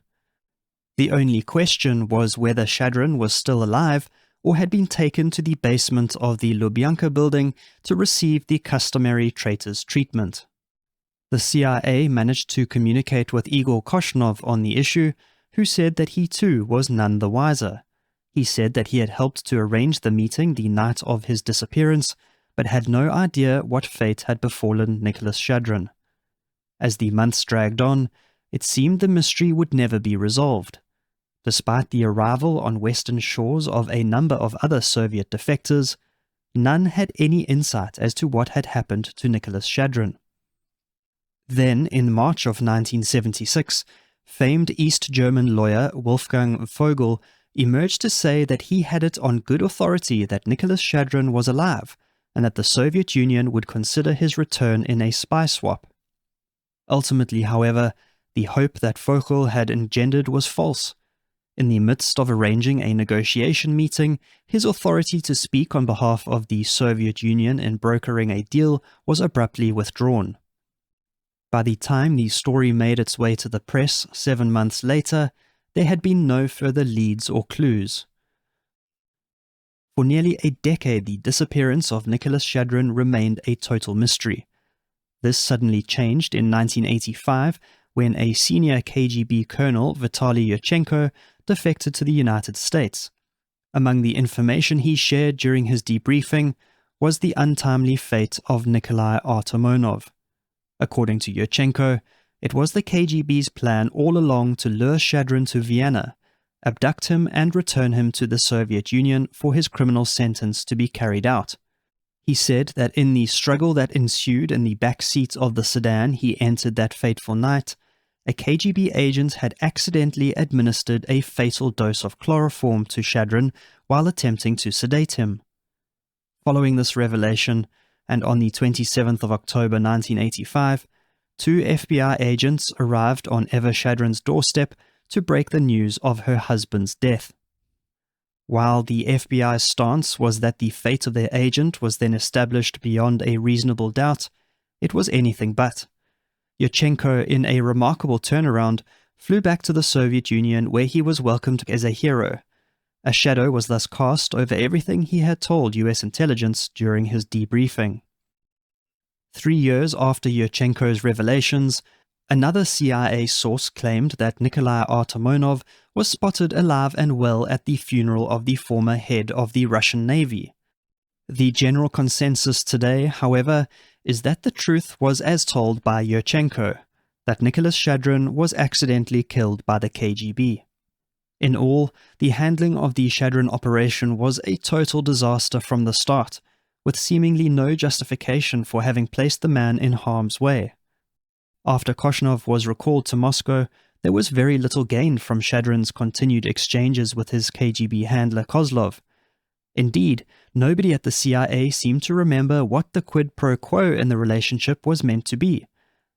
Using a man as a double agent who had already been sentenced to death for his defection was about as foolhardy a plan that could ever have been conceived. According to Ernest Volkmann, Nikolai Artemonov's story represents the classic wilderness of mirrors effect of certain intelligence operations where all the lines between truth and untruth have been hopelessly blurred.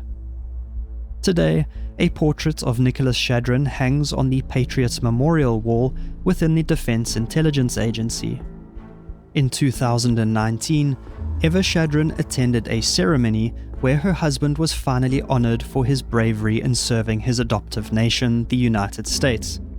In the end, however, the recognition gave a little solace to Eva, knowing that her husband had been sacrificed by American intelligence for the sake of a dead-end operation.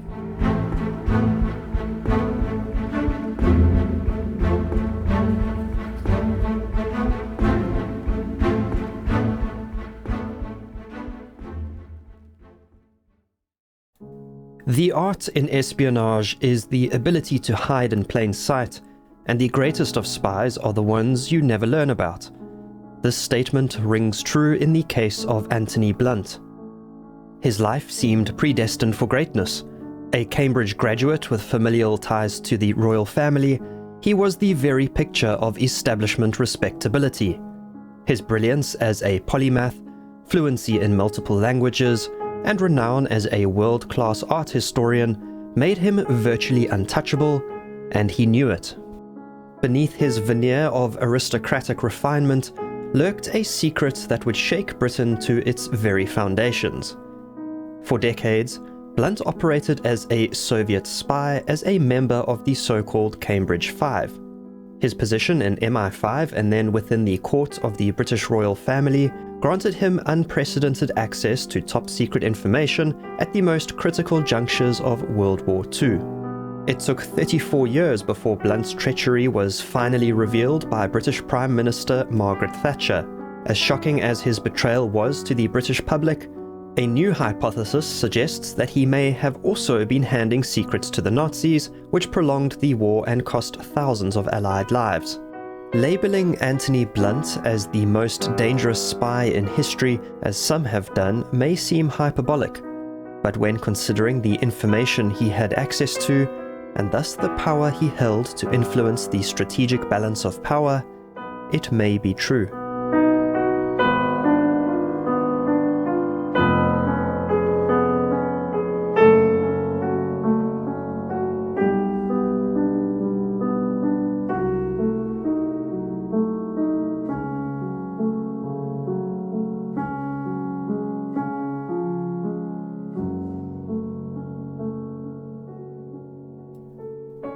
Anthony Blunt was born on the 26th of September 1907 in Bournemouth, Hampshire, to a family with a strong Church of England background. His father, Arthur Stanley Vaughan Blunt, was a vicar and became the chaplain at the British Embassy in Paris. This led in 1911 to the family moving to France, where Anthony spent much of his childhood and where he attended preparatory school. It was also in France where Anthony's lifelong interest in French art and architecture was sparked. Antony's mother Hilda was a distant relative of the British royal family, making Antony the third cousin of the Queen Mother. The Blunt family was thus well entrenched in the ranks of the British establishment, a fact that would open many professional and social doors for young Antony in his future. When he returned to England as a teenager, Blunt was educated at the prestigious Marlborough College from 1921 to 1926. There he joined the Society of Amici, a group of left-leaning intellectuals, and in 1928 he founded Venture, a magazine featuring left-wing writers. By this stage of his life, Blunt was already a staunch supporter of international communism. He later attended Trinity College in Cambridge, initially studying mathematics before switching to modern languages, graduating with a first-class degree in 1930. While at university, Anthony Blunt became involved with a secret society of intellectuals calling themselves the Apostles. Cambridge University as an institution emerged as a hotbed of communist and Marxist thought and activity during the 1930s. As such, the university was a fertile recruiting ground for the NKVD, the Soviet intelligence agency and precursor to the KGB. The environment of the 1930s, with its polarized political climate, made left-wing ideologies appealing to many disillusioned and disaffected young men. The Great Depression, the rise of fascism in continental Europe as seen in the Spanish Civil War and in Nazi Germany, and the perceived failures of Western capitalist democracies pushed many to view communism as the antidote to all the world's problems. In the words of Ernest Volkmann, post-war Great Britain was a time of shattered illusions and bleak futures in which Marxist ideology was nurtured and flourished. It had also become fashionable for the young intelligentsia, many of whom found themselves among the upper echelons of the British class system, to engage in an ideological rebellion. Anthony Blunt was also a homosexual, at a time when in Great Britain it was illegal to be so. This put him at personal odds with the state and society, perhaps emboldening him to embrace an ideology that was also in conflict with the establishment. His visit to Soviet Russia during this time also served to draw him ever further towards the political left. Through the Apostles, Blunt met like-minded individuals, including Guy Burgess. Also a homosexual, Burgess was charming, witty, and prone to outbursts of outrageous behavior. This was in contrast to Blunt, who was reserved and austere. Blunt's involvement with the Apostles and his Marxist beliefs put him firmly within the crosshairs of NKVD talent spotters on the campus.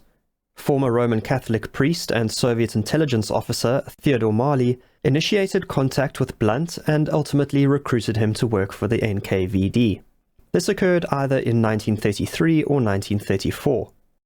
Blunt's primary work for the NKVD was to act as a talent spotter, identifying and assessing potential recruits among left-wing students at Cambridge. He went on to recruit others into the spy ring, which became known as the Cambridge Five. Its other members comprised Kim Philby, Guy Burgess, Donald MacLean, and John Cairncross. There was at least one other whom he recruited, fellow apostle and American Michael Straight, the significance of which would only be realized many decades later. While Anthony Blunt became known as the fourth man, given the exposure of other members of the Cambridge spy ring that preceded him, it is now believed that Blunt was in fact the first man recruited by the Soviets into the group which they called the Magnificent Five. There is, however, debate about whether it was Blunt who recruited Burgess or vice versa, with Blunt saying it was the charismatic and whimsical Burgess who recruited Blunt to the Soviet cause. There have been accusations of Blunt using his sexuality as a weapon in his Soviet recruitment strategy, romancing potential recruits and then threatening their exposure should they not toe the line. Whatever the truth, it is not disputed that Blunt enjoyed great success prowling the halls of Cambridge looking for new recruits. Having become a sleeper agent in the pre-war years, Anthony Blunt's career as an art historian was distinguished and influential. He was elected as a Fellow at Trinity College, Cambridge, based on his dissertation on artistic theory in France and Italy during the Renaissance. His expertise in 17th century painting, particularly the works of Nicolas Poussin, would become widely recognized. It was, however, the outbreak of World War II in 1939 that saw Anthony Blunt and his fellow spies being activated for the Soviet cause. Blunt made a conscious decision not to join the Communist Party of Great Britain, but his communist affiliations became a blocker when he first applied to join the British Army Intelligence Corps. They do say, however, that it is who you know that counts. Also a member of the Cambridge Apostles Network was Baron Victor Rothschild of the famed banking family. At the time, he was working for MI5 as the head of the explosives and sabotage section. Rothschild put in a good word for Anthony, as a result of which he was promptly appointed to No. 21 Field Security Unit as a military liaison officer. Thus, despite being known as a communist sympathizer, it seems Blunt's strong anti-fascist stance led MI5 to consider him an asset rather than a threat.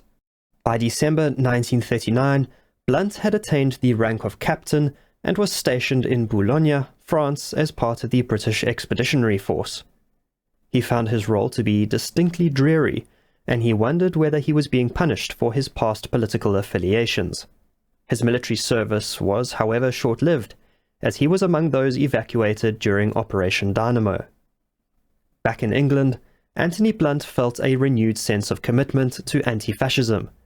He desired to make a more meaningful contribution to the war effort, and felt that his talent for languages and his academic background made intelligence work the right fit for his ambitions. His decision to pursue a career in intelligence also cannot be seen as being entirely independent of Soviet influence. When the war broke out, Britain's Secret Intelligence Service needed all hands on deck. There was very little in the way of vetting processes, and provided one had gone to the right school, had good family connections, and was generally considered a good egg, you were in. The recruits were largely drawn from aristocratic backgrounds or those with familial ties to existing MI5 officers, many of whom, according to MI5 Secretary Joan Miller, were young men who had never worked before. As a result of the rapid expansion of British intelligence, in 1940 MI5 headquarters was secretly relocated to an evacuated section of Wormwood Scrubs Prison in West London. The prison's secondary role as intelligence HQ was short-lived. During the London Blitz of 1940, the Luftwaffe bombed the prison, requiring MI5 to relocate to other premises. It seemed strange for the Germans to specifically target a prison in a dive bomb attack, leading to questions over whether Nazi High Command had received a tip-off. Blunt, of course, would have been a prime suspect. As a freshly recruited intelligence officer, Blunt was disappointed to be posted to D Division, which dealt with military security, and not counter-espionage and sabotage operations, which was where he desired to work. Nevertheless, it wasn't long before Anthony Blunt was transferred to B Division, responsible for counter-espionage against the Germans and the Soviets. There he soon made an impression on MI5 counterintelligence chief Guy Liddell. Blunt was 32 years old at that point, and became Liddell's personal assistant. Rumors abound that the two men were closer than mere colleagues. By this stage, the pre-war investment by the Soviets into recruiting their Magnificent Five started to pay dividends. Blunt was then working for MI5, Guy Burgess and Philby were climbing the ranks of MI6, and Donald Maclean worked in the British Foreign Office. By 1943, and completing the Cambridge Five, John Cairncross was working at Bletchley Park on ultra-ciphers. In 1942, Anthony Blunt was tasked with heading up a project code-named XXX. This was an ongoing operation by the British to monitor the diplomatic missions of neutral countries, including Portugal, Spain, and Sweden. These nations being suspected of providing cover for German intelligence operations, Blunt's primary task was to develop methods of intercepting diplomatic bags from the embassies as they were transported back to their home countries. This allowed MI5 to examine and photograph their contents. Blunt's team collaborated with port security and the post office. At ports, couriers were persuaded to hand over their bags, which were then placed in a safe. Blunt's operatives would open the safe, remove the bags and examine them before resealing them without leaving any trace. Similar tactics were employed at airports, where flights were delayed to facilitate the interception of diplomatic pouches. As diplomatic bags and pouches were meant to be inviolable and not subject to search or seizure, the operation was highly illegal, MI5 was delighted at Blunt's ability to build a network of embassy workers to do his bidding, and even more so at the haul of confidential information it produced, as was the NKVD, for they too received photographed copies of all the information courtesy of Blunt. Blunt was also responsible for monitoring the movements of diplomatic staff and foreign nationals, information which he of course not only handed over to MI5, but the KGB also. As the war was heading towards its climax in 1944, Blunt was named MI5 liaison with the Supreme Headquarters Allied Expeditionary Force, the Allied High Command in Europe. This position not only gave him access to the intelligence emanating from Ultra, Britain's top-secret code-breaking operation, but also to key operational plans, including the invasion of Normandy.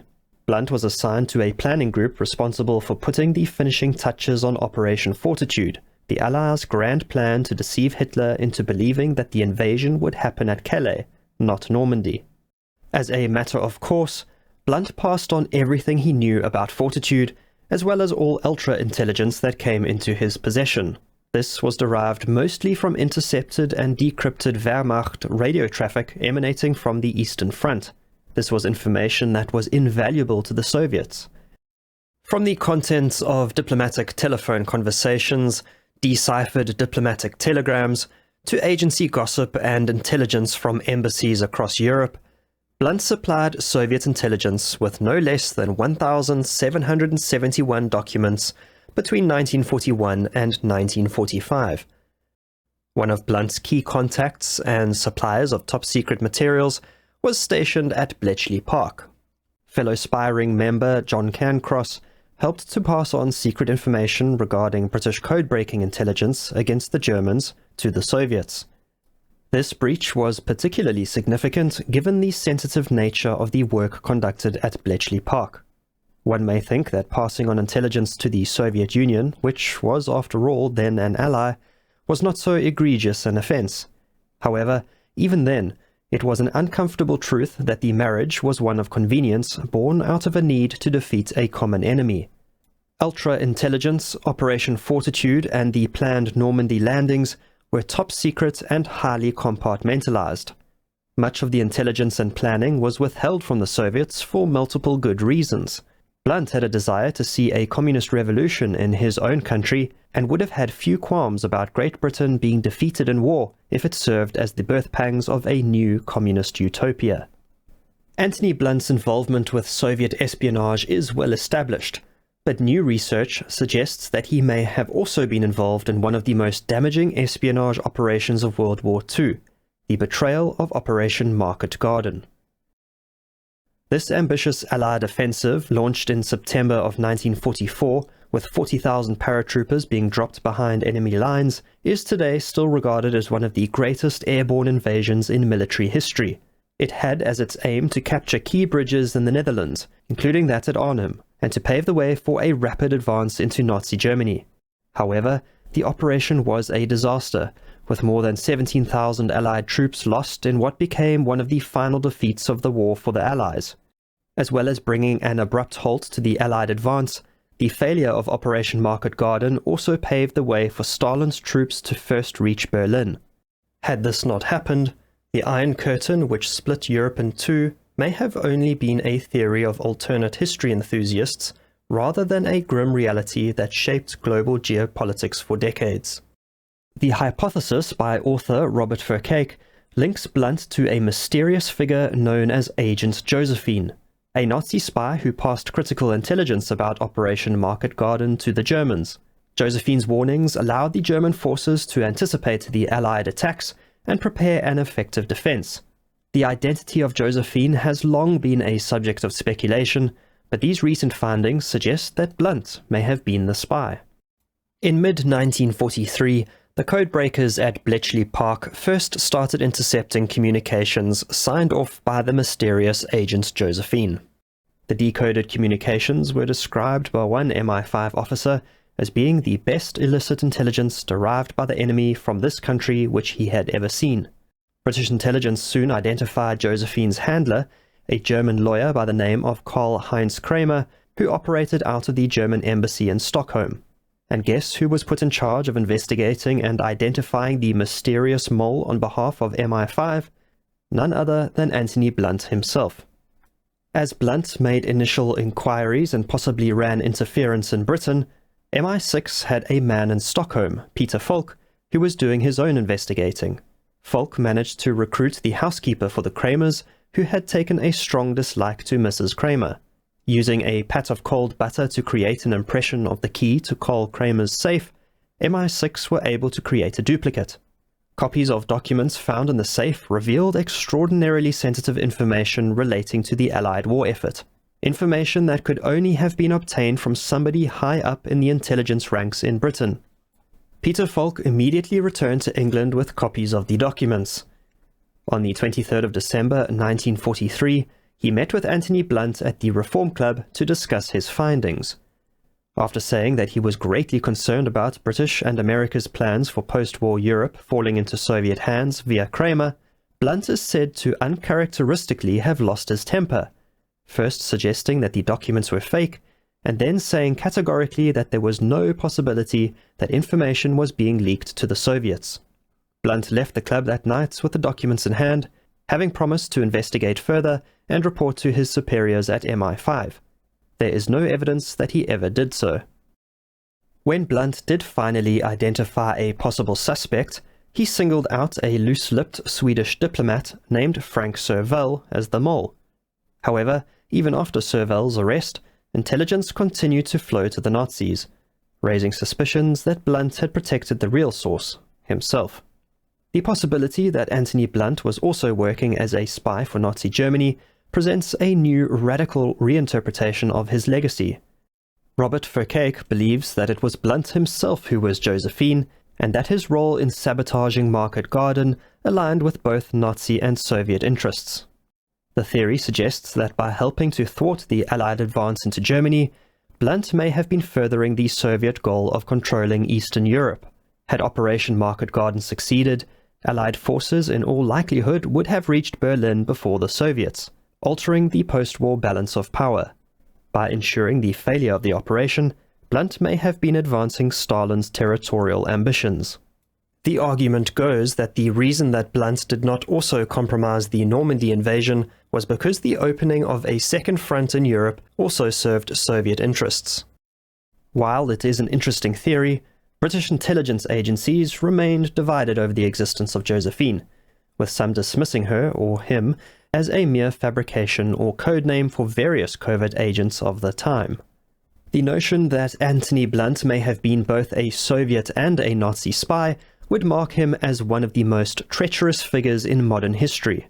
His actions, if ever proven, directly contributed to the deaths of thousands of Allied soldiers and prolonged the war. By serving both Soviet and Nazi interests, Blunt's espionage had far-reaching consequences that shaped the course of World War II and the Cold War that followed. The mystery of Agent Josephine adds a new and darker dimension to Blunt's legacy. However, Miranda Carter, the author of His Lives, Anthony Blunt's seminal biography, remains highly skeptical that Blunt could have been Agent Josephine, her reasoning being not least of which that Blunt was so steadfastly anti-fascist that the possibility of him spying in any way to benefit the Nazis is beyond the realms of possibility. After the war, Anthony Blunt officially left the world of intelligence to return to a life of academia. In 1945, he was appointed Surveyor of the King's Pictures by King George VI. This was a role he continued under Queen Elizabeth II. This prestigious position brought him into close contact with the royal family and gave him access to royal residences and their art collections. His proximity to the monarchy and his reputation as an art expert provided him with an aura of respectability that helped deflect suspicion. Blunt was also appointed the director of the Courtauld Institute of Art in 1947, helping to transform it into a world-renowned institution. He was also a professor of art history at the University of London, and he was elected as a Fellow of the British Academy, even serving as its vice president. In August of 1945, King George VI personally tasked Blunt with a secret mission of utmost importance, at least to the Windsor family. Blunt was to accompany Sir Owen Morshead, the royal librarian, on a trip to Friedrichshof Castle near Frankfurt, Germany. The ostensible purpose of this mission was to retrieve voluminous correspondence written by Queen Victoria to her daughter, Empress Victoria, the mother of Kaiser Wilhelm II. There was, however, a more sensitive aspect to this assignment that required discretion. The true purpose of Blunt's mission was to recover damaging correspondence that would have shown certain members of the British royal family as being even more than just sympathetic to the Nazi cause. The Duke of Windsor, Edward VIII, who had abdicated the throne in order to marry divorcee Wallis Simpson, was a fervent Nazi. His commitment to Nazi fascism was such that during a 1937 visit to Germany, Adolf Hitler had agreed a deal to install the Duke as the head of a puppet government once Germany had conquered England. The potential fallout, should those letters have come to light, was deemed so critical that Blunt and Mooreshead's secret mission was personally sanctioned not only by the King, but also by British Prime Minister Sir Winston Churchill. The two men successfully recovered the letters, but it is believed that Blunt secretly photographed the documents and passed them on to his Soviet handler, Yuri Modin. This mission, whether viewed through the lens of preserving royal history or concealing potentially damaging information, demonstrates the trust placed in Blunt by the royal family and the British establishment. Even though Blunt's direct espionage activities diminished as the war in Europe drew to its end, he maintained contact with Soviet agents. He continued to pass along gossip from his former MI5 colleagues, in particular his old boss Guy Liddell, and handed over photographs he had taken with his Leica camera of documents obtained from Guy Burgess. This ongoing connection ensured a steady flow of information to Soviet intelligence, even as Blunt's official role changed. He continued in this fashion until Burgess's defection to the Soviet Union in 1951, at which point he severed ties with the Soviets. Controversially, Blunt was involved in assisting in the defection of Guy Burgess and Donald MacLean to the Soviet Union. Prior to the arrival of MI5 officers, Blunt managed to sneak into Burgess's apartment to remove several incriminating pieces of evidence, including documents that would have linked him to the spy ring. This not only protected himself and his fellow spies, but also preserved the broader Soviet intelligence network within British institutions. Even with the incriminating evidence having been destroyed, suspicions still fell on Anthony Blunt in the wake of the defections, given that he was known to be a friend and associate of MacLean and Burgess. As suspicions increased, Blunt's KGB handler at the time, Yuri Modin, offered to make arrangements for Blunt to be extracted to the Soviet Union. Blunt, however, declined, having become disillusioned with the practical outworkings of communism as seen in the USSR, and chose rather to take his chances remaining in the United Kingdom. He faced interrogators 11 times over the next few years, but managed always to avoid formal charges due to a lack of evidence. In spite of all this, in 1956, Blunt's apparent exemplary service to the Crown was rewarded with a knighthood, while there were still those who quietly suspected that Sir Anthony had been up to no good with the Soviets during the war. His status as a respected art historian and royal servant made him appear above reproach. Cracks in this facade would, however, soon start to show as events beyond his control across the Atlantic began to unfold. The exposure of Anthony Blunt's espionage activities came about through a combination of long-standing suspicions and a crucial tip-off from an unexpected source. The pivotal moment came in 1964, when Michael Straight, the fellow Cambridge student whom Blunt had recruited years earlier, broke cover. Straight had applied for a position in the Kennedy administration and was being vetted. Concerned that his secret past would be uncovered, he chose to reveal his past association with Soviet intelligence. Michael Straight named Anthony Blunt as the person who had recruited him as a Soviet spy, saying that he, Straight, had undertaken some minor espionage work before having a change of heart and cutting off ties with his communist connections. This bombshell was promptly shared with British intelligence, setting in motion the events that would lead to Blunt's exposure. On the 23rd of April 1964, MI5 officer Arthur Martin visited Blunt's apartment near Oxford Street in London. Martin informed Blunt that they now had concrete proof that he was the fourth man in the Cambridge spy ring. Initially, Blunt denied the accusations, maintaining the facade he had upheld for decades. The turning point came when Martin offered Blunt immunity from prosecution in exchange for a full confession. Weighing his options, and faced with this proposition, Blunt finally admitted to his espionage activities with the simple statement, "It's true." During his debriefing, he revealed only that which he was certain MI5 already knew. There was no doubt to all involved that Blunt was withholding information. For instance, he failed to identify John Cancross as the fifth man in the ring, which was only confirmed following the defection of Oleg Gordievsky in 1985. Blunt withheld that information, and who knows what else. The confession ought to have marked the end of Blunt's double life as a respected art historian and secret Soviet agent, but his position and status continued to protect him. The British authorities made the controversial decision to keep Blunt's confession a secret.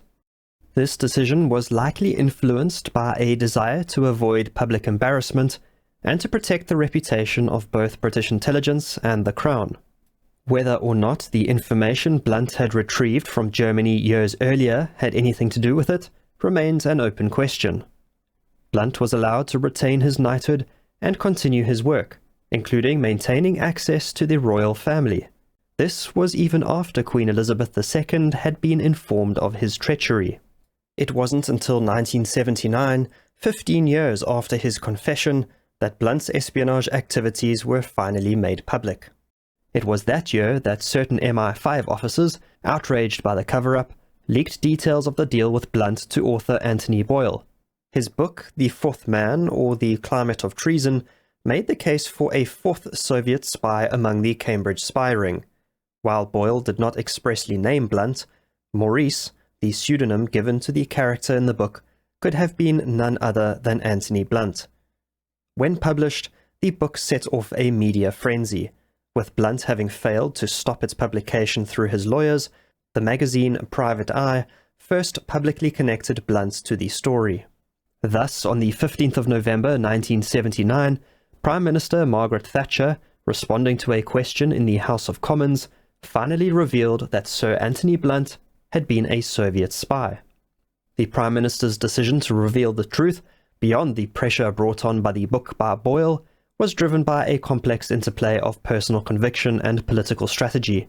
Thatcher was apparently personally affronted by the immunity deal granted to Blunt, and viewed the entire episode as reeking of establishment collusion.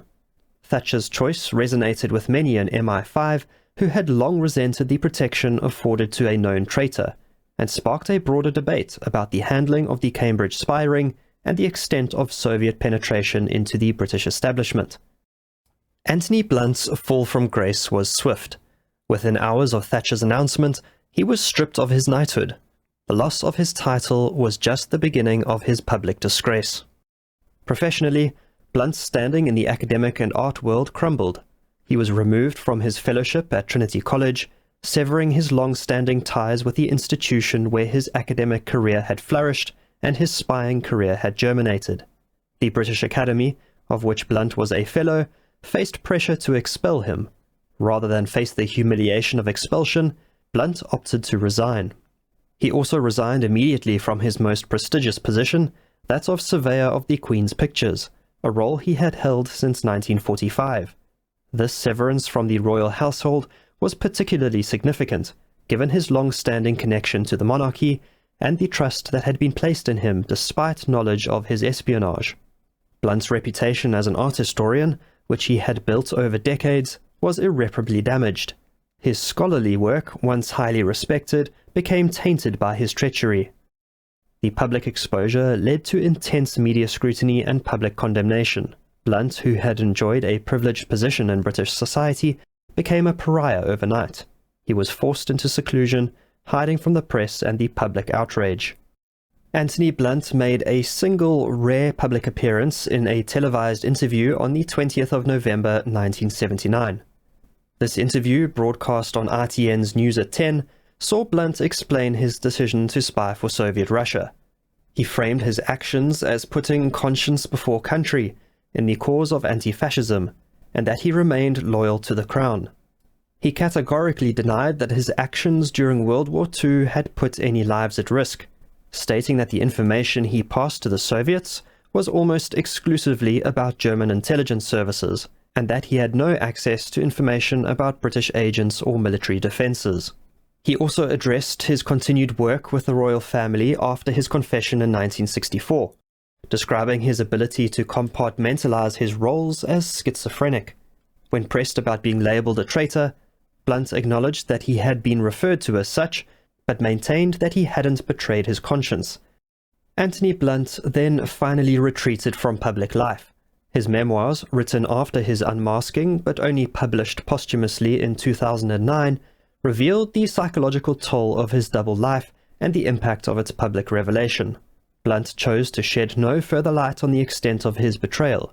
His writings did little to rehabilitate his reputation, with his contriteness being ascribed to regret at having lost his social position and status, rather than stemming from genuine remorse. To this day, Anthony Blunt remains a subject of enduring fascination and debate. In popular culture, Blunt's dual life has been featured in numerous books, documentaries, and dramatizations, including Netflix's The Crown.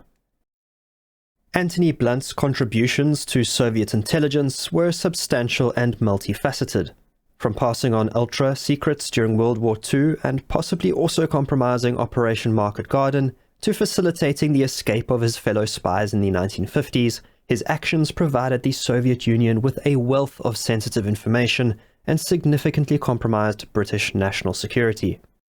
Anthony Blunt died of a heart attack in 1983 at the age of 75 in his Bayswater flat in London. Shorn of his titles and status, he remained totally unrepentant. If it is true that in addition to the Soviets, he also spied for the Nazis, then it is undeniable that Mr. Anthony Blunt is indeed one of the world's most monstrous spies. No matter the full truth, of which we will probably never learn, he is remembered as one of the most notorious and dangerous British spies of the 20th century.